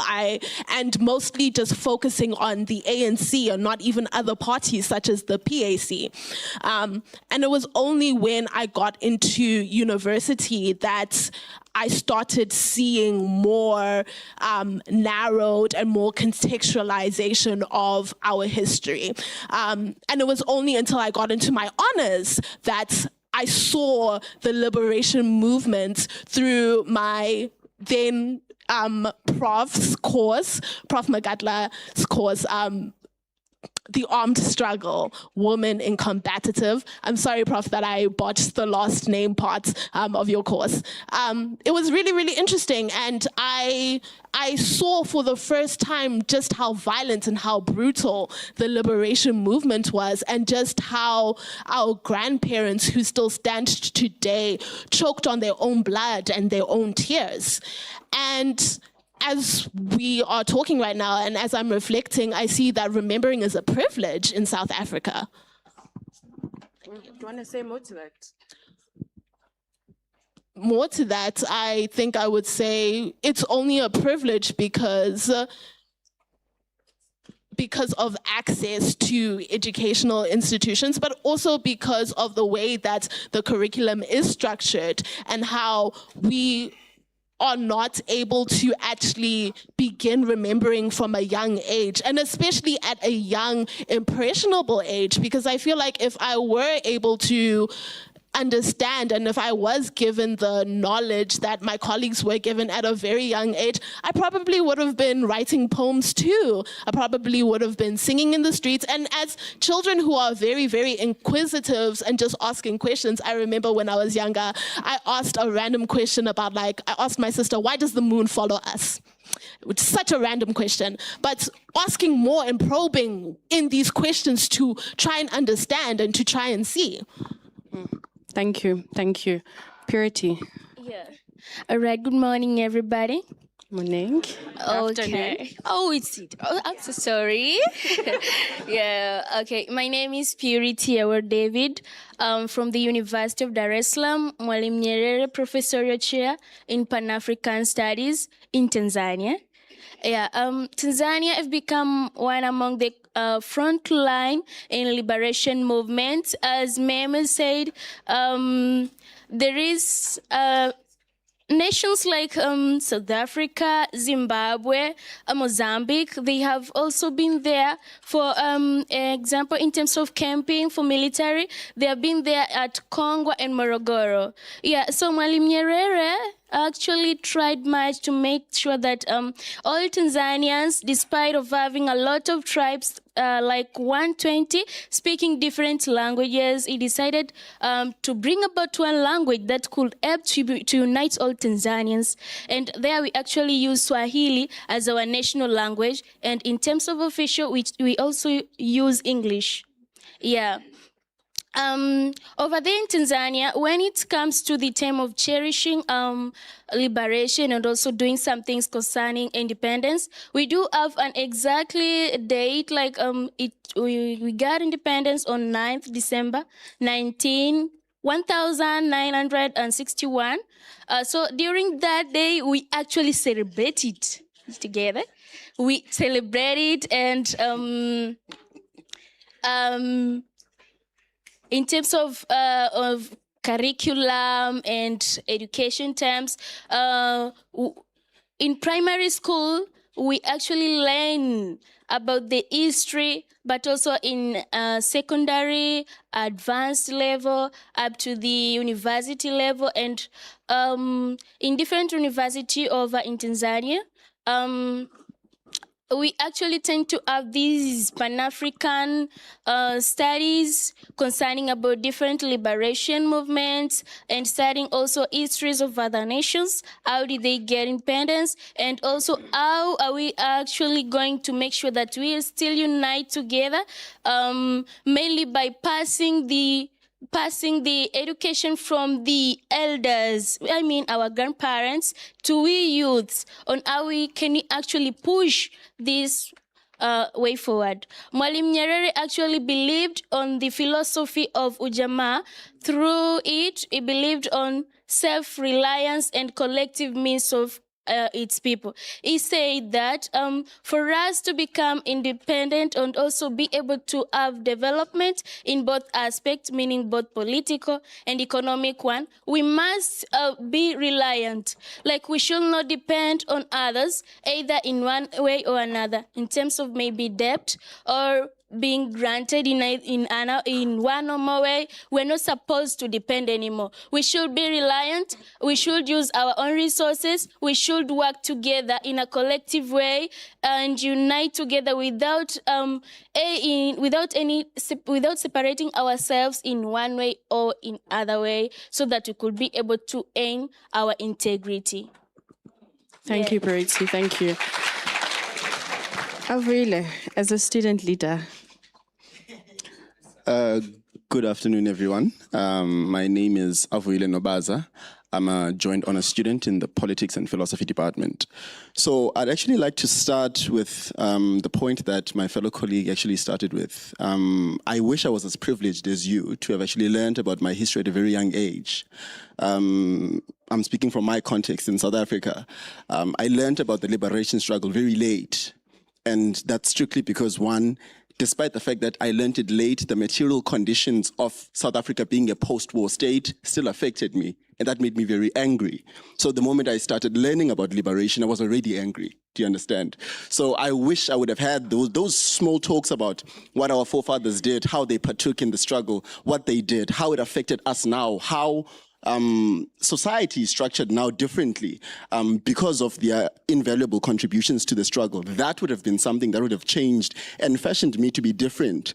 Because I'm thinking now that there's a nationwide there's a revisioning of the curriculum that is happening now at a national level where the people that are advisors to the changing of the curriculum are elders, and they are trying to advise on a new curriculum that involves more African studies. But now the problem is the people advising don't know what the young people don't know. So in those platforms, you'd actually assume that the people that are meant to be in those revising committees are young people, because we know what we don't know. And we know how we'd like to partake in how liberation has changed us as young people.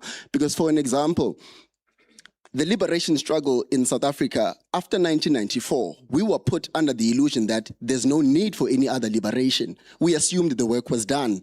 Until post-1994, we still see remnants of coloniality in structures, in institutions of higher learning even in corporations. So that illusion made us think that, okay, because Nelson Mandela and all the other veterans, Steve Biko, they fought, they were done, until we became older and we saw that actually we are still in Bantustans. There are still remnants of what colonialism did, meaning liberation as well is a legacy, despite the fact that we see colonialism as a legacy. So there is an unending term of liberation that needs to still happen. Because for one, if colonialism affected not one, but many generations that followed after it, liberation is an ongoing project as well. So such terms of how history has been fashioned and how we interpret it as young people need to be informed by the young people that still want to know more about it. Do you understand? So I think what we can do, in fact, this is actually something I come up as it's a recommendation of some sort. I think since we're in a symposium, I assume I'm able to give recommendations. Yes. I assume I'm allowed to give recommendations. If we as young people are able to do what was never done to us, we will have less angrier young people.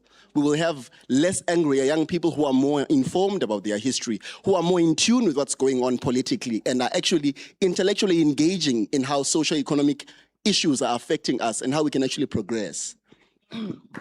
Thank you. Thank you. Thank you guys so much. So we started with that question for all of our panelists because we wanted to sort of get everyone to understand how did we come to the conversation yesterday? What are the different contexts? How did everyone come into it? And this is how we get into our second part. What's one thing from our conversations yesterday and our themes that you'd like to briefly reflect on and share with our room here today? Thank you very much for the question. So one of the themes we discussed yesterday was about women and liberation movements. And what really came out was how a lot of women were essentially buried under the rubble. And so they never really came to light. You don't really hear about women being at the forefront. Of course, there's one or two women that you hear about. I'll tell you a story about Joyce Mujuru. And I did not read this in a book. It was passed down orally is what I can say. But when we were in primary school, so I remember people telling me that Joyce Mujuru shot a helicopter out of the sky. You don't read that in any textbook anywhere. But the question is why, right? If it's true, why don't we read that? You get. So that's one of those questions that you then have to ask to say, so what was the role of women within the liberation movements in the Chimurenga and all of that? But one thing I should say, though, is that in Zimbabwe, there is a woman named Mbuyiseni Ndlozi. And any Zimbabwean will tell you about that woman. She is literally the face of the first Chimurenga, the face of the Chimurenga. There's a statue of her in Zimbabwe, and I think it's along Samora Machel Avenue, so I guess it's rightful for me to state. So there is some sort of recognition, but then I don't think it's sufficient recognition. So we pick and we choose and we say, we can't deny that this woman did something, so we definitely have to spotlight her. But what about those women whose stories never came to light? Whose stories are never spoken about or talked about. I want to also speak about Monica Muchangwa. I think this is correct. But I attended a meeting where she was at, and what she said shocked me. She said she left her village at the age of 16 to go and fight.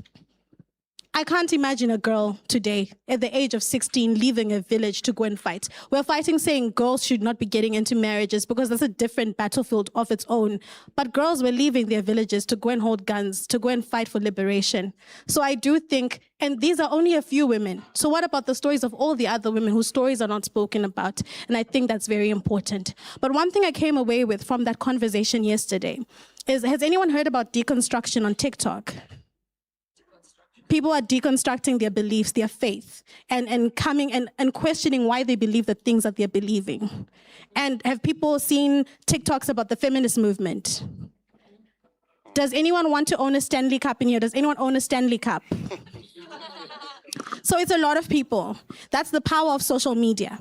The deconstruction movement helped me to really analyze my beliefs as a Christian, to say some of these things that I believe, are they valuable for me to believe about women and how women should be treated in society? So when we see people talking about these things on social media, it's important because it helps us to reflect. We reflect about feminism and the role of women in society. And I think what I took away from that conversation yesterday, especially about women, is that we need to create our own content to talk about the women who live in obscurity, whose sacrifices were never recognized. And we need to talk about them so that people know about them. The same way that someone spoke about a Stanley Cup and you decided you need to go and buy one, is the same way we need to talk about these female heroes, these women heroes, so that we can what? We can praise them.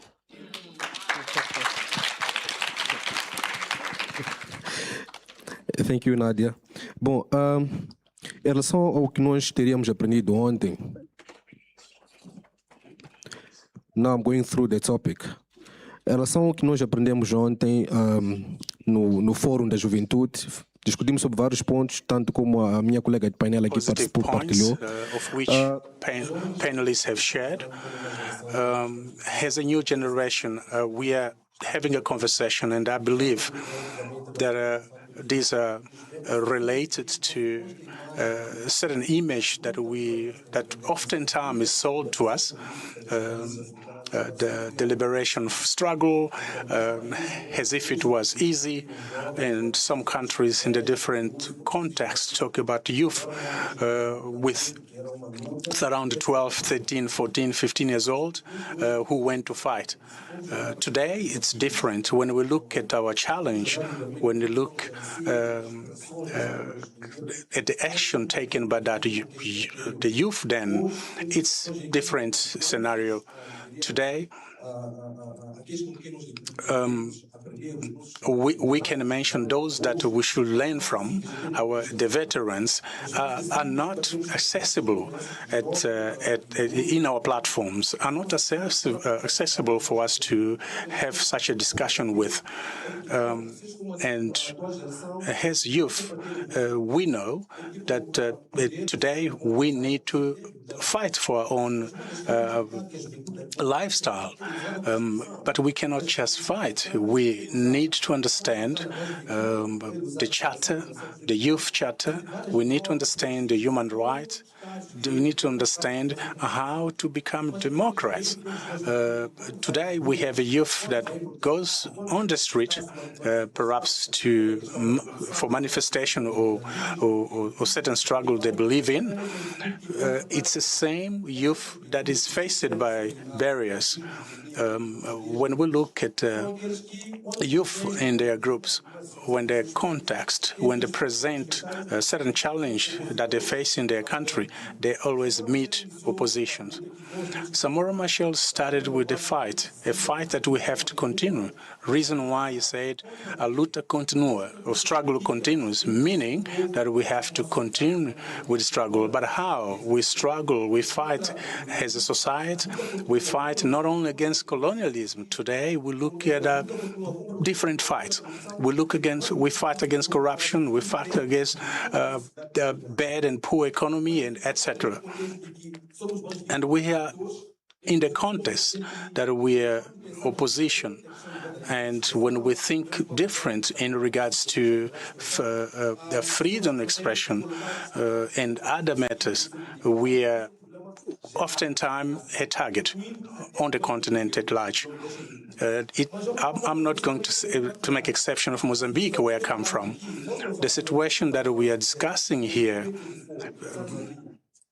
Let you know that in Mozambique, we had the same situation during the post-electoral moment. We had more than 400 people killed, people arrested, injured, and even now, we are still having some young people in the jail. Me, as I'm an activist, I'm the president of the Youth Parliament of Mozambique, which is national CSO. And during that time, even in 2023, we organized a kind of protest just to celebrate the legacy of as a guy who was a musician and human rights defenders. Do you know what's happened during that time? We respect all the bureaucracy. We submitted like letters requesting protection and stuff. But during the day when we went to the streets on 18th of March, the police was there with bullets, tear gas, and even today we have so many young people who are still living with bullets in their bodies. But I'm like, okay, we were celebrating as a guy because today we were told like you need to identify your own leaders. You need to identify like a kind of who's leading your generation. In Mozambique, we did that. As a guy is one of them, you know. So, but unfortunately, the time when we went to the street to celebrate his legacy, the police was there. And in Mozambique, there's a word which they used to call it ordem superior. I don't know what is that in Portuguese, in English. Yeah, superior orders. And we don't know who's that. Who's giving, who's who. Yeah, it's like, it's a kind of God that we don't even know. We didn't see him. So unfortunately, nowadays, just to end my thoughts, I'm an activist. I did aquaculture. Some of us, I heard some young people here saying that, no, me, I'm not doing politics because I'm not politicians. We need to deconstruct that thought because it doesn't matter what you are doing in your own country. If today you went to Checkers and stuff, sorry, I'm not doing marketing, to buy something like that in 100 rands, it means that that amount, it was approved during the parliament or at the assembly, local assembly, municipality, and so on, you know. So it means that we need to be part of the solution. Luckily, after that situation in Mozambique, the government and some political party from the opposition side, they decided also like we need to find a way to overcome that situation. That's why we had the national and inclusive dialogue. And I'm part of that because I was like, no, guys, we had so many agreements in Mozambique, so many agreements, and we never be part of that. So during our generation, we need to be part of. We are talking about what we learn at school and stuff, but that history of Mozambique, South Africa, Africa at all, no one of us was there when they wrote the history. And we don't even know who wrote that. So we need to start from now writing. What do we want? What do we need for the future generation of Africa? So ending my point, I would like to suggest that our veterans here in this room, Mama Grasa, Manu Samito, and others, I'm saying Mama Grasa and Manu Samito because, you know, like, we need to open the borders to the doors. I mean, to open the doors. I know nowadays, you know, I don't know which African country where a president or a minister can walk freely. Like, okay, let me go to the main venue and walk, you know. I don't know which countries. But in Mozambique or in Africa, I mean, most of our leaders or the government at all, they used to have a lot of staff, people protecting them. But how? You were selected. You were elected as well. So I would like also to suggest that we need to open the doors to create space like for this kind of intergenerational dialogue, because we as young people, as we used to call the future generation, and we used to deny saying that, no, we are the present. So I think that we need to have that kind of exchange meetings to learn, because at the end of the day, unfortunately, we're not there. We are not the decision-making actors. We are not even discussing about our own continent. So I will end from now saying that I will end from now saying that likely we need to be part of different platforms, not in our own country, even across the continent, because when I say that what's happening in Mozambique, most of you didn't even have the real situation because of the language barrier. In 2020, me and another comrades from the 6 Portuguese speaking African countries, we create a coalition called Youth Coalition for Portuguese speaking African countries, just to make sure that we are also part of those platforms to influence and contribute for the well-being of our society. Thank you so much. Thank you so much, David. Kyra? Helicopter. We also, along with activism, we also discussed decolonization and the decolonial process.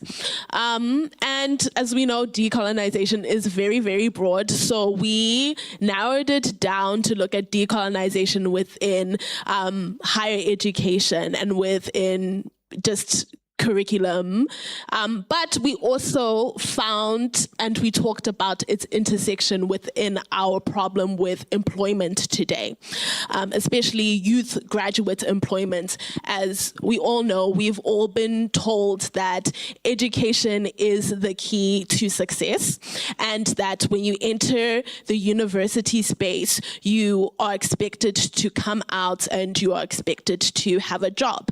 And yes, there are also other nuances about, crises like COVID-19 affecting retrenchment and all of these other nuances. But within the higher education space itself, and with just broadly in terms of policies, the employment discourse itself and how it connects to higher education, it is very market orientated. And we are now seeing that youth are going into the education space and they are being made and they are turned into products in order to serve the market demands. And this has a lot of effects on social justice, especially in Africa and other countries that have faced some form of colonization or some form of apartheid. What this does, this focus on economic logics and this need for institutions to switch to vocational modes of knowledge production, what this does is that it neglects cultivating and creating an individual who is focused on humanization and who is focused on thinking critically about ethical and moral problems that we face. And this is a very, very big problem in countries that have experienced colonization or some form of apartheid, because then what happens when,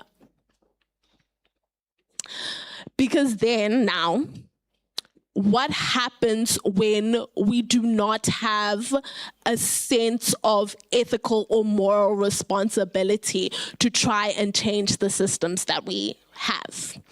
What happens then now when we are so monetary driven and so market driven that we start not caring about democratic processes such as voting?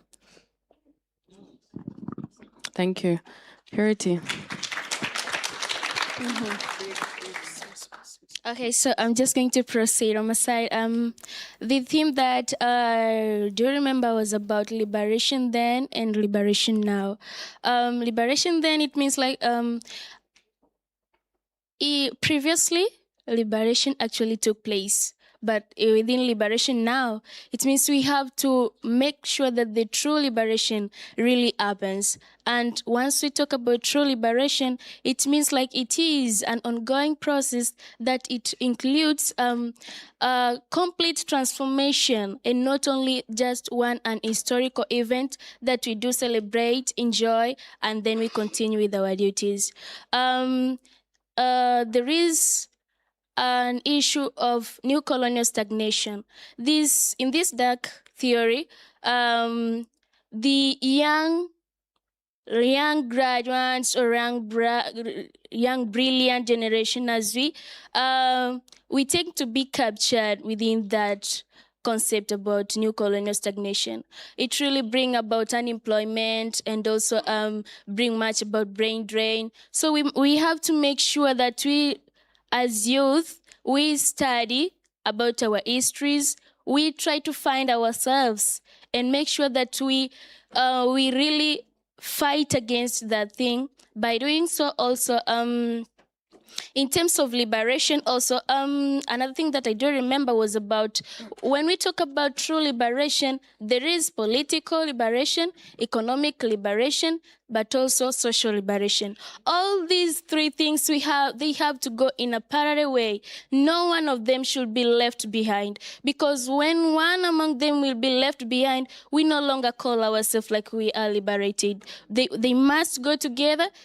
In all, and making sure that all the nation, like maybe the regional integration as well as the nation by itself, we really unite together, we work together by ensuring equality, equity, and justice among all people, including women, men, youth, but also without excluding people with disabilities. Together.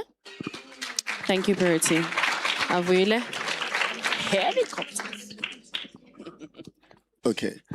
I think a theme that I would like to reflect on that we actually spoke about yesterday was the involvement of young people in this struggle of education. And I think one of the most challenging things that we were speaking about when drafting the declaration was that it's very difficult to get young people to care about politics. That's the most difficult part to do when you want young people to actually partake in socio-economic activism. It's a very difficult job to get young people to care because they don't. Firstly, because one, townships are what invents black poverty. They invent it. If you come from a township, you are inevitably going to be subjected to such. And because of that reason, it becomes very difficult for you to care about anything else. When I go home, when I leave university and go home and meet friends of mine that are my age, the only thing they live for is to make ends meet. That's the only thing they think life is about, making ends meet, going to a job they hate and coming back home. So getting them to care about politics and the state of the country and how they can move past that, and them wanting to get an education in something, it's very difficult. So this is where it becomes very critical for these organizations that we are trying to formulate now, such as the Samora Machel declaration that is going to be here in Makhanda. They become very crucial in that project to get young people to think beyond where they are. When you go to Joza, them to know that there's something outside of where they are is very important. So the people that are here getting an education, they have a civil duty to go back and to give back to them. And giving back is in many forms. Taking clothes and giving to someone who doesn't know anything else other than that is not enough. But them learning something that they can use, that they can monetize, and actually want to contribute to the betterment of society is a different duty. So it becomes a two-pronged job. One, to equip the people that are here, that are being educated, to know that, one, you are not living to get a job. Simply because you have a degree, that's not all that you are to do here in university. When you leave, you have a civil duty to influence other young people to do more than what you did here. That's what leadership is about, I guess. Knowing when to give back when you have learned what you have learned. I think that was the theme I reflected upon the most when it came to youth activism and the participation of young people in this agenda of liberation and socio-economic justice. Thank you. Thank you so much.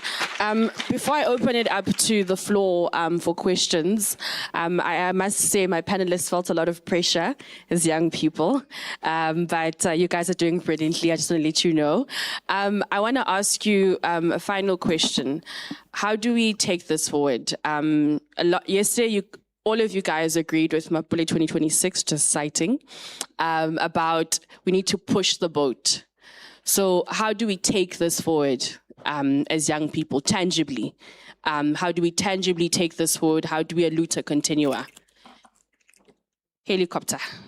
Right. So 2 things from me. And the first is very cliche. If you've ever heard the phrase, hurt people, hurt people.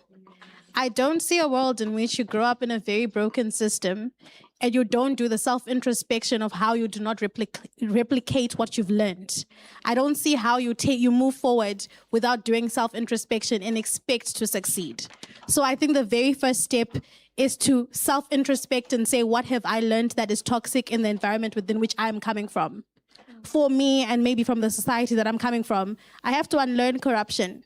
right? Because it's ingrained in almost every single system, every step of the way when you're trying to get something. You have to unlearn that, because then we're going to move the boat and we're going to say we want equity. We want young people to have access to natural resources, access to mines so that they can be able to produce something. And then when you get there, you replicate the same system that you are fighting against, such that another generation has to come to Makhanda and they have to create a declaration and say that, oh, the Decolonial project is unfinished.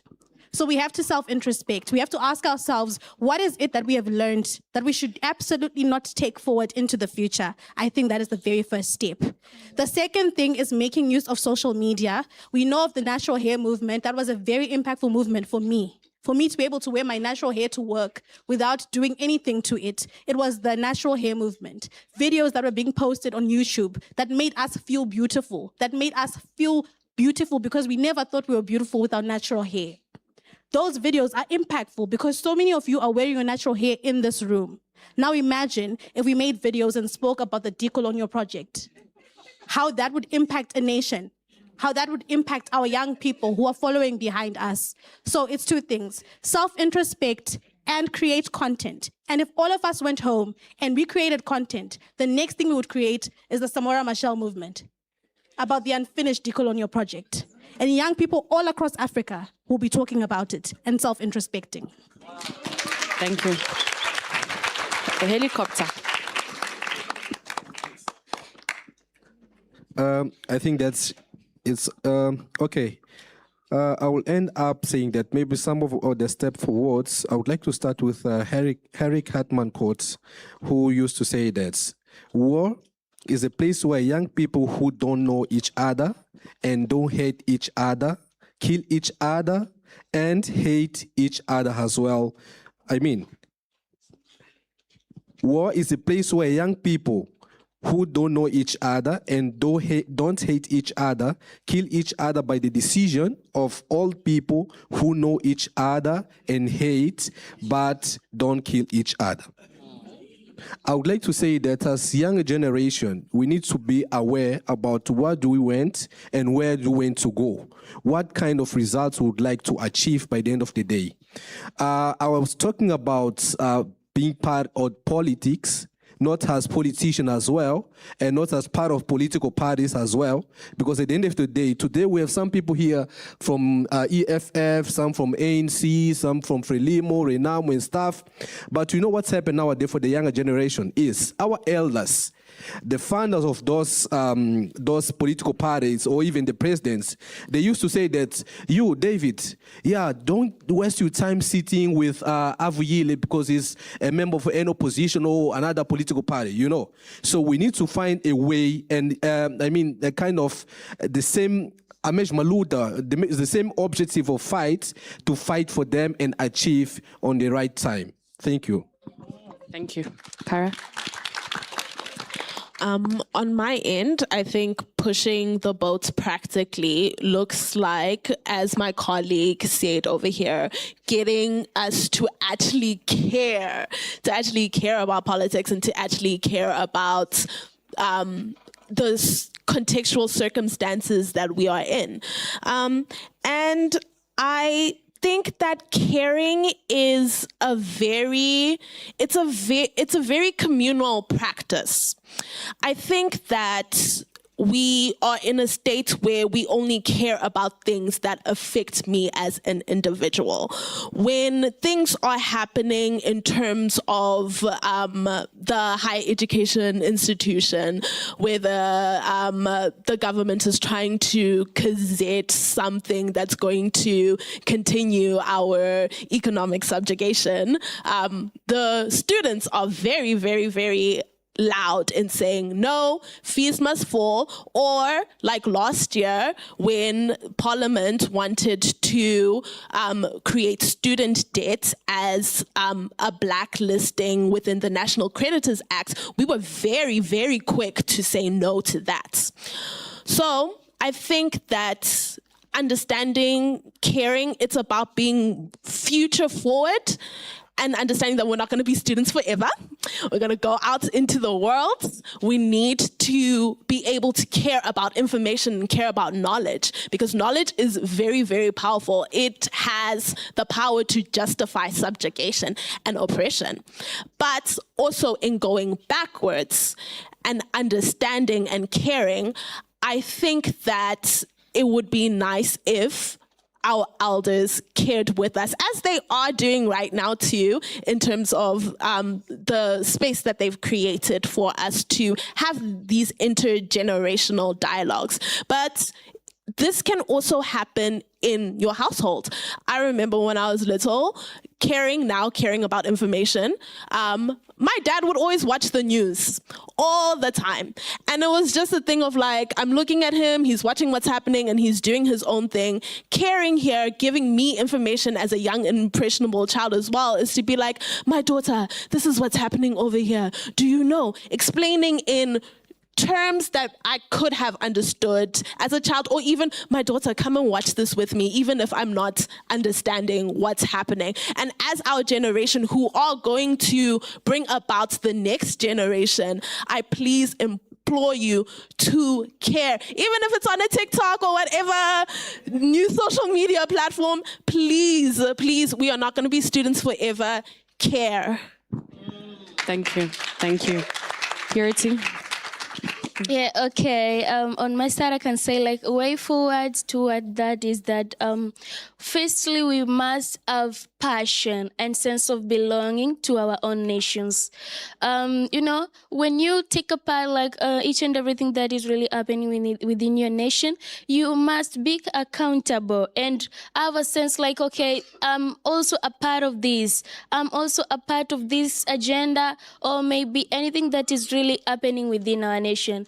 And but also we should also take a part in terms of participating in one or more way. In terms of participation, we got like 3 phases: descriptive, representation, symbolic, and substantively. We must make sure that we attend all those 3 phases, either by making sure that our decision that we had, each and every views that we had, are really included within different matters, including policies, initiatives, and early development programs that really happen within the nation.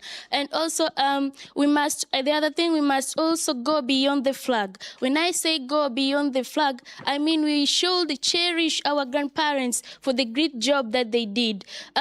Although they actually tend to help us in gaining political sovereignty. So we have to make sure that all the colonial structures, all the systemic and symbolic freedom, we actually aim to attain them by ourselves. We should do so. We should put much focus and also make sure that we take part. We do not blame anybody.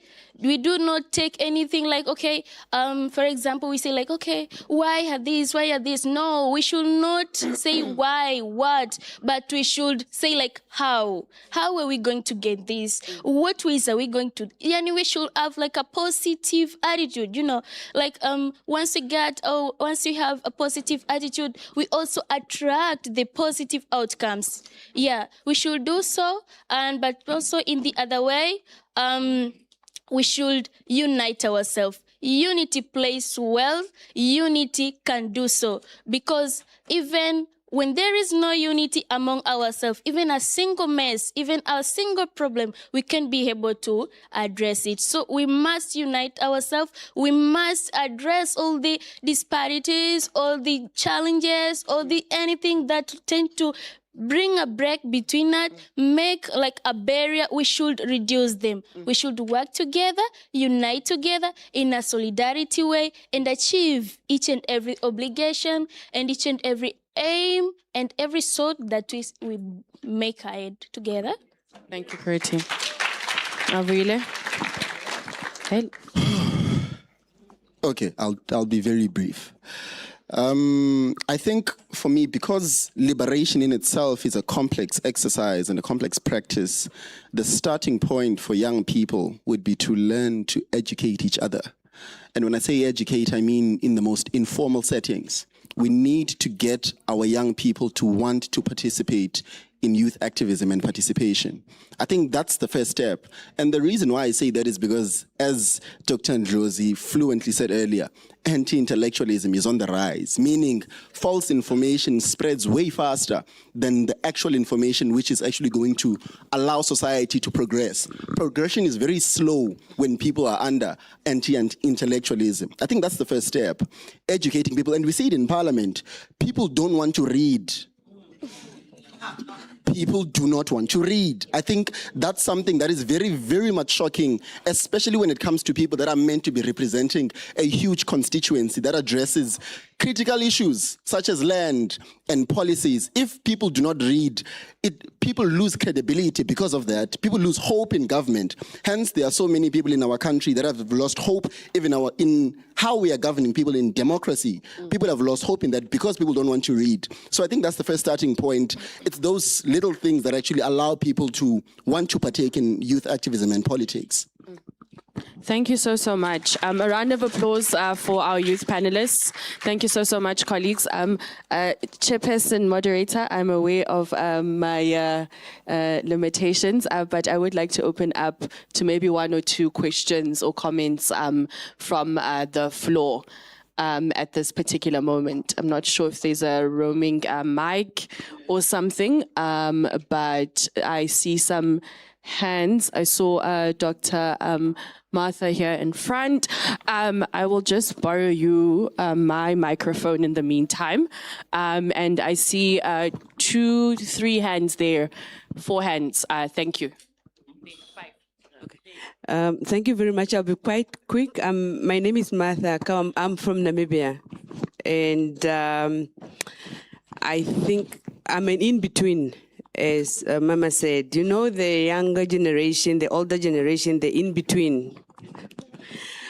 I'm the in-between. I was born in the mid-70s. Namibia got her independence in 1990. I can tell you my first history lesson, as far as I remember, it was when Jan van Riebeeck arrived in the Cape in 1652. I even know, it's still in my head. I know about Simon van der Stel. I couldn't even pronounce it, but I know. I think that was intentional from that.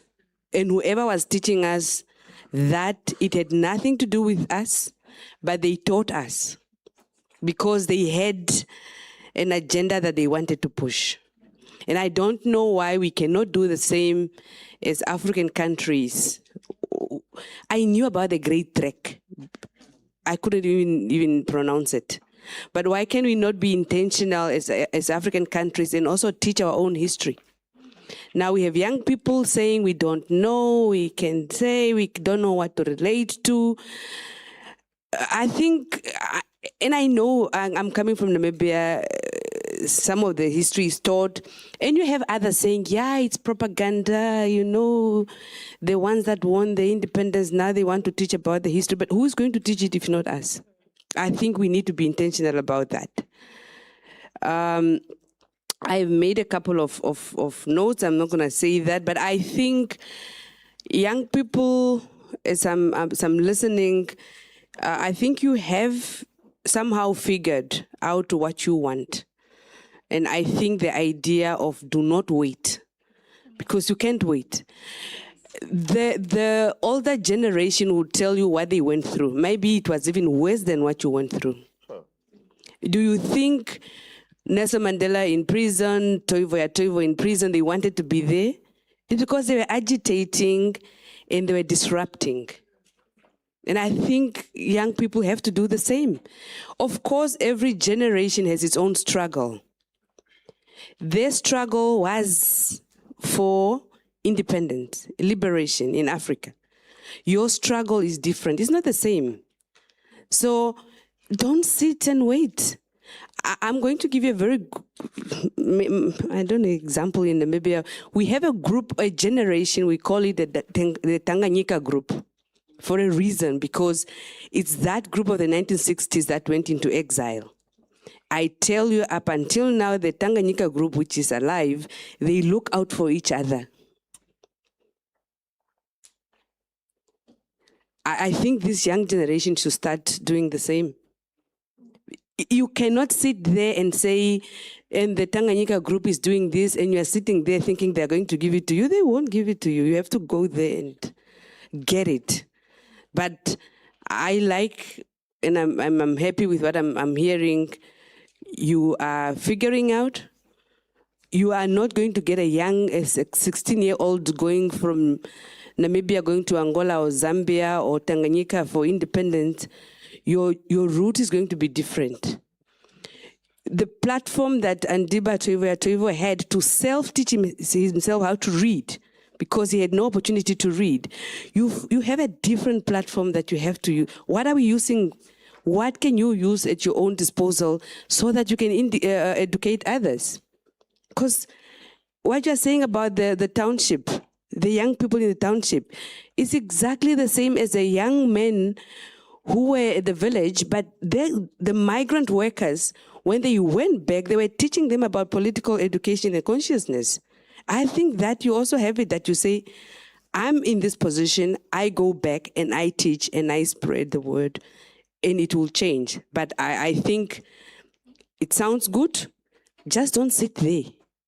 I think we can tap from the lion that did not want to wait. I think there will never be a better time than now. Thank you. Thank you so much. Thank you, Doc. Colleagues from yesterday. Yes, a burning question from our colleagues from yesterday. One burning question from yesterday. Yes.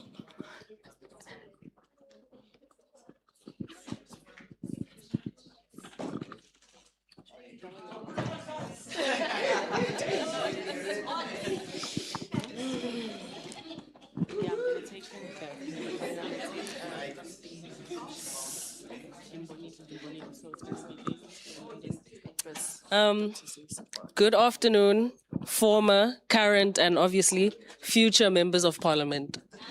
Yes.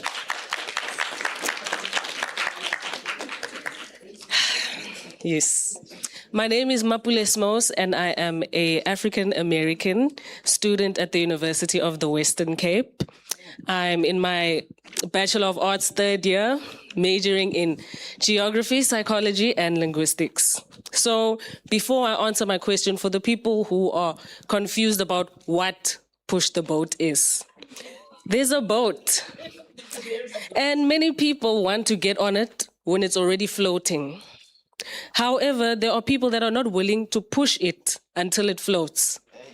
From the land into the water, from stagnation to elevation. The boat is Africa, and we need to push it.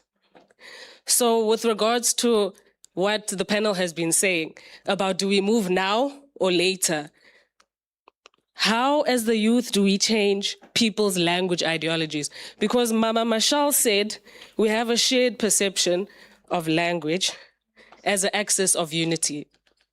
So how we feel about a language or how we use a language is how we unite, you know? So is the hope in the future, or is it now? Do we push children in school right now? Or do we, speak to the unshakable members in parliament? Thank you. Thank you so much, Mabure. I see a hand from this side, and then here, there was someone before you, in front of you. Due to time, colleagues, we won't be able to take everyone, but I did see Priyadia Suisa. Yes. Good afternoon, everyone. My name is Sole Tumatswila. I am from Rhodes University. I'm a junior journalist and a member of the EFF. So my question is that, but before I ask my question, I think we all know that the problem that we're having as young people is us not wanting to read. But also we cannot fault young people that do not want to read to understand, because we cannot wait to ask questions if we're never introduced to deep reading. But also my question is that now, how do we then fight against fear that is instilled within the people that want to be part of the group that push the boat? Because also we know that these institutions have power, and we do not want to read simple things like the Constitution and understand how it limits us and at the same time it protects us, and also understanding the policies of this institution. But my question is that how do we fight against the fear that is instilled by this powerful institution towards the people that want to be part of the revolutionary that we are aiming for now? Thank you.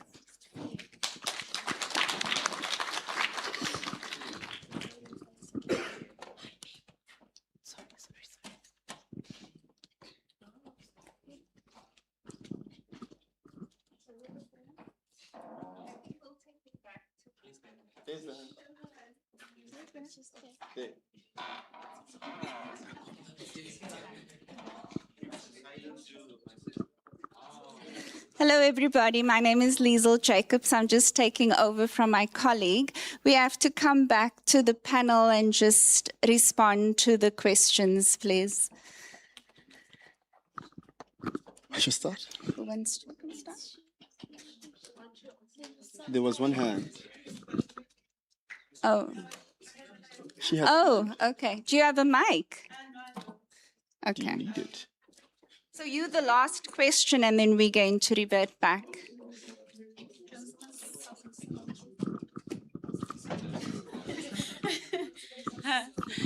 Greetings, everyone. My name is Asekona Zondi. I'm doing my master's in politics here at Rhodes University. So my question is, okay, firstly, we've had a lot of what needs to happen. That's what I've been hearing, right? But I think the how it's supposed to happen is still something that is like lingering in the air, right? So I think, oh yeah, so what I wanted to say, sorry, my bad, I'm nervous. So what I wanted to say is, I think that these conversations are very easy to have in spaces like this, where we have access and you're speaking to people who understand the same language as you. Not like language, but like we all understand what's going on here, right? But I want to know what happens then, like how do we make this conversation appealing to people who don't understand the language of what exactly we're trying to do? And I think this also fits back into circumstances, right? South Africa.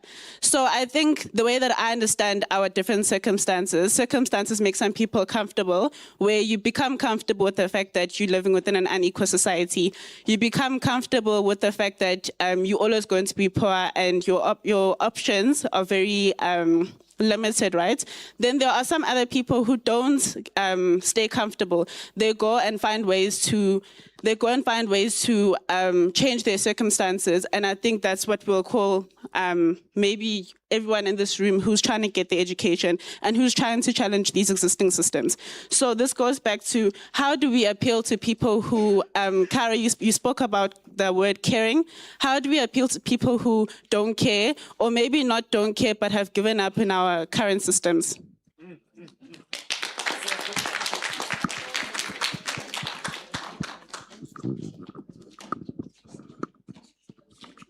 Thank you for your questions. Yeah. So I will be answering her question, and I'll try to be very brief. But I think you need to introduce people to their chains, because a lot of people don't actually know that there's a problem. There's a lot of young people who think if they just join the ruling party, they'll get a mining title, and in 5 years, they'll be able to drive a GLA. So people don't know that they're actually in chains. It's you guys who are reading, who are hearing these things at symposiums, who think that you are in chains. And so I think that we have to start from the very basic of it, being thought leaders, talking about it so that people realize that, oh, there is actually a problem. Because if we don't say that there's a problem, the world outside doesn't think there is a problem. So we have to introduce people to their chains, which are invisible chains and they can't see them, which is also why I was saying that we need to create content about this. We need to talk about it, and we need to dumb it down to the world so that people are able to engage with the conversation. To answer your second part, no, your first part about how we get to understand through language and using the same language, and also it correlates with my comrades, the EFF fear of reading, and understanding that a lot of the people who come into the institutions, but just like go into education in the first place, are Africans who come from disadvantaged homes where English is not their first language. So when it comes to understanding or getting rid of the fear of reading and coming to the consensus of like a shared language, whatever language we decide that's going to be, guys, I think that it's about taking our language and using the people who are studying linguistics to instill African languages into the curriculum, but to instill it into the curriculum in an intellectual manner, where we can understand what exactly we are reading.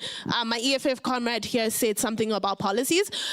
When you download a policy on the internet, it's written in English, but then it's written in isiZulu afterwards.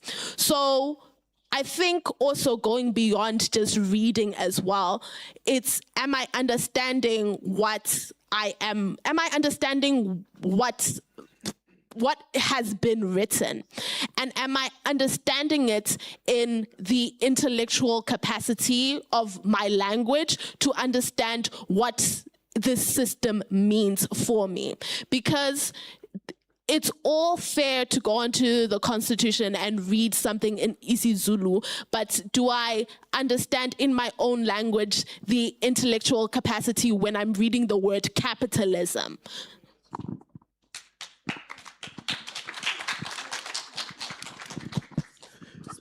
Well, I'll respond the first question about someone asking about the fear. Is it? So I would like to say that, maybe starting say that all of us were afraid about something. Yeah, sure. First of all, all of us. And secondly, courage, it's not the absence of fear. Even Samora Machel was a strong leader, but he was afraid about something at the end of the day. So what means that we need to go beyond what we fear. First. Second, I would like to highlight the quote about which Nelson Mandela used to say about education. He used to say, education is the most powerful weapon which you can use to change the world.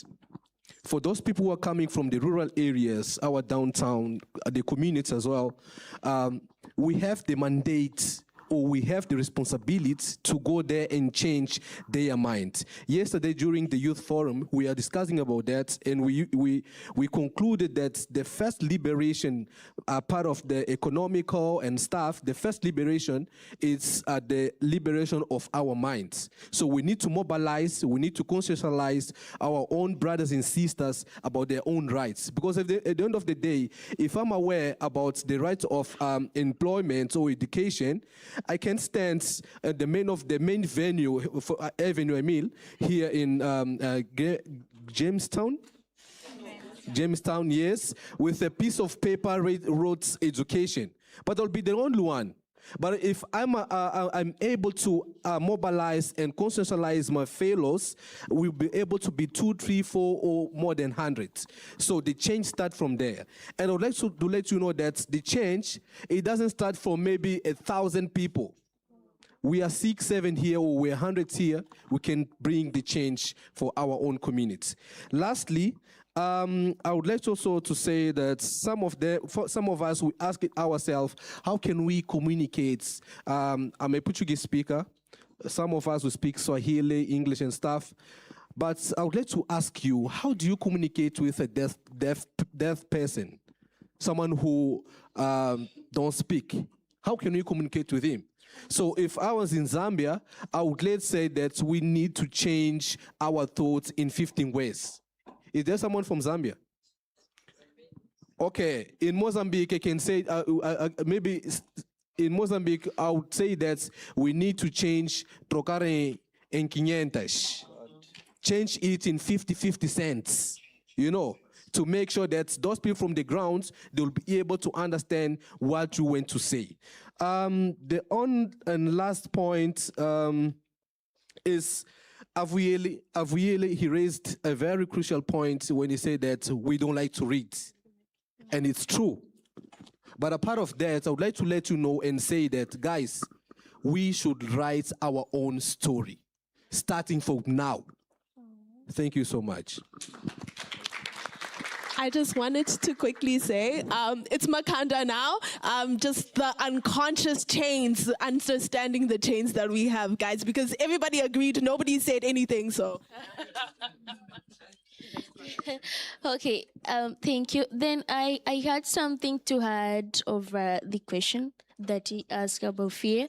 As my colleague said, there's nobody who is not even worried or who is on fear of something else. Each and everybody have got a sign that he or she is really worried. So the best way to fight against that thing is to take an action. You see, you can try.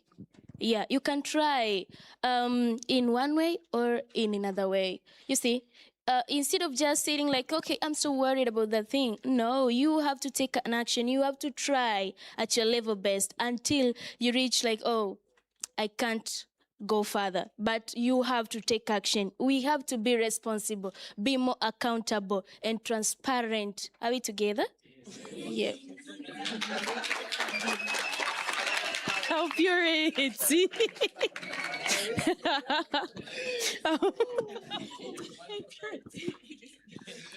Okay, I think very briefly I'll attempt to answer the question that was raised by Usisilona and the guy from the EFF. So I think what becomes very important when trying to reach out to people that don't know that they need liberation is for you to get into their shoes, to explain the context from their reality. I think that's the part that we need to know how to do as young people, because for the most part, once you are able to reach people from what they understand as their reality, you are able to get through to them. I think that's the first point. Then when it comes to overcoming the fear that is employed by institutions, especially of higher education learning and the government and institutions flourish through the fear of the people. They flourish. It means they are unquestioned. They are able to get away with things that they are not meant to get away with because they inspire fear. And I think when it comes to liberation leaders and veterans, I can think, Mama, you can attest, Samora Machel, there was never a point in time during the liberation where he was not scared. I think it's the idea of like-minded people that are together that allows people to flourish even in spite of that fear that actually occurs. So even amongst young people, there are points and times when dealing with institutions and the government, we are meant to be scared. But what we do outside of that is what is actually going to allow us to get revolutionary ideas that we can actually employ in society. I think I attempted. Thank you so much. Thank you so much. Thank you, Program Director, Chair. Once again, thank you so much to our panelists, and not leaving out our colleagues who are also with us yesterday, who are present in the room. Thank you for also being here to also support your fellow colleagues. Thank you so much to you guys especially, and thank you to everyone as well for your generosity in engaging with us. I guess, as you heard, Mapule 2026, push the boat now, not in the future, and do it together, unified, now. Now is the important thing. Thank you so much for the opportunity and for listening to us today as well. Okay. Before they leave, it's quite clear that this is our nucleus for the next social movement. We have, because my English is not too good, I speak Portuguese, para-Portuguese. I teach them one slogan, which is abaixa o anti-intelectualismo. Anti-intellectualism. Yeah, this means that we are now against this anti-intellectualism culture. So we're arming them. This is their gun, okay? They don't need to cross the border. So we've got some guns here, okay? So, okay. First gun, it's called an AK. Your AK, okay. Yeah, your AK, okay. Then I give you the rocket launcher, okay. There it is, okay. Who knows, you might actually down a helicopter one day, okay. Thank you so much. Great. Okay, this is great. Okay, cheers. Okay, over to you. Thank you.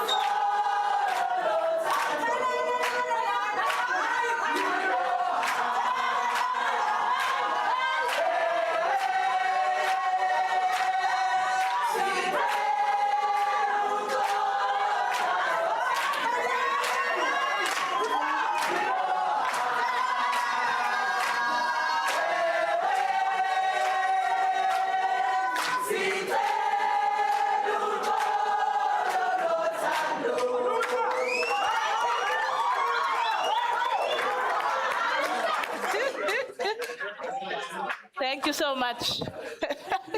Leader Gamba, we see you. In fact, I was a bit worried that by this time the energy will be low, so I was planning to do a breathing exercise, but I think you've taken care of it. I think we are good. That's my bag. And so from the last excellent panel from our leaders, David said we should write our stories.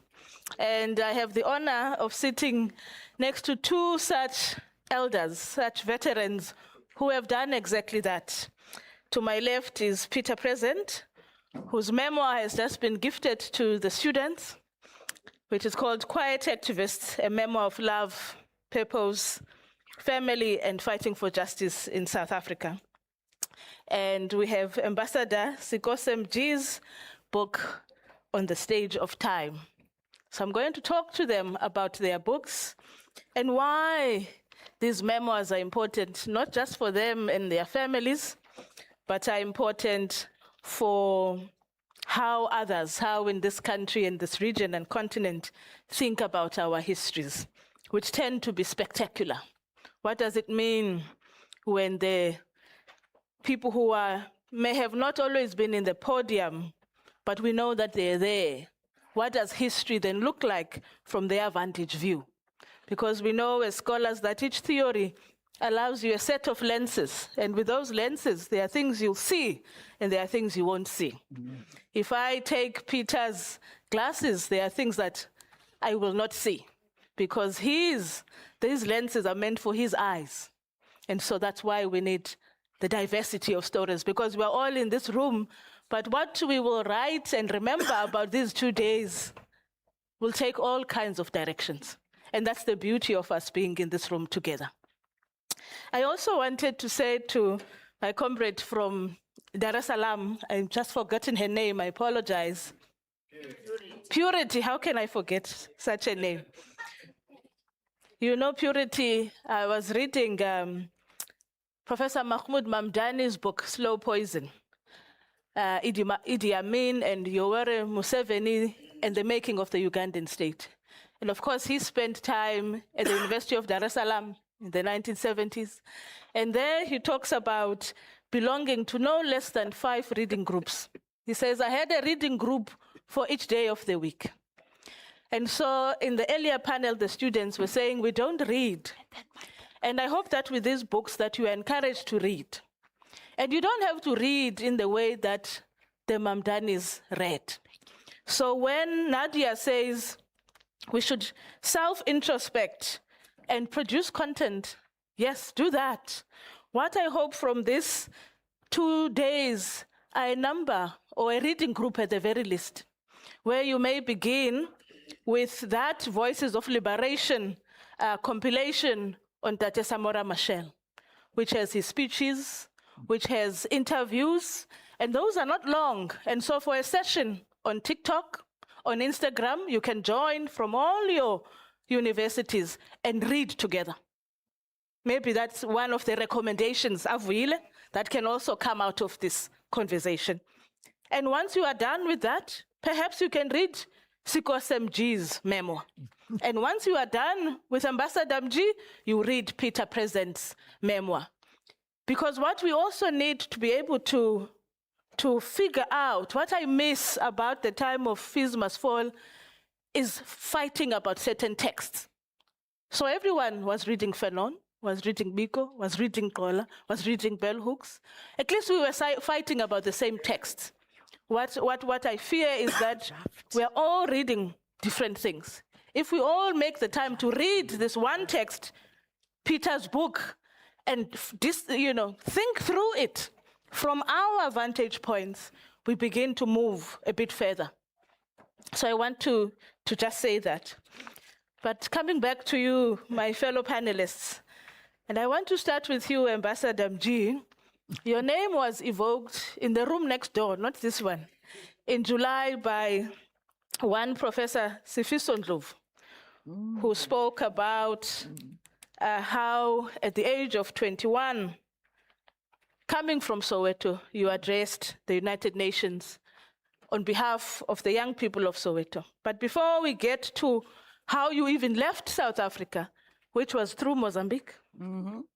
Let's just talk about your childhood, what comes out. So what we'll be doing in this conversation is just to zoom in into certain aspects of the book, because we can't discuss all details today. We don't have that time. And so I'd like you, Ambassador, to just talk about your childhood. You know, there was a lot of movement in your life. You end up in boarding school in Lesotho, spend some time in Durban, and then you end up at Morris Isaacson. What's happening there? What's up with all this mobility? And of course, you come from this odd family. I've not heard of a story where the children are named after their parents. Okay, so we have a Samora Machel Junior in our room, of course, but I'm yet to meet, especially when it comes to women's name, where she is named after her mother, her brother is named after her father. So what is that about, and how do you become politicized? Just briefly, a bit about what's boarding school in Maseru and that move to Soweto that really galvanizes your politicization. Over to you, Ambassador. They say we put this thing on, wait? It is on.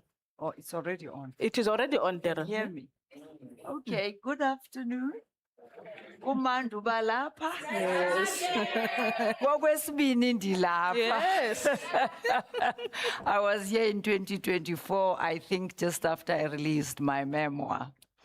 And I engaged with you, but of course not with these other students from Dar es Salaam and Mozambique and Zimbabwe, which is such a pleasure. Prof, they were talking about self-reflection. When I went on retirement, I asked myself, this young me is going to stay at home and do what? And that frustrated me a lot. So I decided, no. All my life I've wanted to write a book. So let me write my memoir about me. And when you write a book, just like when you write an assignment, you need to know where you are starting, and you need to know where exactly you want to go. And some people even said to me, have in mind the audience, even be aware of which audience might be interested in the story that you are writing. But then I started quickly, because for me it was clear that I have to tell the world about how I became politicized, how I joined the ANC, how I went to Mkhonto Wesizwe. But my niece, who teaches languages, Sikose, also Sikose, who's doing a PhD now in Washington, she read everything and she said, Auntie, it doesn't start like that. You don't just wake up and become a freedom fighter. What happened? So I had to go to my childhood in the first chapter. But of course, I rushed it because I was really in a hurry to tell the story of my political life. What happened in my childhood was that my parents, they didn't say it then, but I got to know, of course, as you grow older, that they were quarreling, the two of them. So because of the quarrel, we moved from here, from Soweto to Durban, from Durban to Bloemfontein, from Bloemfontein, and so on. And I ended up in boarding school in Lesotho, a time I cherished.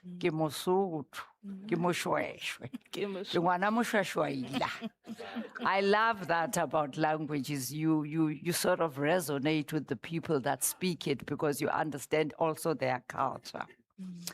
So then I realized as I grew older that this was not about us moving around only because of better working conditions or better schooling. It was also because my mom and dad were at odds with one another. And Prof, in a nutshell, that is why we were moving around all over. Besides, of course, apartheid forcing my parents to look for a job there and here and there. That's it. Yes, wonderful. Thank you. I want you to move us with you to Soweto then, to Morris Isaacson and your politicization. We had an advantage, guys, which I think you should fight for. We had in the system of Bantu education 2, or was it 3? The other one is not an advantage, but we had 3 compulsory languages besides the subjects, substantive subjects. We had to do English, a vernacular, and Afrikaans. Now, in Lesotho, in Botswana, in Swaziland, and I went to school in Lesotho, we didn't do Afrikaans. So when I left Lesotho after doing Form 3, what is it now? Grade 9. Is it? I'm not sure, actually. What is Form 3? Yes. Well, I was left with 2 other subjects. I was left with grade 11 and 12. So that must have been grade 10. I was not really, I didn't leave of my own volition. The government of Lesotho decided they can no longer accommodate children from South Africa. Because we were many in Swaziland, we were many in Lesotho, we were many in Botswana, getting away from Bantu education. So they said, no more space for the people from South Africa. We only have enough space for Basotho. So I had to come back to South Africa, involuntary, but I had to understand. So my father said, I'll find you a place in Soweto, because there they teach all these languages. You Shangaan, you Sesotho, you whatever. In Soweto, you find all these other languages. So that's how I ended up at Morris Isaacson. But lo and behold, then they introduced Afrikaans. Did I fight? Yeah, so that is how I got into the fight of anti-Afrikaans. Thank you. Thank you, Ambassador. Dr. Peter, you are growing up in a different world in Cape Town, in Elsie's River. But as you say in the book, your family didn't always reside in Elsie's River. They were forcefully moved from Goodwood. And this has a big impact in shaping who you become and impact on your family. Talk to us about your upbringing, this deep admiration that you have for your parents and your gradual politicization.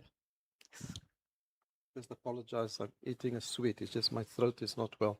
No problem. So maybe I must start by saying my parents were both born in deep rural Northern Cape. There's a small place called Keynote. It's between Uppington and Calvinia. An Afrikaans community. They were born and grew up in what we would call the Lukasi, the township. And my father and my mother came to Cape Town was probably about around 1960. My mother was fortunate before they came to Cape Town to go from Keynote to Uppington, where the Keynote only had a primary school for children classified colored. So my mother passed standard 6, went to Keynote to Uppington, complete standard 8. She became a teacher. And when she retired at age 60, she was a deputy principal at a school in Elsie's River. My father's parents were poor, so they could not afford to send him to Uppington. So when you're done with standard 6 and you're not white, then there's no schooling for you. His first job was a petrol attendant at the local garage, even though he was one of the best students in his class in standard 6. So in 1960, he decided to, after marrying my mother, to come to Cape Town to look for better job opportunities. They ended up finding themselves in a place called Goodwood, northern suburbs of Cape Town. It was the time of the Group Areas Act. So Goodwood then gets declared a white area, and they had to move. They rented a room there, so we had to move. Elsie's River is not far from Goodwood. But you know, those South Africans here, you know, Elsie's River was on the other side of the railway line. So in terms of infrastructure, etc., worlds apart from Goodwood. He only had 200 rand, could afford to buy a plot. And on the plot was a chicken coop. He put a roof on it. And I was 3 weeks old when that became a home. I remember when we were young, we had to sit on the bed so that our feet were not in the water. My mother told us that when we moved in, the roof wasn't high enough that you could stand upright. Sure. And later on, my father would take the roof off, put on a couple of rows of bricks, and then put the roof back on until you could stand upright in the house. That's where it started for me. So I guess the first impact apartheid had on me was when I was 3 weeks old. The second, or the first memory I have, but I guess the second impact was in grade 1, I stayed with my grandmother in a place about 30, 40 kilometers from Elsies River called Rustofstrand. It's near Somerset West, classified colored community. I guess about 5 kilometers from where we stayed was the Strand, like the town where the beach is. And I went to the Strand to buy groceries or things with some cousins one day. And then I saw the sea. It was on the pavement. There was a low wall. I saw white sand. I never saw white sand in my life. It was the first time. I grew up in Elsies River. There's no white sand there. So I jumped over the wall just to feel the sand. And then my cousin started shouting at me, come back. And I didn't know what was going on. She grabbed me, pulled me back over the wall. And she said, you cannot go there. This beach is for white people. I do not recall seeing that the people on the other side of the wall were different to me until she pointed it out. So that for me was the first memory where I realized in terms of my skin that there's a difference. This was 1969. You know that our organizations were unbanned in 1990. In 1989, my wife Bibi, she's with me here, and I, our 8-month-old baby, we went to that same beach. It was still reserved for white people. In 1989. We were chased away by police dogs, by soldiers, by helicopters. That's taking you from 1969 almost to say to you, a lot of things happened in between. But it's not that our liberation just happened by itself. Absolutely. I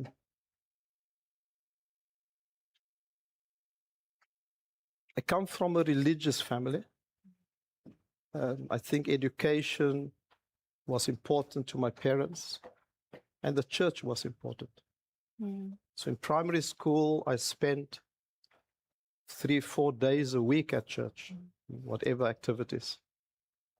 And I think the church set for me a good foundation for living a life of caring, of what is right, or just a good way to live your life. I was too young for 1976. I was in grade 7, but I was in grade 11 in 1980. And in that year, I learned many new words. Security police, rubber bullets, tear gas, protest, march, defiance campaign, gutter education, etc. I became involved as a junior student leader, I must say, in grade 11. I wasn't at the forefront. And one morning in April, it was 22 April 1981, our SRC came around. And almost, if I can bring it back to the conversations we had today, Yes. as to, and I think that the young person, the lady who sat exactly where I sat about now, she said it, it's probably better than I'm going to say it now. But our SRC came around. Up till that point, we only protested on the school premises. So we made placards, stand, against the fence, etc. That day, the SRC came around and they said, today we're going to go into the streets. Go to the back gate, line up. Now, what I think I want to say to the young people is, if everybody had to line up today in this room, trust me, not all of you are going to line up. Okay. So not all of us lined up. Even I wondered whether I should line up. Maybe we're going to have classes that I might miss. What if I will be detained? What if the school expel me? What will my parents say when they find out I was in the streets? What if I end up in jail? All of these questions went through my mind. And even as these questions went through my mind, I walked towards the gate. So I guess the point I want to make is, when you make that decision to act, which I made that day, it's not going to be clear in your head. The books you would have read or the teachers who taught you, you're not going to have it in black and white to say, oh, that's clear because this theater said I must go walk now. No. You're going to question yourself. Absolutely. But you need to act, and that's your evidence of whether you are who you say you are or who you think you are. So I guess for me, there's many other moments I can talk to you about, but Yes. when I look back and I ask, where did it start? And I've not read a lot at the time. It was my church upbringing about what's right and what's wrong. It was my limited experience at the school then. But that decision that I made to act for me was my first political step that I took. And I have to take those steps up till today. And even today, I must say, and we are 63 years old, even today, when I walk to the gate, I still sometimes have to question, do I want to walk to the gate? It never goes away. You constantly need to check in with yourself. I can tell you now, even those politicians you referred to earlier on today, they are still thinking they are walking to the right gate to go and march, but they're not. You need to check in with yourself. Absolutely. Thank you so much. And what you are just saying at the end, it reminds me of what one MK veteran, she said, when I reflect about the legacies of being part of the underground and knowing my attachment to time. So she's one of those people, if we have agreed that we are going to speak at 3 o'clock, we are going to speak at 3 o'clock, no minute sooner or later. And she says to me, sometimes I watch these politicians and I can see clearly they are lying. But I now begin to think, in the underground, you had to make stories up. Things had to move. And so she says, because they didn't reflect, maybe they don't even know that they are lying. So that's part of this unlearning that you talk about. And I like this point, that as a child, having this clarity, this learning harshly that the color of your skin determines which sands you can touch. Ambassador, I want to come back to you to talk about Maurice Isaacson with some detail. This university awarded Dr. Lilith Kumalo, so we can call her doctor here, because the university awarded her an honorary doctorate. And of course, at the center of her career is the role of Sarafina, which enacts what students in your school did. So I want to hear a bit more. talk to us about what you did, and is there something that happens, an event that happens that makes it clear to you that I need to go, I need to leave this country? Yes. I arrived in Morris Isaacson to do Form 4, which means I was left with just 1 year. This thing about Afrikaans had been a problem already even before I started, because I had never done Afrikaans when I was in Lesotho. And I was in Lesotho from about the age of 9 to about the age of 16, 17. Now I must do Afrikaans. So my father paid this guy who was also teaching my friend, Naledi. Naledi is a boy, eh? We're still friends. He's married. I was also married. I was also married. No, I have to say this because many people, when I talk about Naledi, they assume it's a girl until I say, no, him. Because we were very close. We were, by the way, at the same school in Lesotho. Now, I'm going back now to give you context. We were in the same class, Form 1, Form 2, Form 3. When he was expelled, like I was expelled, we didn't meet, we didn't know. So I walk into the class in Morris Isaacson for Form 4. He's in the same class. So what do you think we did? We just continued our friendship. And through that friendship, because he originally came from Soweto, he looked after me. You know, Tsotis in Soweto, eh? If you come from somewhere else, you are a Mampara, they can always tackle you. So there was Naledi walking me home. We walk to school together. We walk home together. Then we stop at my place, which is earlier. I stop there. He continues. He goes to his home. Some days we walk together because he already has an Afrikaans tutor. So I join him for the Afrikaans classes. As we do this, he introduces to me his neighbor, Tokyo Sehwale. And the three of us become an underground cell, because the cell always used to be made of 3 people. And out of these 3 people, these are also in other cells. It was called the M cells, Mandela cells. So he introduces me very gradually and very subtly into the underground cell. But he starts about teaching me about the Freedom Charter. And he asked me if the Freedom Charter, what does it say? Have I memorized it? Is it a good document? And I say yes. And he says to me, are you prepared to die for it?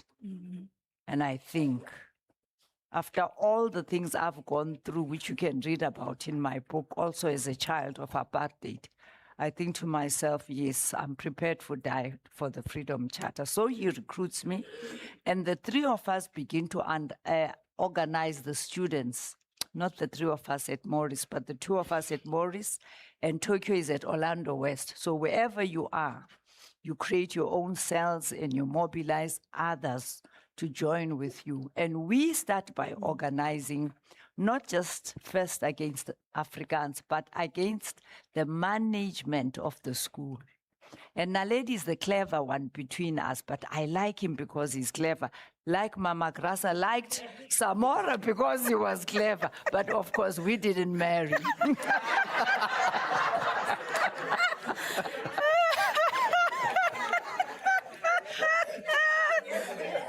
On the contrary, I have to say this because it's in the book. On the contrary, before we came to Morris, I was the messenger to the lady he now married later. Because we were in the girls' hostel and they were in the boys' hostel, so I was his friend and I was his classmate. So he gave me the note to pass on to Mapumulo. So Mapumulo knows I'm not a threat.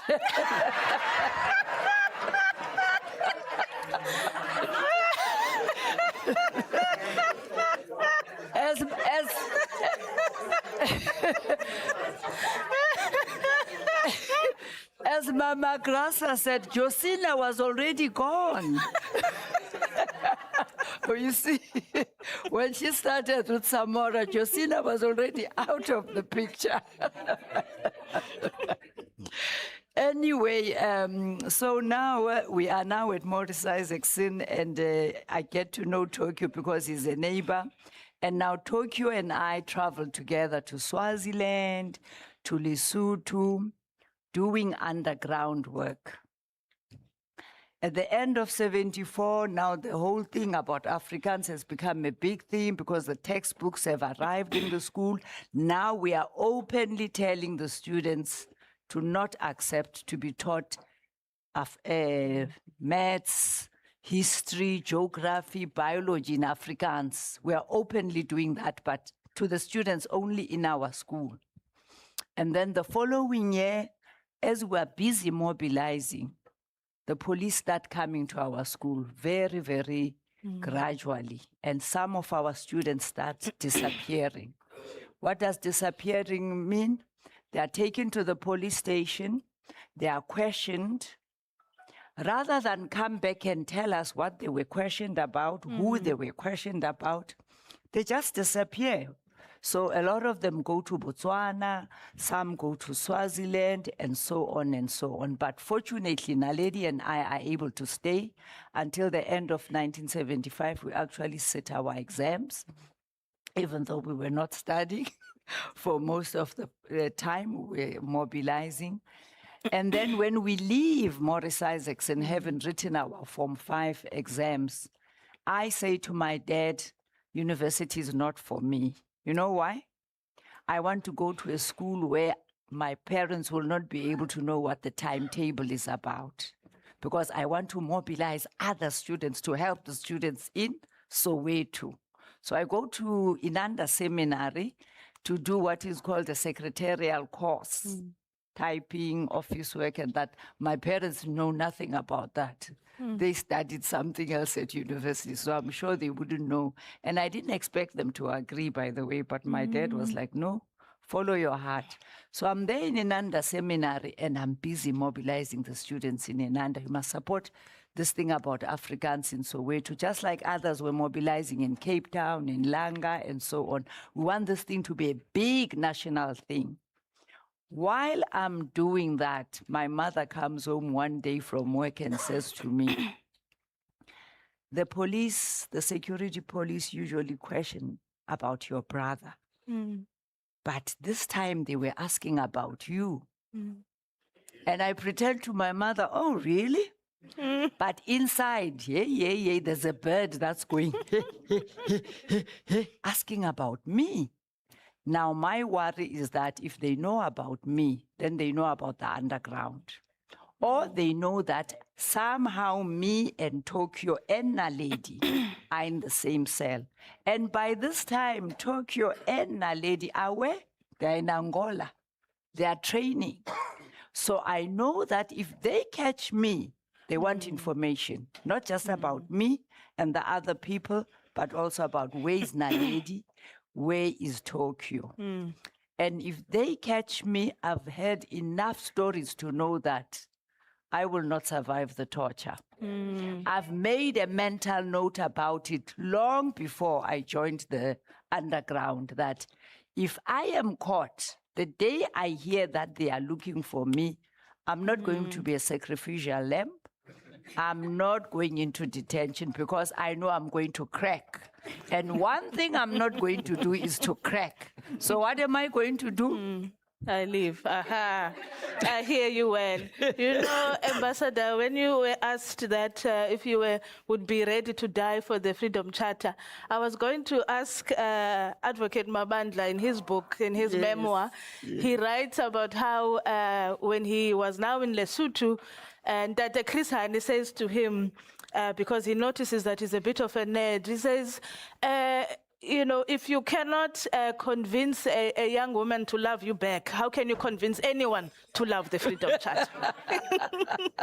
And so, in fact, Ambassador, you have taken us to the direction I wanted to go to about this unique story that Peter has in terms of how he leaves the country. So he makes this decision for the circumstances influenced by the events that he spoke to us about. But what's interesting about this story, which is why it is also a love story, is that then he has this girlfriend, Bibi, whom he then he is advised that if you have now decided to go to exile, get married to Bibi. And I want to read, there are some people who have this book. On page 75, Peter speaks to Bibi and he says, Bibi, there is something important I must tell you. I have decided to join the ANC and MK. I'm currently making arrangements to leave the country. This decision is final and nothing will change my mind. I paused for a while, realizing that she had perhaps been expecting another kind of statement. Then he says, my wish is for you to consider going with me. If you do decide to go with me, we will have to get married, because I have been advised that this will assist us in staying together while in exile. If you decide that you cannot go with me, I will understand. And because there's no guarantee that I will ever come back home, this then also will be the end of our relationship. High stakes. For their safety and our safety, our families cannot know about this. So here, there are some people here, maybe in situationships, who cannot get someone to take them out on a proper date. But here, Peter goes to Bibi and says, not only must you marry me, we must go to exile. Not only are we going to exile, we are going to Angola to train as guerrillas.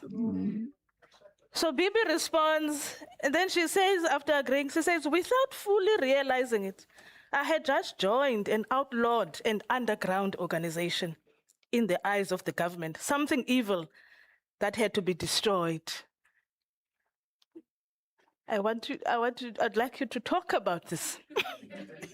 And the fact that this person is in this room, this Bibi that we are talking about.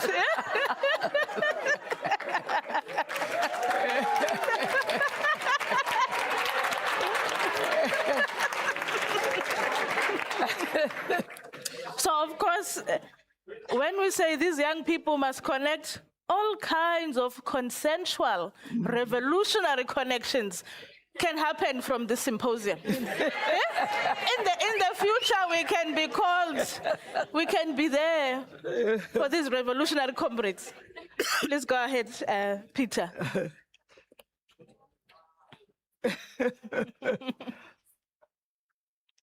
Maybe, Mama Machel, I must tell you that I had many girlfriends. I had many girlfriends before Bibi, and she knows it. But she was the only one that I connect with in terms of the struggle.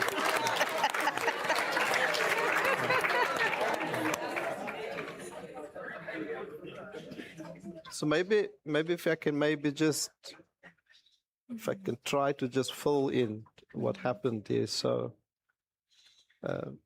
after matric, which I did in 1981, I spent 3 years in Kimberley training as a draftsman with De Beers. I then did the 4th year with Anglo-American Corporation in Johannesburg. And as I got from school to Kimberley, that was the UDF days in 83. I got involved there. When I got to Johannesburg, I was alone again, and then got involved there with some youth. Attended rallies in Soweto. I stayed in El Dorado Park at the time in 85. I've made this decision to join MK and the ANC alone.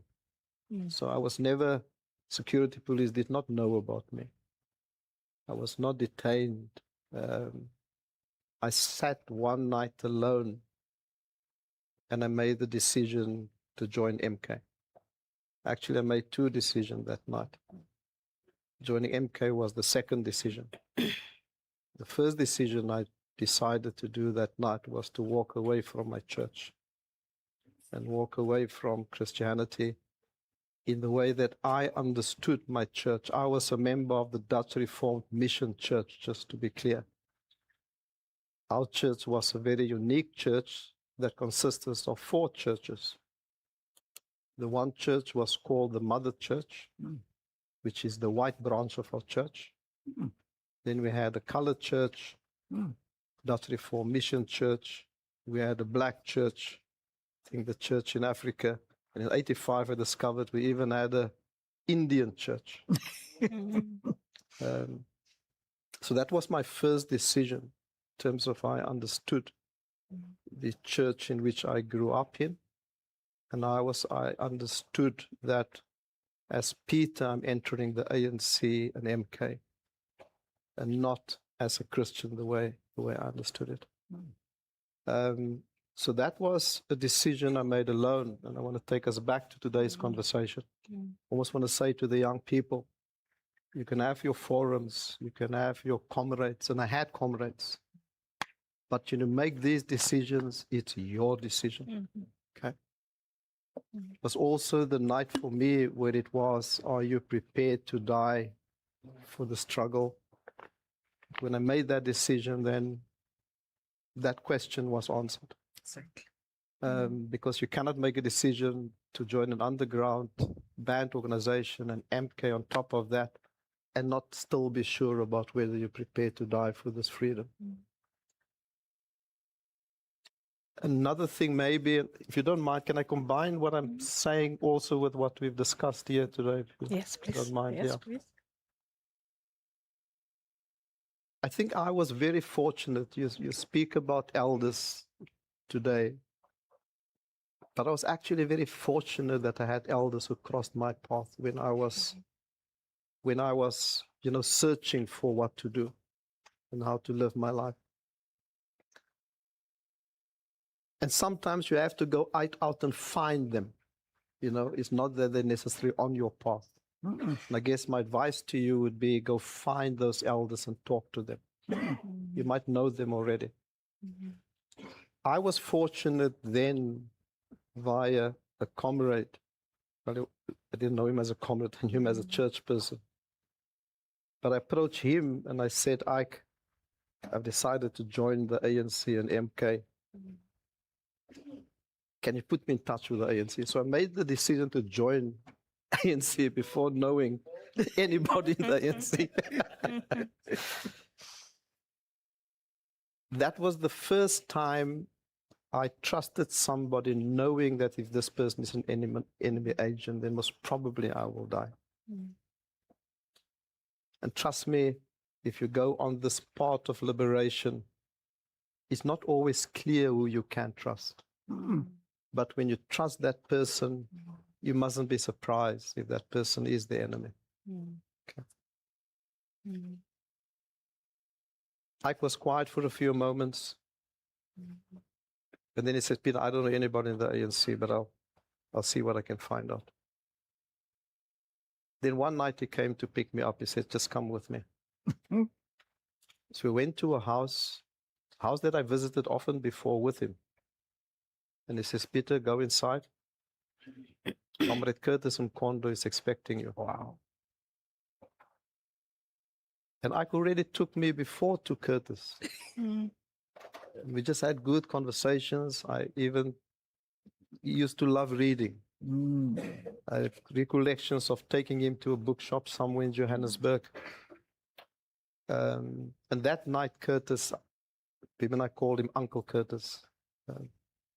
That night, Uncle Kurt, when I walked in, Curtis said, Peter, tonight we're not going to sit in the lounge. Come with me to the back room. The security police has never been in that room. And that is where I then started to talk to him. So the decision was made alone. The decision was originally not to take Bibi with. The family was not to know. Even my comrades were not to know. And then at some point I decided, this was early in 85, I was 21 years old, turning 22. Then I decided, to consider asking Bibi to come with me. So just to know politically we were aligned. We attended rallies together. I think Bibi were maybe politically more conscious than what I was at the time. Her uncle was on Robben Island. But I didn't go to her first. I first went to Comrade Curtis and Kondo and said, I have the slight problem of a girlfriend. And his advice to me was, before you leave, get married. I was 21 years old. I wasn't thinking of getting married. I was busy with the struggle. But most probably the best advice that I was given by an elder was to get married. And that is when, in September of that year, I asked Bibi to marry me, and then it was a strange proposal with a condition. But she said yes. She said yes, absolutely.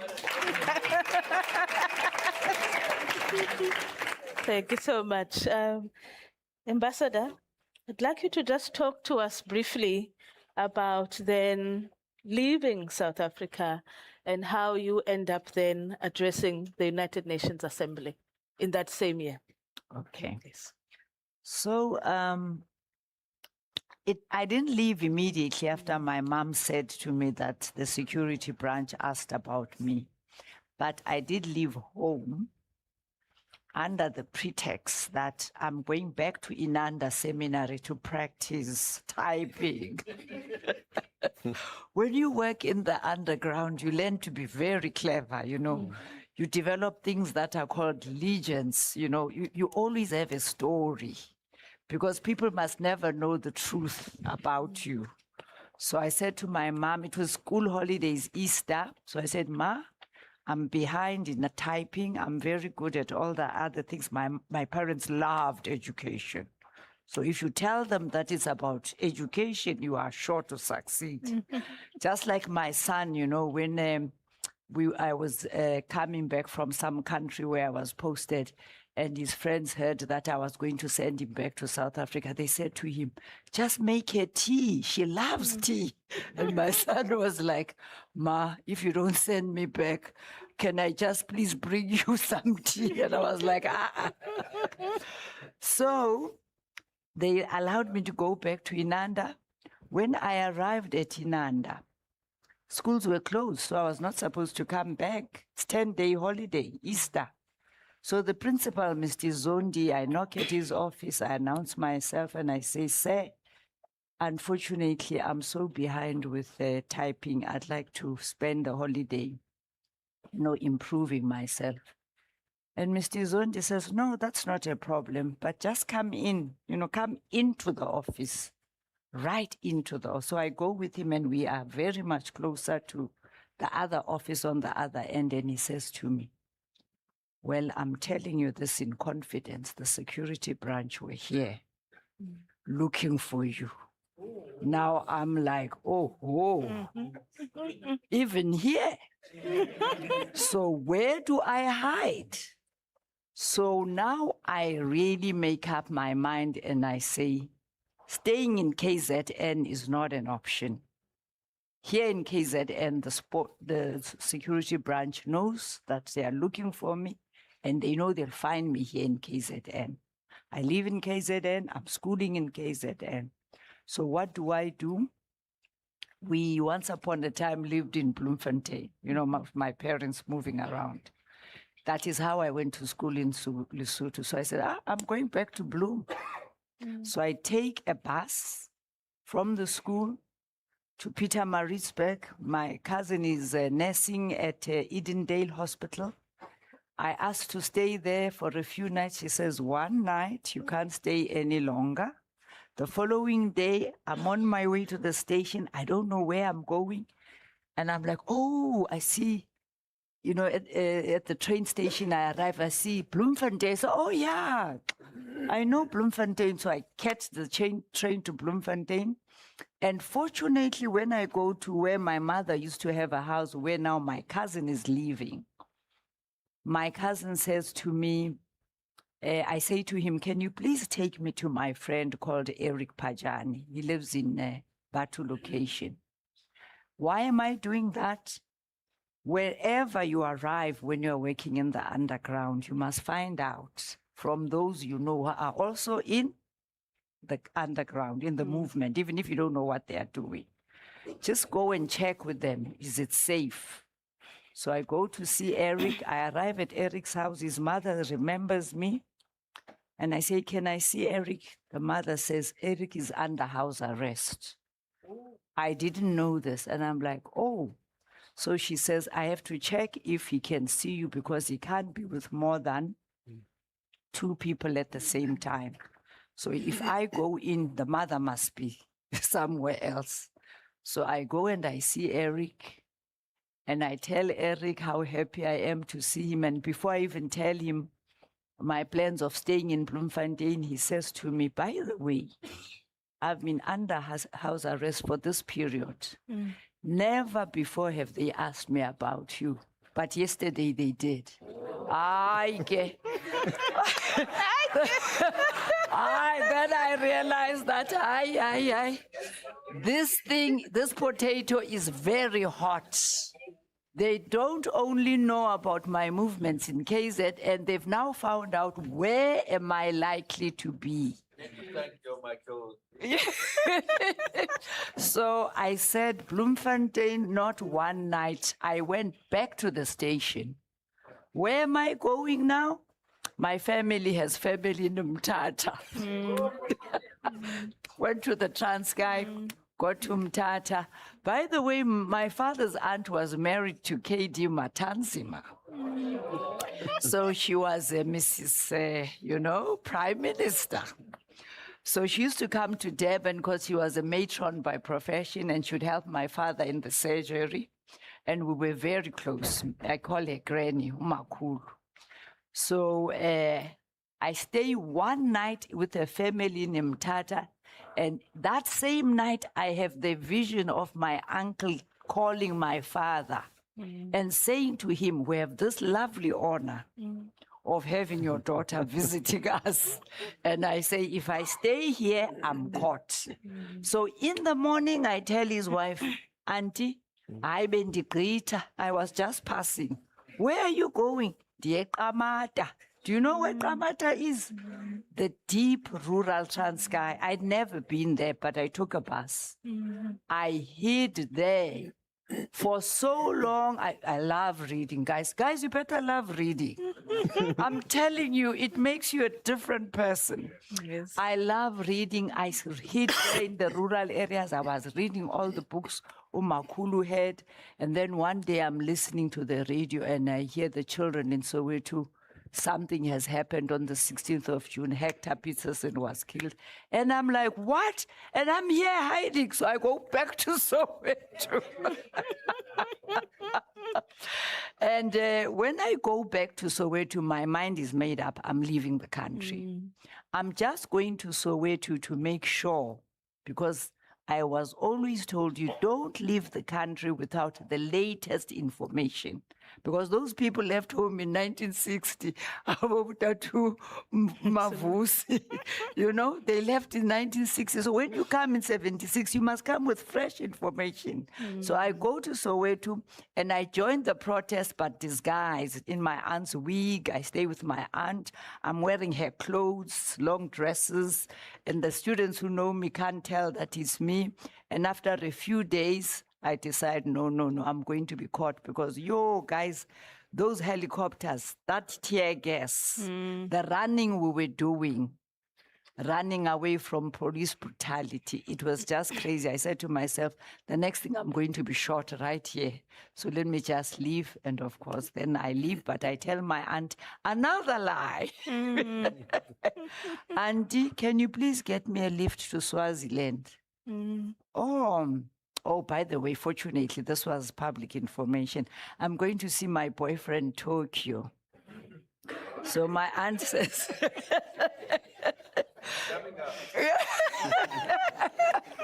no, he was underground.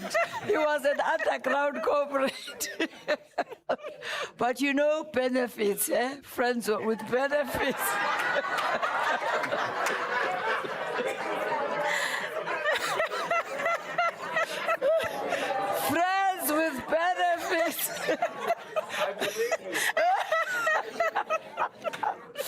So my aunt, because everybody knows in the family that Tokyo is my boyfriend, the only thing they don't know is that we are carrying guns, we are bringing in guns from Swaziland, we are distributing guns. That part they don't know. They just know that he's my boyfriend. By this time, he's schooling in Swaziland, you know? And I was still in Soweto when he went to Swaziland. So, you know, those are the underground things that are done. So my aunt talks to this Mr. Nchingila. She tells me that Mr. Nchingila is a businessman who lives in South Africa as well as in Swaziland, so she'll ask him to give me a lift. So she talks to him and she says to me, Mr. Nchingila said, Tuesday or Monday, I think it was 2 a.m. in the morning, you must be waiting for him outside. Guys, it doesn't matter how scared you are, if you have to do it. I was there waiting for Mr. Nchingila, got a lift, he was with his wife and his 2 young children. We drove to Swaziland, 6 a.m. Oshuk border opens. We go through the border.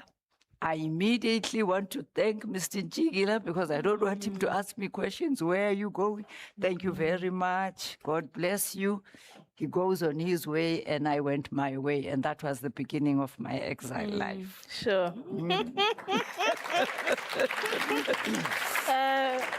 So, Ambassador, I mean, one of the things, many things I loved about this book is how you write about relationships, your crushes, your marriages, their beginnings in detail. And as you know, I've been part of a project with 17 women veterans from MK, Apla, and Azanla, supporting them to write their own chapters. And I'm happy to say that that book is coming out next year with UKZN Press.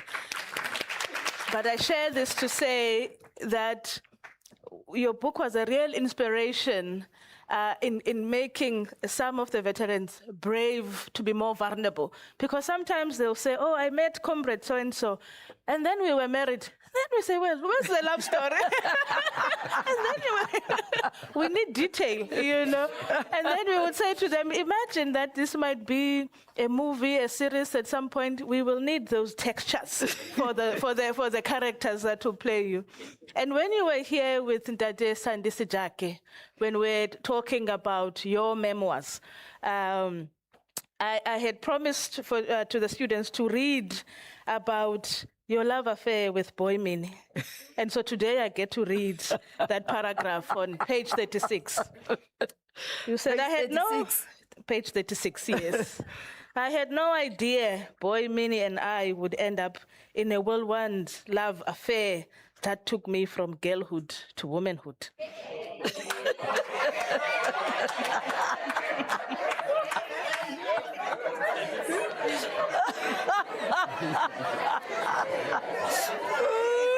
Might be for the 3 days that Dad was in Soweto, Boy paid me nocturnal visits, during which we promised each other marriage, beautiful, dimpled children who would resemble each of us, depending on their gender. And of course, trips to the moon and back. It was crazy. In my young mind, as I was growing up, I had reflected on the question of sex before or after marriage and had decided on the first option, provided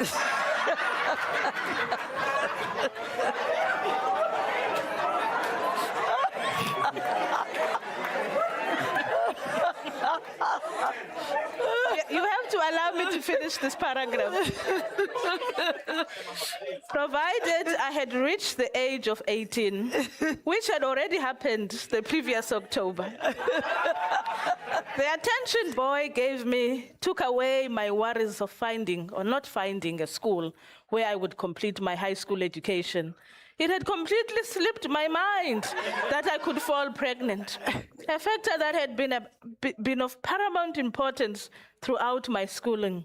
Let's just say I let my guard down and simply enjoyed the freedom brought about my dad's absence. I just wanted to ask you about whether you had any anxieties in writing about the place of love and struggle in ways that we don't often see in these memoirs. And this again is a reason to be reading these books. Yeah. The only anxiety I did have about such details is about the other person. Mm-hmm. So, for example, I say absolutely nothing about Tokyo. Mm-hmm. Because one lady said to me when I was writing this book, the draft, and I was in East London, she was from Ghana, and she saw the first draft, and she saw Tokyo's name, and she says, this guy is so famous, he might sue you. Mm. So I had a lot of anxiety about people like that, especially Tokyo. Who is now writing his own memoir, by the way. Yes. And he told me, I'm going to write all the juicy parts. And I said, suit yourself. But about the people, I was confident, like Boy. May his soul rest in peace. He passed during COVID. He was one of the first victims. But about the people, I was confident with that our story is something we both cherished. I had no problem, especially because I met him before Tokyo. And Tokyo grabbed me, actually, literally, from him. Yeah.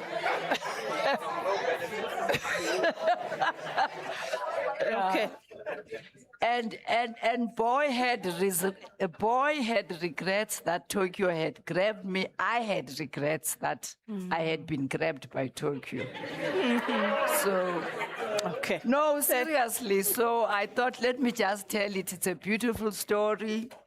He now got married. I also got married. He had children. I had children. And we were friends, so I thought, no sour grapes. But the others, no. Okay.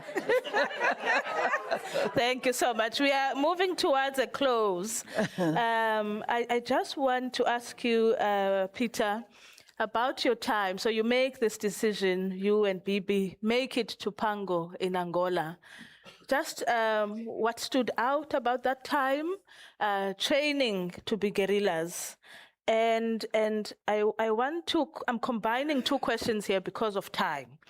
And one is a difficult one. And so one of the many reasons I love your books is that you get the fullness of life, in that we talk about one, sort of getting into their personhood, into community, falling in love, but you also talk about the difficulties of this violence that comrades also, what is the violence on other comrades. And this is one of the most difficult aspects that in many ways are yet to be written fully about when comrades hate each other. And of course, sexual harassment, sexual violence is part of it.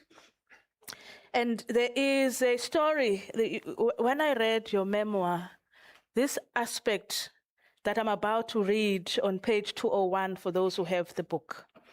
This comrade of yours, who is inspired by the fact that you are in this camp with your wife, whose girlfriend is in another camp, who then eventually is transferred to that camp. And when he gets there, he learns that his girlfriend has another partner. He kills her, and he kills himself. And so it's not an easy conversation. And you write a letter to his mother, which is what I'm going to read. You say, "Dear Miss A, you do not know me. I do not know you. We have never met, but you have been in my thoughts since 1986. I suppose you must be in your 70s by now. My name is Peter Present. I got married on 27 December 1985, and shortly after that, my wife, Bibi, and I left our families and friends in South Africa, and we joined the ANC and MK in Angola. We were fortunate to remain together while in exile, and we ended up in an MK training camp in northern Angola. As a newly married couple, it was difficult for us, as Bibi was in the first instance my comrade and secondly my wife. For the first months of our marriage, we slept in separate tents. One morning she came to me and said, "Peter, I met the most wonderful and kind comrade yesterday. You must meet him. I'm sure you will like him." She introduced us while we were doing the firearms training in an open field. I immediately understood what Bibi meant when she said that he was soft and kind. I guessed he was about the same age we were, namely 22. He said it must have been wonderful to be in the same camp as my wife. He and his girlfriend had been split up as she was sent to another camp. He had asked for a transfer and hoped it would be approved soon. He was planning to ask her to marry him when they met again. As MK members, our lives and movements were always decided by the movement, and we understood and accepted why it was done that way. One morning, this comrade came running to us with the biggest smile on his face. A truck arrived, and he had been told that his request had been granted. He was leaving for her camp, and just wanted to say goodbye. He sincerely hoped that we would meet again after liberation. We did not even think about how we would find each other, as we were all using pseudonyms and were not allowed to speak to each other about our families or where in South Africa we came from. Nonetheless, we were happy. We were so happy for him. A few months later, a truck arrived and took us to Luanda, where we and a couple of other comrades stayed in a flat before our flight to Lusaka. We spent our evenings talking about various topics and questions, like how would you react if your wife's breasts were mutilated by the security police in your presence? Would you sell out your comrades? How do you make bombs with household chemicals? Most importantly, we talked about how we should never fully trust even your closest comrade. Miss A, I'm telling you this for you to gain some understanding of the world we lived in at the time. The one evening, a comrade told us about an incident that happened at one of the camps. This is what he told us. A comrade was transferred from one camp to another camp because he wanted to be with his girlfriend. When he arrived at the other camp, he was told that she had been with other men. This upset him deeply. He went into her tent, took out his gun, and shot her. He then turned the gun on himself. We knew that one of our critical rules was that you never point your weapon at a comrade. This comrade had done the unthinkable. Because of this, he did not receive a funeral. Instead, his body was packed with explosives and blown up. During our discussion that evening, I tried to defend our friend's right to be buried with dignity, but also understood in the world we lived in at the time that I would not convince my comrades. I did not sleep that night as I knew that I would never meet that kind and soft comrade after liberation. I also thought of you that evening, Miss A. I do not know if you were ever informed by the ANC about what happened to your son. I know, however, that he must have been in your thoughts every day over these years. Please know that he has also been in mine, Peter. I say this when I read this, as I've said to Peter, that in this project I mentioned one of the women writes about losing a friend in a similar circumstance where the partner had been in another camp, and when he joined, he then shot and killed her. So I say this to say it was very striking. There's no assurance that this is the same story, but the facts are the same. Yes.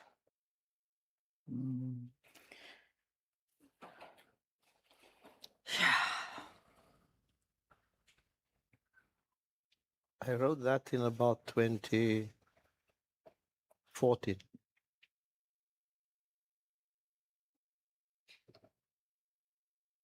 I started writing my memoirs in, in 2016. I think one of the mistakes that I've made, so when we came back from, let me put it this way, after 1994, Bibi and I didn't tell people that we were MK. We just continued with our lives. We continued with our work, which for me was the struggle. Bibi was in special education. I was an education administrator. But I would break down every 3-5 years. And this was written during one of those incidents. I was in Mafeking, on a project at the time.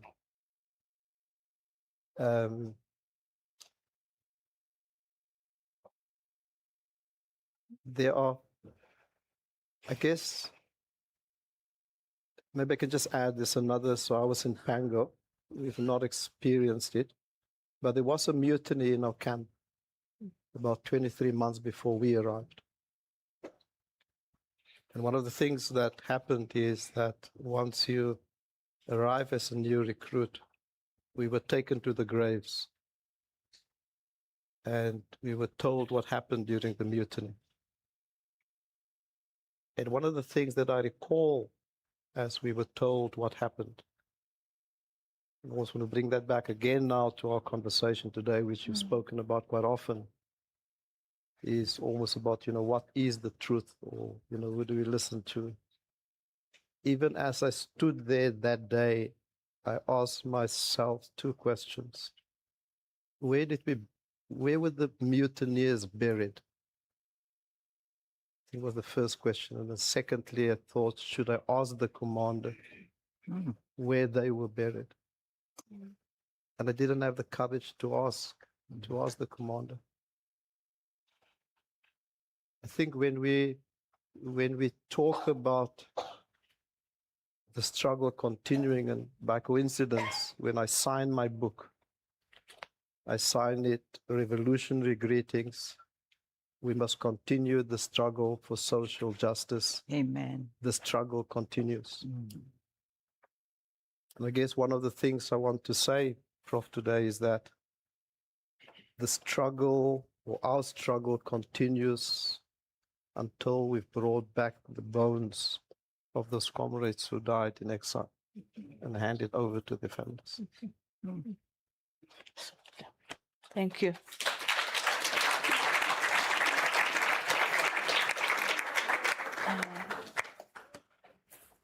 I'm going to open up now for just a few minutes. I know we are well over time, but I did want to read, Ambassador, just briefly, your first night in Maputo, when you get to Mozambique, and how you write about experiencing male protection. So I'm just going to read it and open up, and you can respond to it when we close. So you say, Comrade Duma went back to Mabane while we spent the little that was left of the night as stateless people in a huge roofless villa.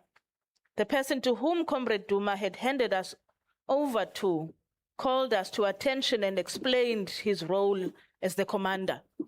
He spelled out his expectations of our behavior, and when he pointed to me while he addressed us, I noticed for the first time that I was the only female. This female comrade, he announced to all of us, is going to sleep here among us. As he said this, he drew a circle on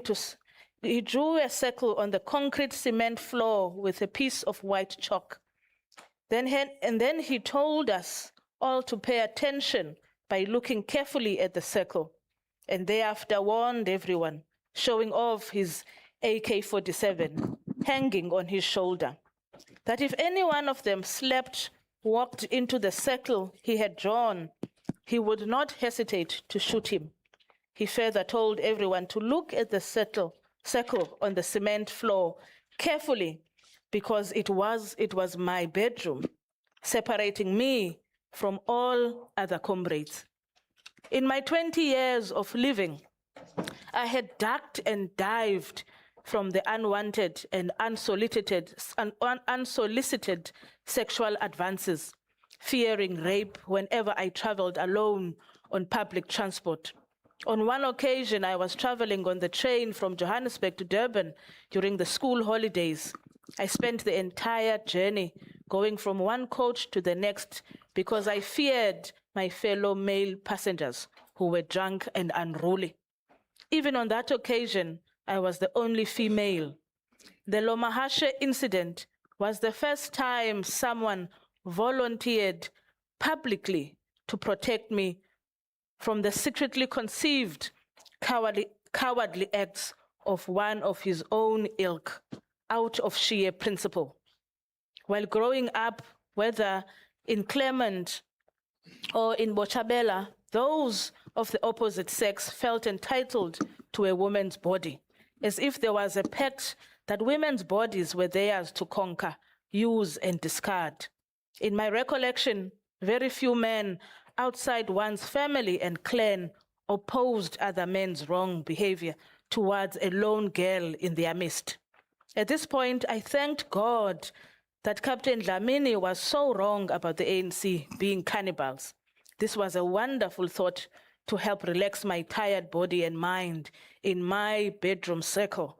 I lay on the concrete hard cement floor and used my OK Bazaar plastic bag with my clothing items as a pillow. I slept in my blouse and skirt because for some reason I had not taken any pair of slacks with me, long or short.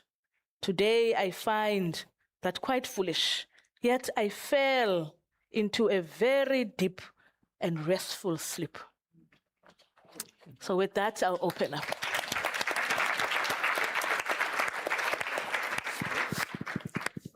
Just one round of questions, comments, and I'll be glad if we can keep them quite short. Yes, please, go ahead.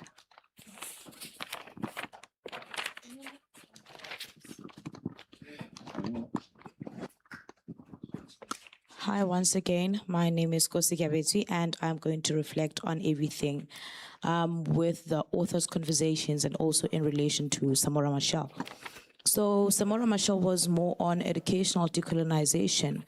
And when I'm looking at the author's conversations, it's more on meaning. Now we're reflecting back on Nelson Mandela saying, if you talk to a man in a language he understands, that goes to his head. If you talk to him in his language, that goes to his heart. When we're looking at independence that was focused on by Samora Machel, we are looking at our freedom of expression because we are African. At the end of the day, Ubuntu, I am connected. Mr. Peter did mention that he felt a connection with his wife. It's all about connection. It's all about having to find your own future as a person. Moving forward to the national identity. I'm not only looking at how I was perceived by another person, but I'm looking at a perspective, because perspective matters. How am I understanding something according to how another person experiences it? And when we're looking at the African liberation is basically the future, ikamva, and as Africans, we are the center of everything. Looking at the world, looking at the equator, with Africa, there's the northern hemisphere, there's the southern hemisphere, there is the equator. Everything connects in the middle. And as people, we have our brains, we have our fingers, we have our feet as our extreme points. Those extreme points, they exert information. I think with my brain, with my information, I'm going to speak it. If I'm not going to speak it, I'm going to write it down with my fingers. If I'm not going to write it down, after writing it down with my fingers, I'm going to walk that journey with my feet because my destination is my future. That's what I'm taking. Thank you. Okay. Thank you. Thank you very much. Ntate Mavuso? Mr. Dimsamang. Thank you very much, Chair. I would like to say perhaps this is the best panel we've had today, with due respect to all the others, including mine. Not that I diminish their effort, but there's something exceptionally courageous morally between the two of them. And I'll buy these books. I'm in the middle of writing my own memoir. I don't have the courage to disclose some of the things that you're talking about. Thank you. Hi. Well, I also love that panel. And I know that INC and PAC war veteran are the one who have been writing a lot about their memoirs of the war. I did spend like my 5 years doing my PhD, and I was reading Mozambican and Zimbabwe memoirs as well. But they are not so detailed like this. What I want to tell to others that we want to know your story. And the way of knowing your story is writing with that kind of detail. You saw how these young people were laughing when we were talking about love. They love stories. And this keeps us like interesting in reading something. But more important than that these love stories tell us more about the human being that you were, more than the Jesus, messianic, victorious liberation fighters, we gave us independence. But most of that, you guys were people with your own mistakes, with your own weakness. We need to know about that to make this story much more productive. Thank you. Thank you. Thank you. Hello.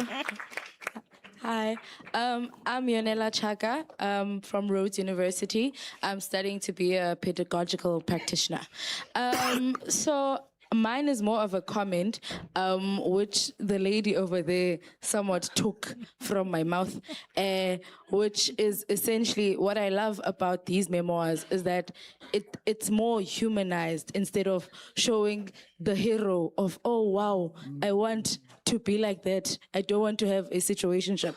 So it just showcases that anybody can be a hero of their own story, which I love. Yes. You got it, Yonela. Yes. Mr. Peter.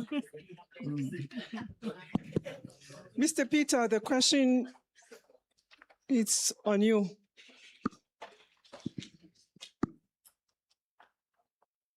Will you be happy to close your eyes forever without having pursued the question that you have about your organization keeping quiet to the families about where their children are lying? Because my aunt had to die with me trying not to expose what happened in exile when her son didn't come back. I know the truth. I know how he died in Angola. But fearing the questions that I would be asked by the family, I had to cover up for the ANC. Because I was not physically there. The person who shared a name with my cousin is the one who told me, and he knows exactly how he died. And it was in those lines of people being killed for mutiny. So you have this heavy thing in your heart. I know it's heavy. But when will the time come when some of the families can be, made to understand? And actually, in our African culture, it is very important. It's very important to know where the bones of our children are lying in our African culture. Thank you. Thank you, General Siwisa. What happened to you? You gave up. Final two. Yes, I'll see Josina at the back and Nangamso. Yes. Yes. Good afternoon. Good afternoon. My name is Samora Machel. I am Samora Machel, the young one, the daughter. I'm the daughter. I missed a part of the symposium this morning, but I arrived for this session that at a certain point had me in tears. Because these are conversations that we as young people, I'm not that young anymore, but yes, let's aim.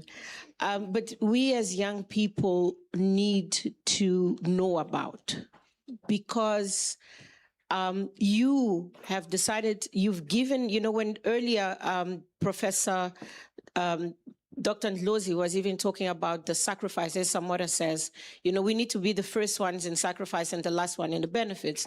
We need to understand exactly humanly what that meant. The private decisions that you had to make, sometimes even against your own family, in order to sacrifice and to give so that we could sit in this room today. Particularly for me, it is very important to have the stories of women being told in firsthand. Because yes, our history is plagued with men heroes and what they have done, what they sacrificed, but the histories of women in particular. And we had today the courage to hear even about the issues relating to sexual assault, and pursuing in light of that is something that is very important for our history. I understand also the last question, and I think that is one of the objectives of the Samora Machel Foundation, is to welcome these kind of stories, like, let me call you, sorry, Uncle Peter, in which certain issues are talked about. Yes, we know the revolution is not beautiful, but the stories need to be recorded. And perhaps the question coming again to say, when is it time to open it? One of the objectives of the foundation is exactly to archive, to document and archive these stories. And perhaps we need, institutions like Rhodes and many others to support and suggest how we go about it, so that, yes, a level of confidentiality is kept, but perhaps we need to look at a clause that says, yes, it's documented today and perhaps released 10, 15 years after the person is not with us anymore. But we need to speak to all of you and to everybody that can contribute and contributed to our liberation to say, please allow the bigger story, the underneath story, to be our own, so that it also encourages us to continue saying, really, a Luta Continua. Thank you.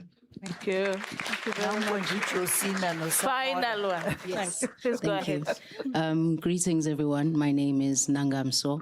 I'd like to appreciate to both of you, Ndate Peter and Ambassador Mji, the openness and generosity that you've shared such intimate and what I imagine to be very difficult periods in your life. Ndate Peter, you spoke about the importance of speaking to your elders when making decisions. And my question to both of you is, you know, as elders of the versions of yourselves that were making, you are now elders to the versions of yourselves that were making the decision to leave, making the decision to leave home to fight for the struggle. What would you say as an elder now to that version of yourself? Very nice. Thank you. Elders.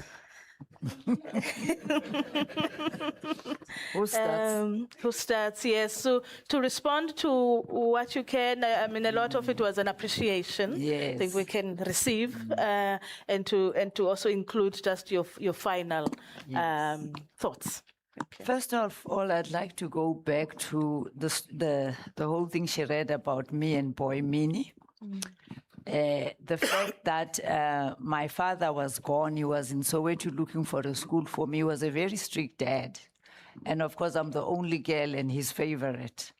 So I was kept really, you know, very much in the box. I also went to boarding school with nuns, and they wanted me to be a nun. That's how good I was, eh? I was a very good girl.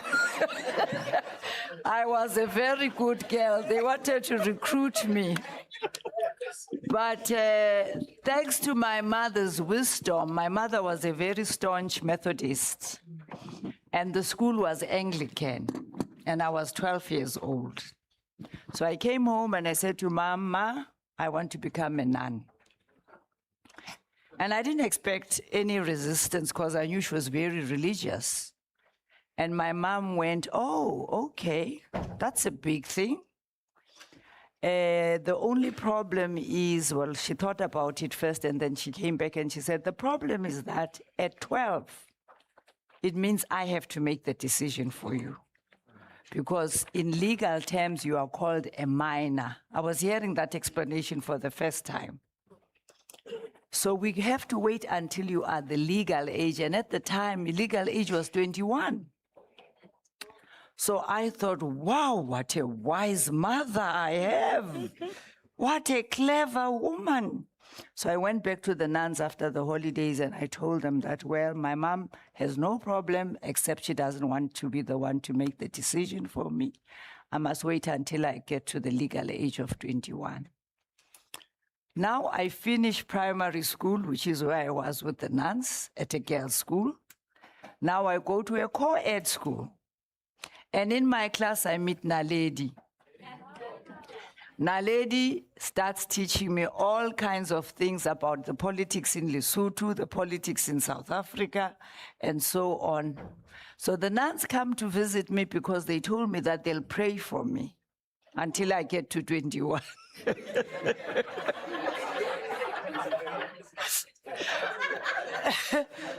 And when they visit me, I'm 15 years old. I've been away from them for 2 years now.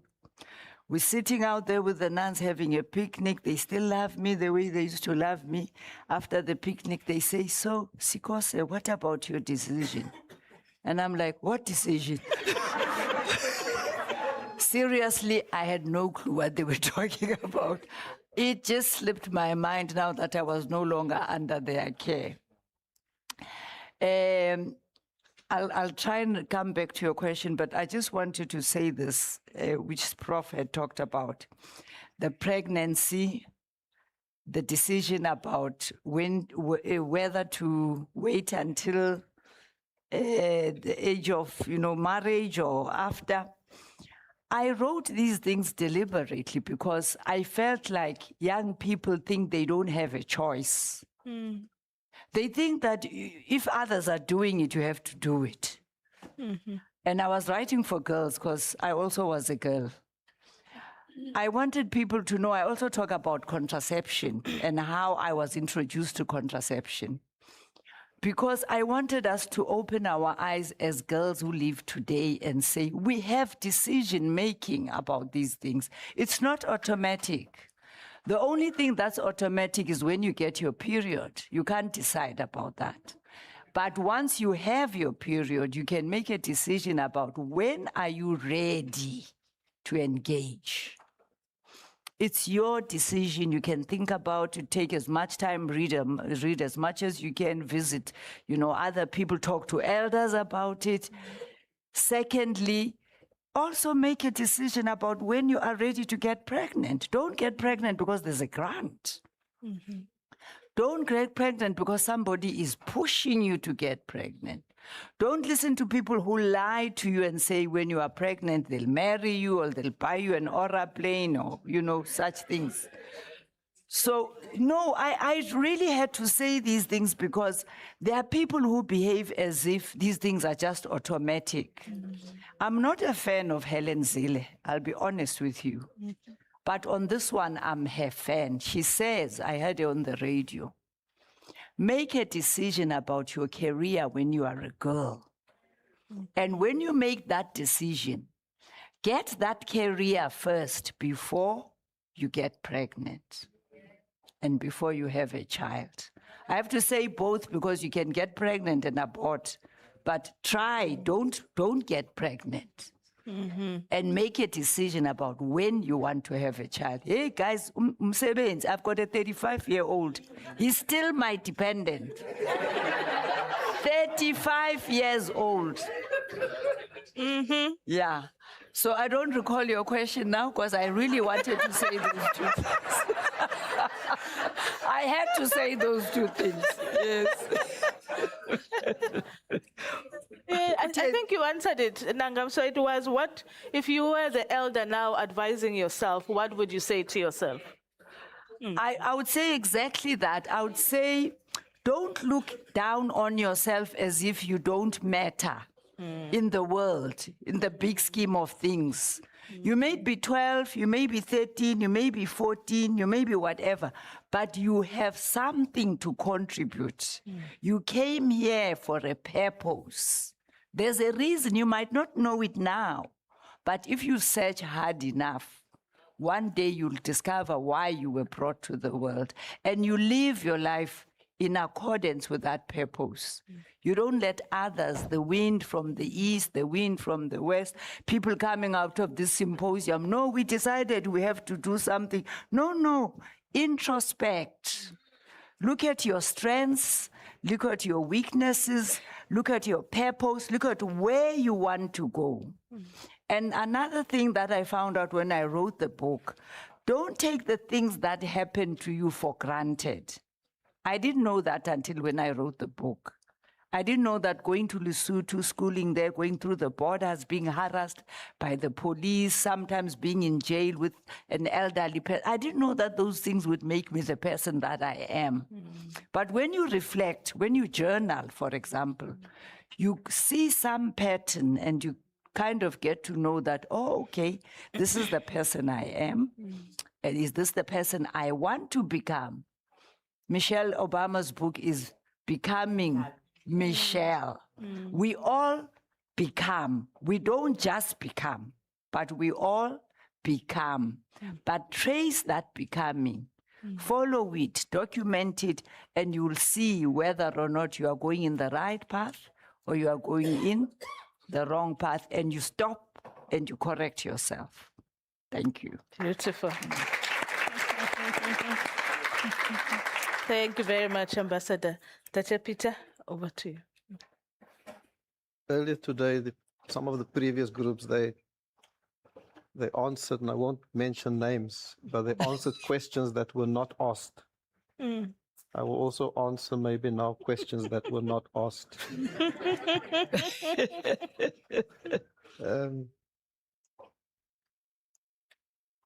I guess the most difficult one is to answer you in one sense, and the answer is no. But I guess it's for me no at many levels. I think in terms of the graves, and there's a chapter maybe missing in my book. And that chapter that's missing in my book, there was a time when I would alone attend funerals of burials of comrades. When I read about it in the papers or whatever, and there's a venue, I would just go. And I guess in some sense it was maybe healing for me, or dealing with that pain that I still had. So no, I think I think it would not be easy to close my eyes that final moment. But I do want to go broader.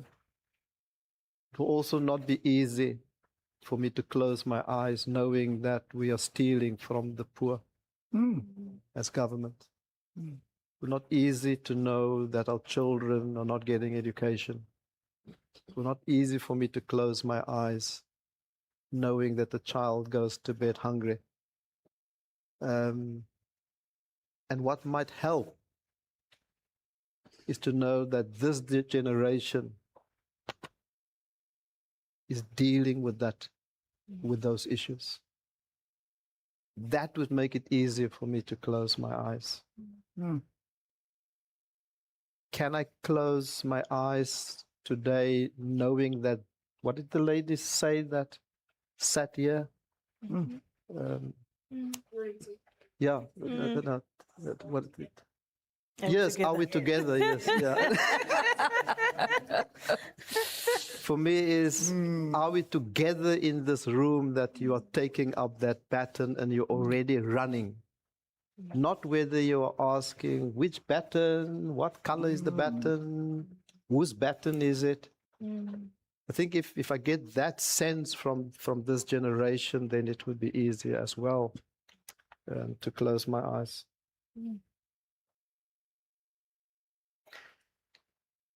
I wrote my memoirs primarily so that my children would have a record of what their parents went through during those days. Originally, it was not to publish. But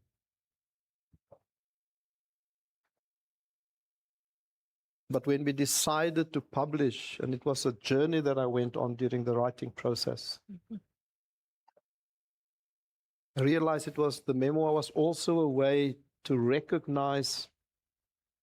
Remember I said earlier on, I sat alone in El Dorado Park when I decided to join MK. And as an MK soldier, it's a lonely journey. But there will be people crossing your path that help you on the way.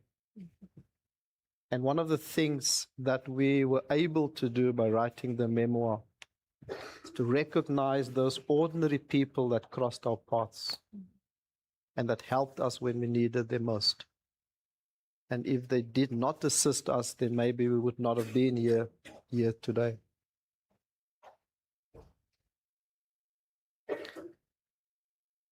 I think on this journey as well, there were,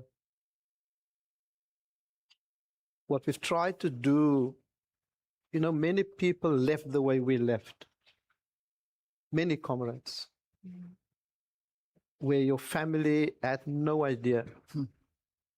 Up till today, what happened the moment they walked out of the door, because they never returned. Somebody spoke earlier about fear.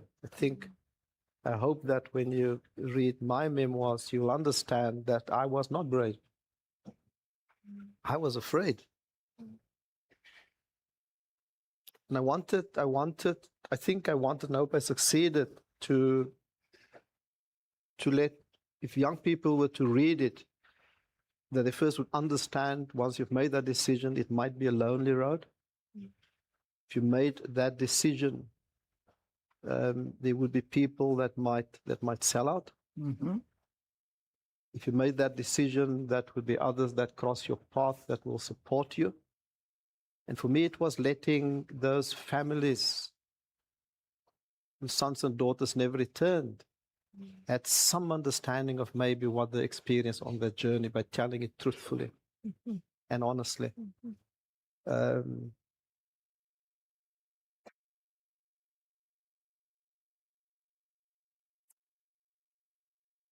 What would I say to myself? I think that's the question. If I could speak to myself now, I guess nothing different to what I would say to you now. But I think one of the things that I would say to myself would have been, every day you are creating history, Peter, with whatever decision you make. You are creating history. I would say to myself, journal, write down that history that you are creating about yourself. I think one of your colleagues early on said he's 53, and we think as Comrade Samora Machel is wondering, what did he do? There he is. Yeah. What did he do? I think I would say to myself, journal what you're doing so that when you are 63 years old, you're not asking yourself, what did I do? There would be something written down of what you have done, of the steps you have taken. I would want to say to 22-year-old Peter that you may think that the most difficult decision would be to join ANC and MK, and then you're done with the most difficult decision in your life. No.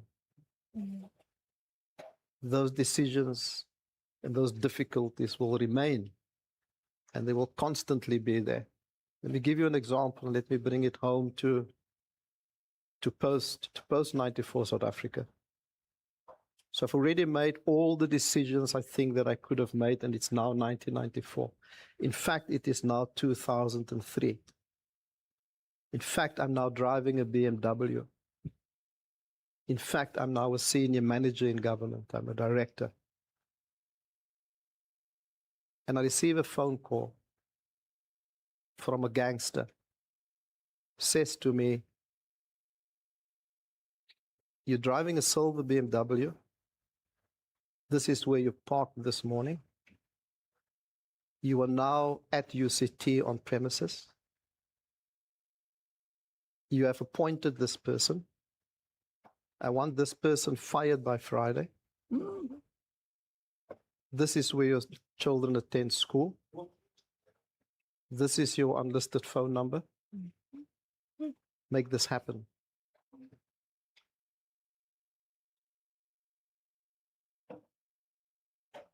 Was the most difficult decision I made joining MK? Who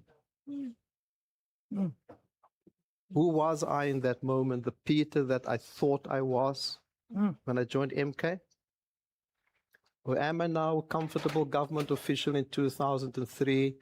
And rightly so, I must think of my family, which, by the way, I did not have when I joined MK. I did not have my children. What do I do when the police say to me, just fire her and let the problem go away? Any of you who are confused about working, and I've worked for 10 years in the private sector as well, and I want to say to you, if you think that corruption or things that go wrong is in government, it's in the private sector, it's even in your tertiary institutions. Don't be confused. Okay?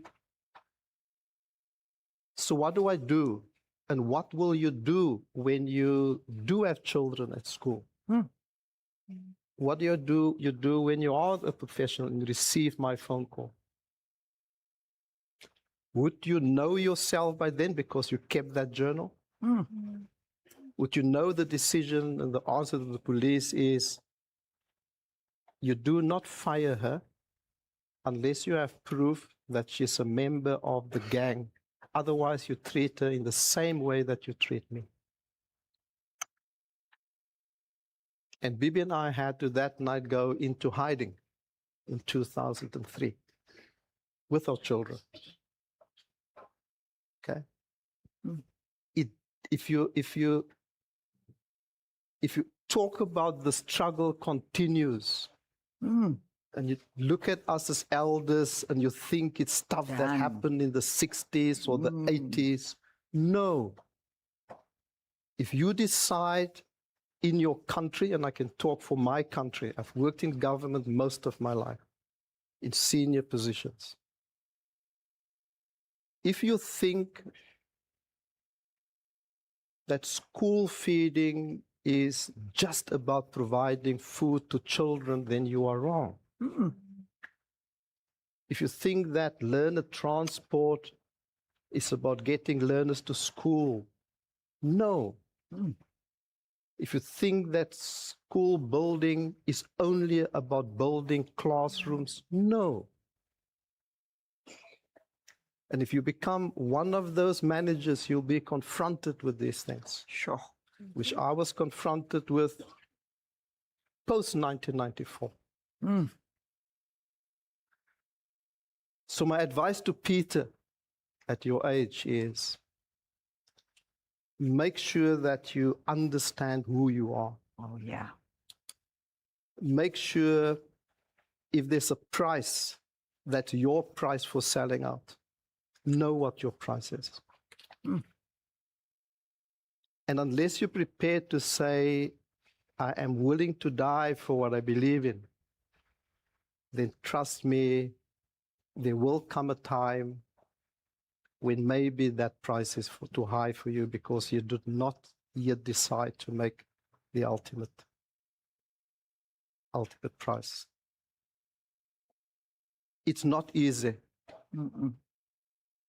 It's difficult. It's not something that you'll do part-time. If you're in the struggle, and I hope in my life at least I try to be in the struggle my whole life, it will stop the day that I die, because I don't know what other phone call I will get tomorrow. And then Peter must decide whether his price has been reached. I think that's maybe the messaging I want to leave with you.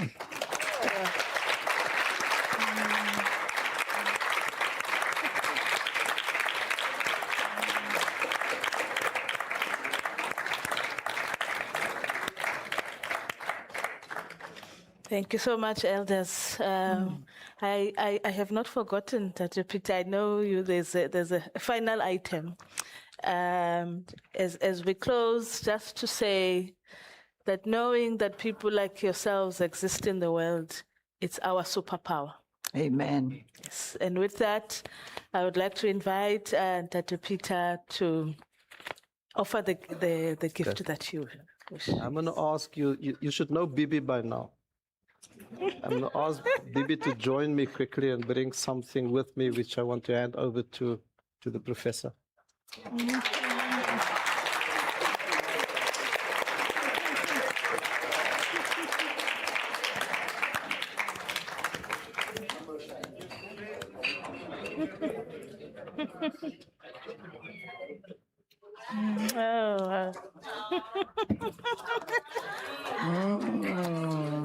Thank you so much. Thank you.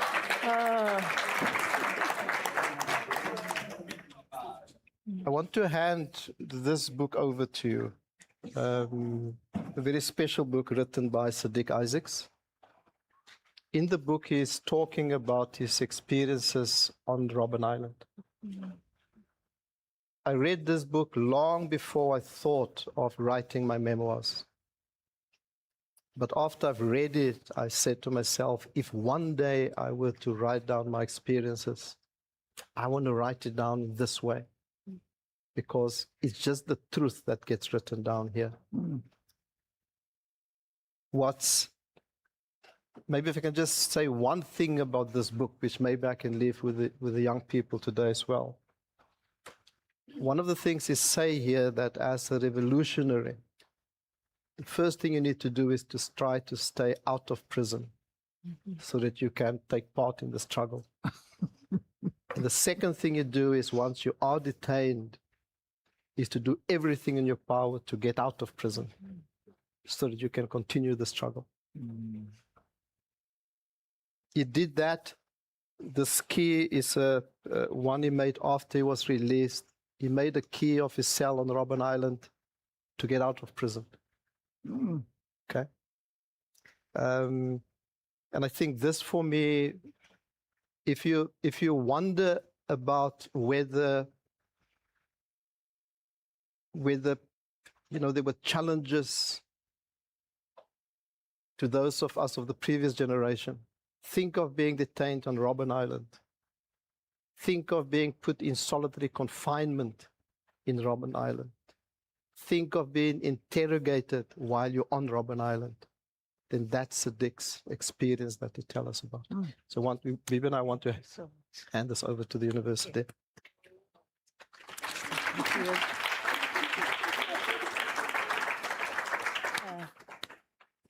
Thank you.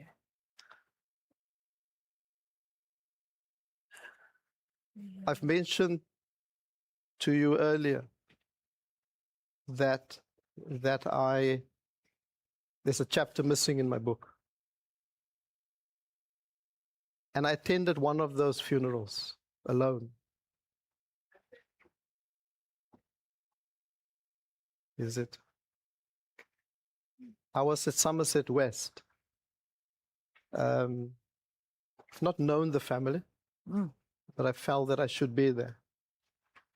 I gave one of the nephews a copy of my book to give to the family.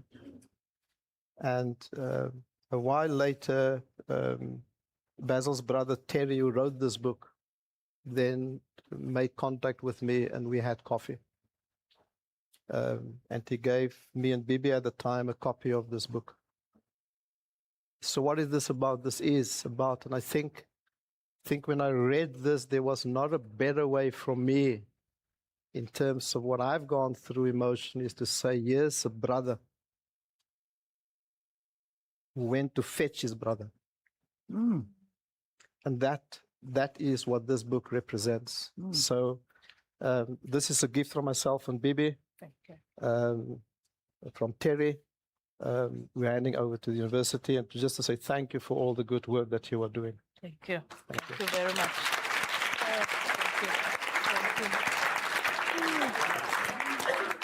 Thank you.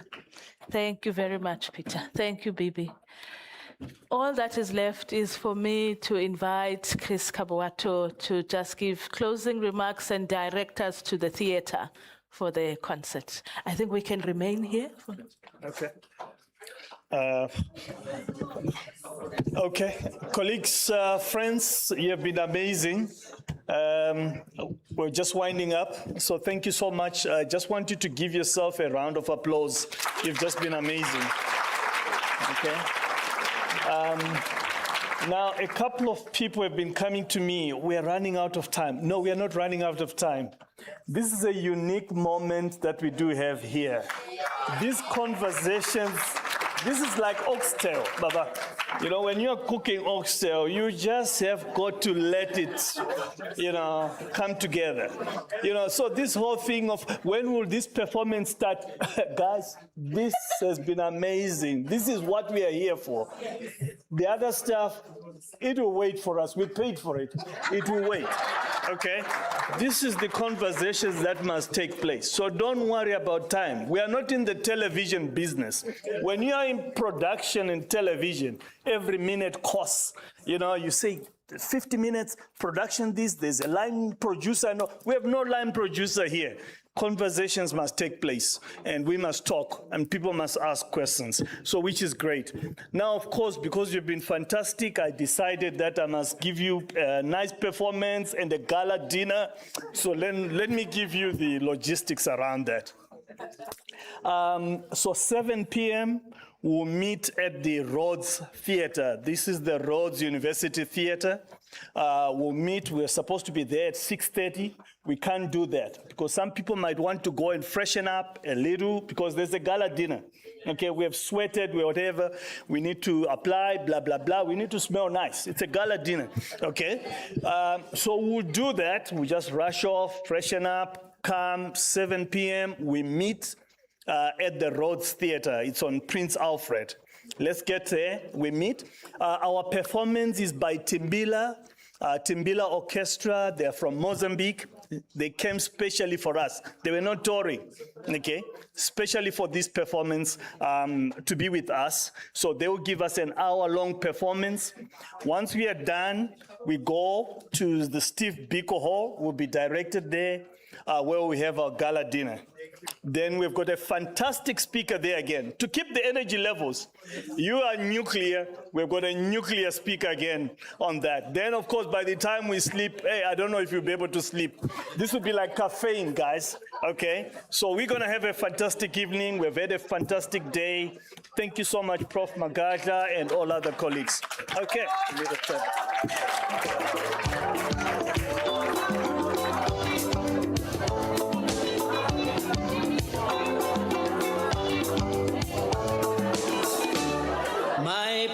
My people, open your eyes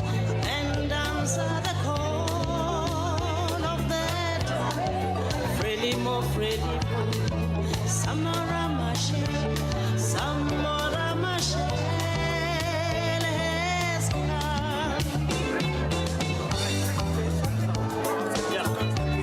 Okay. So colleagues, shuttles are waiting for you. Those that are going to the B&Bs, shuttles waiting for you. You can just dash into the shuttle, go over to your B&B, and then be back. Thank you. Samora Machel, Samora Machel has won. Yeah, I'll announce first thing in the morning. Yeah, let me. Yeah.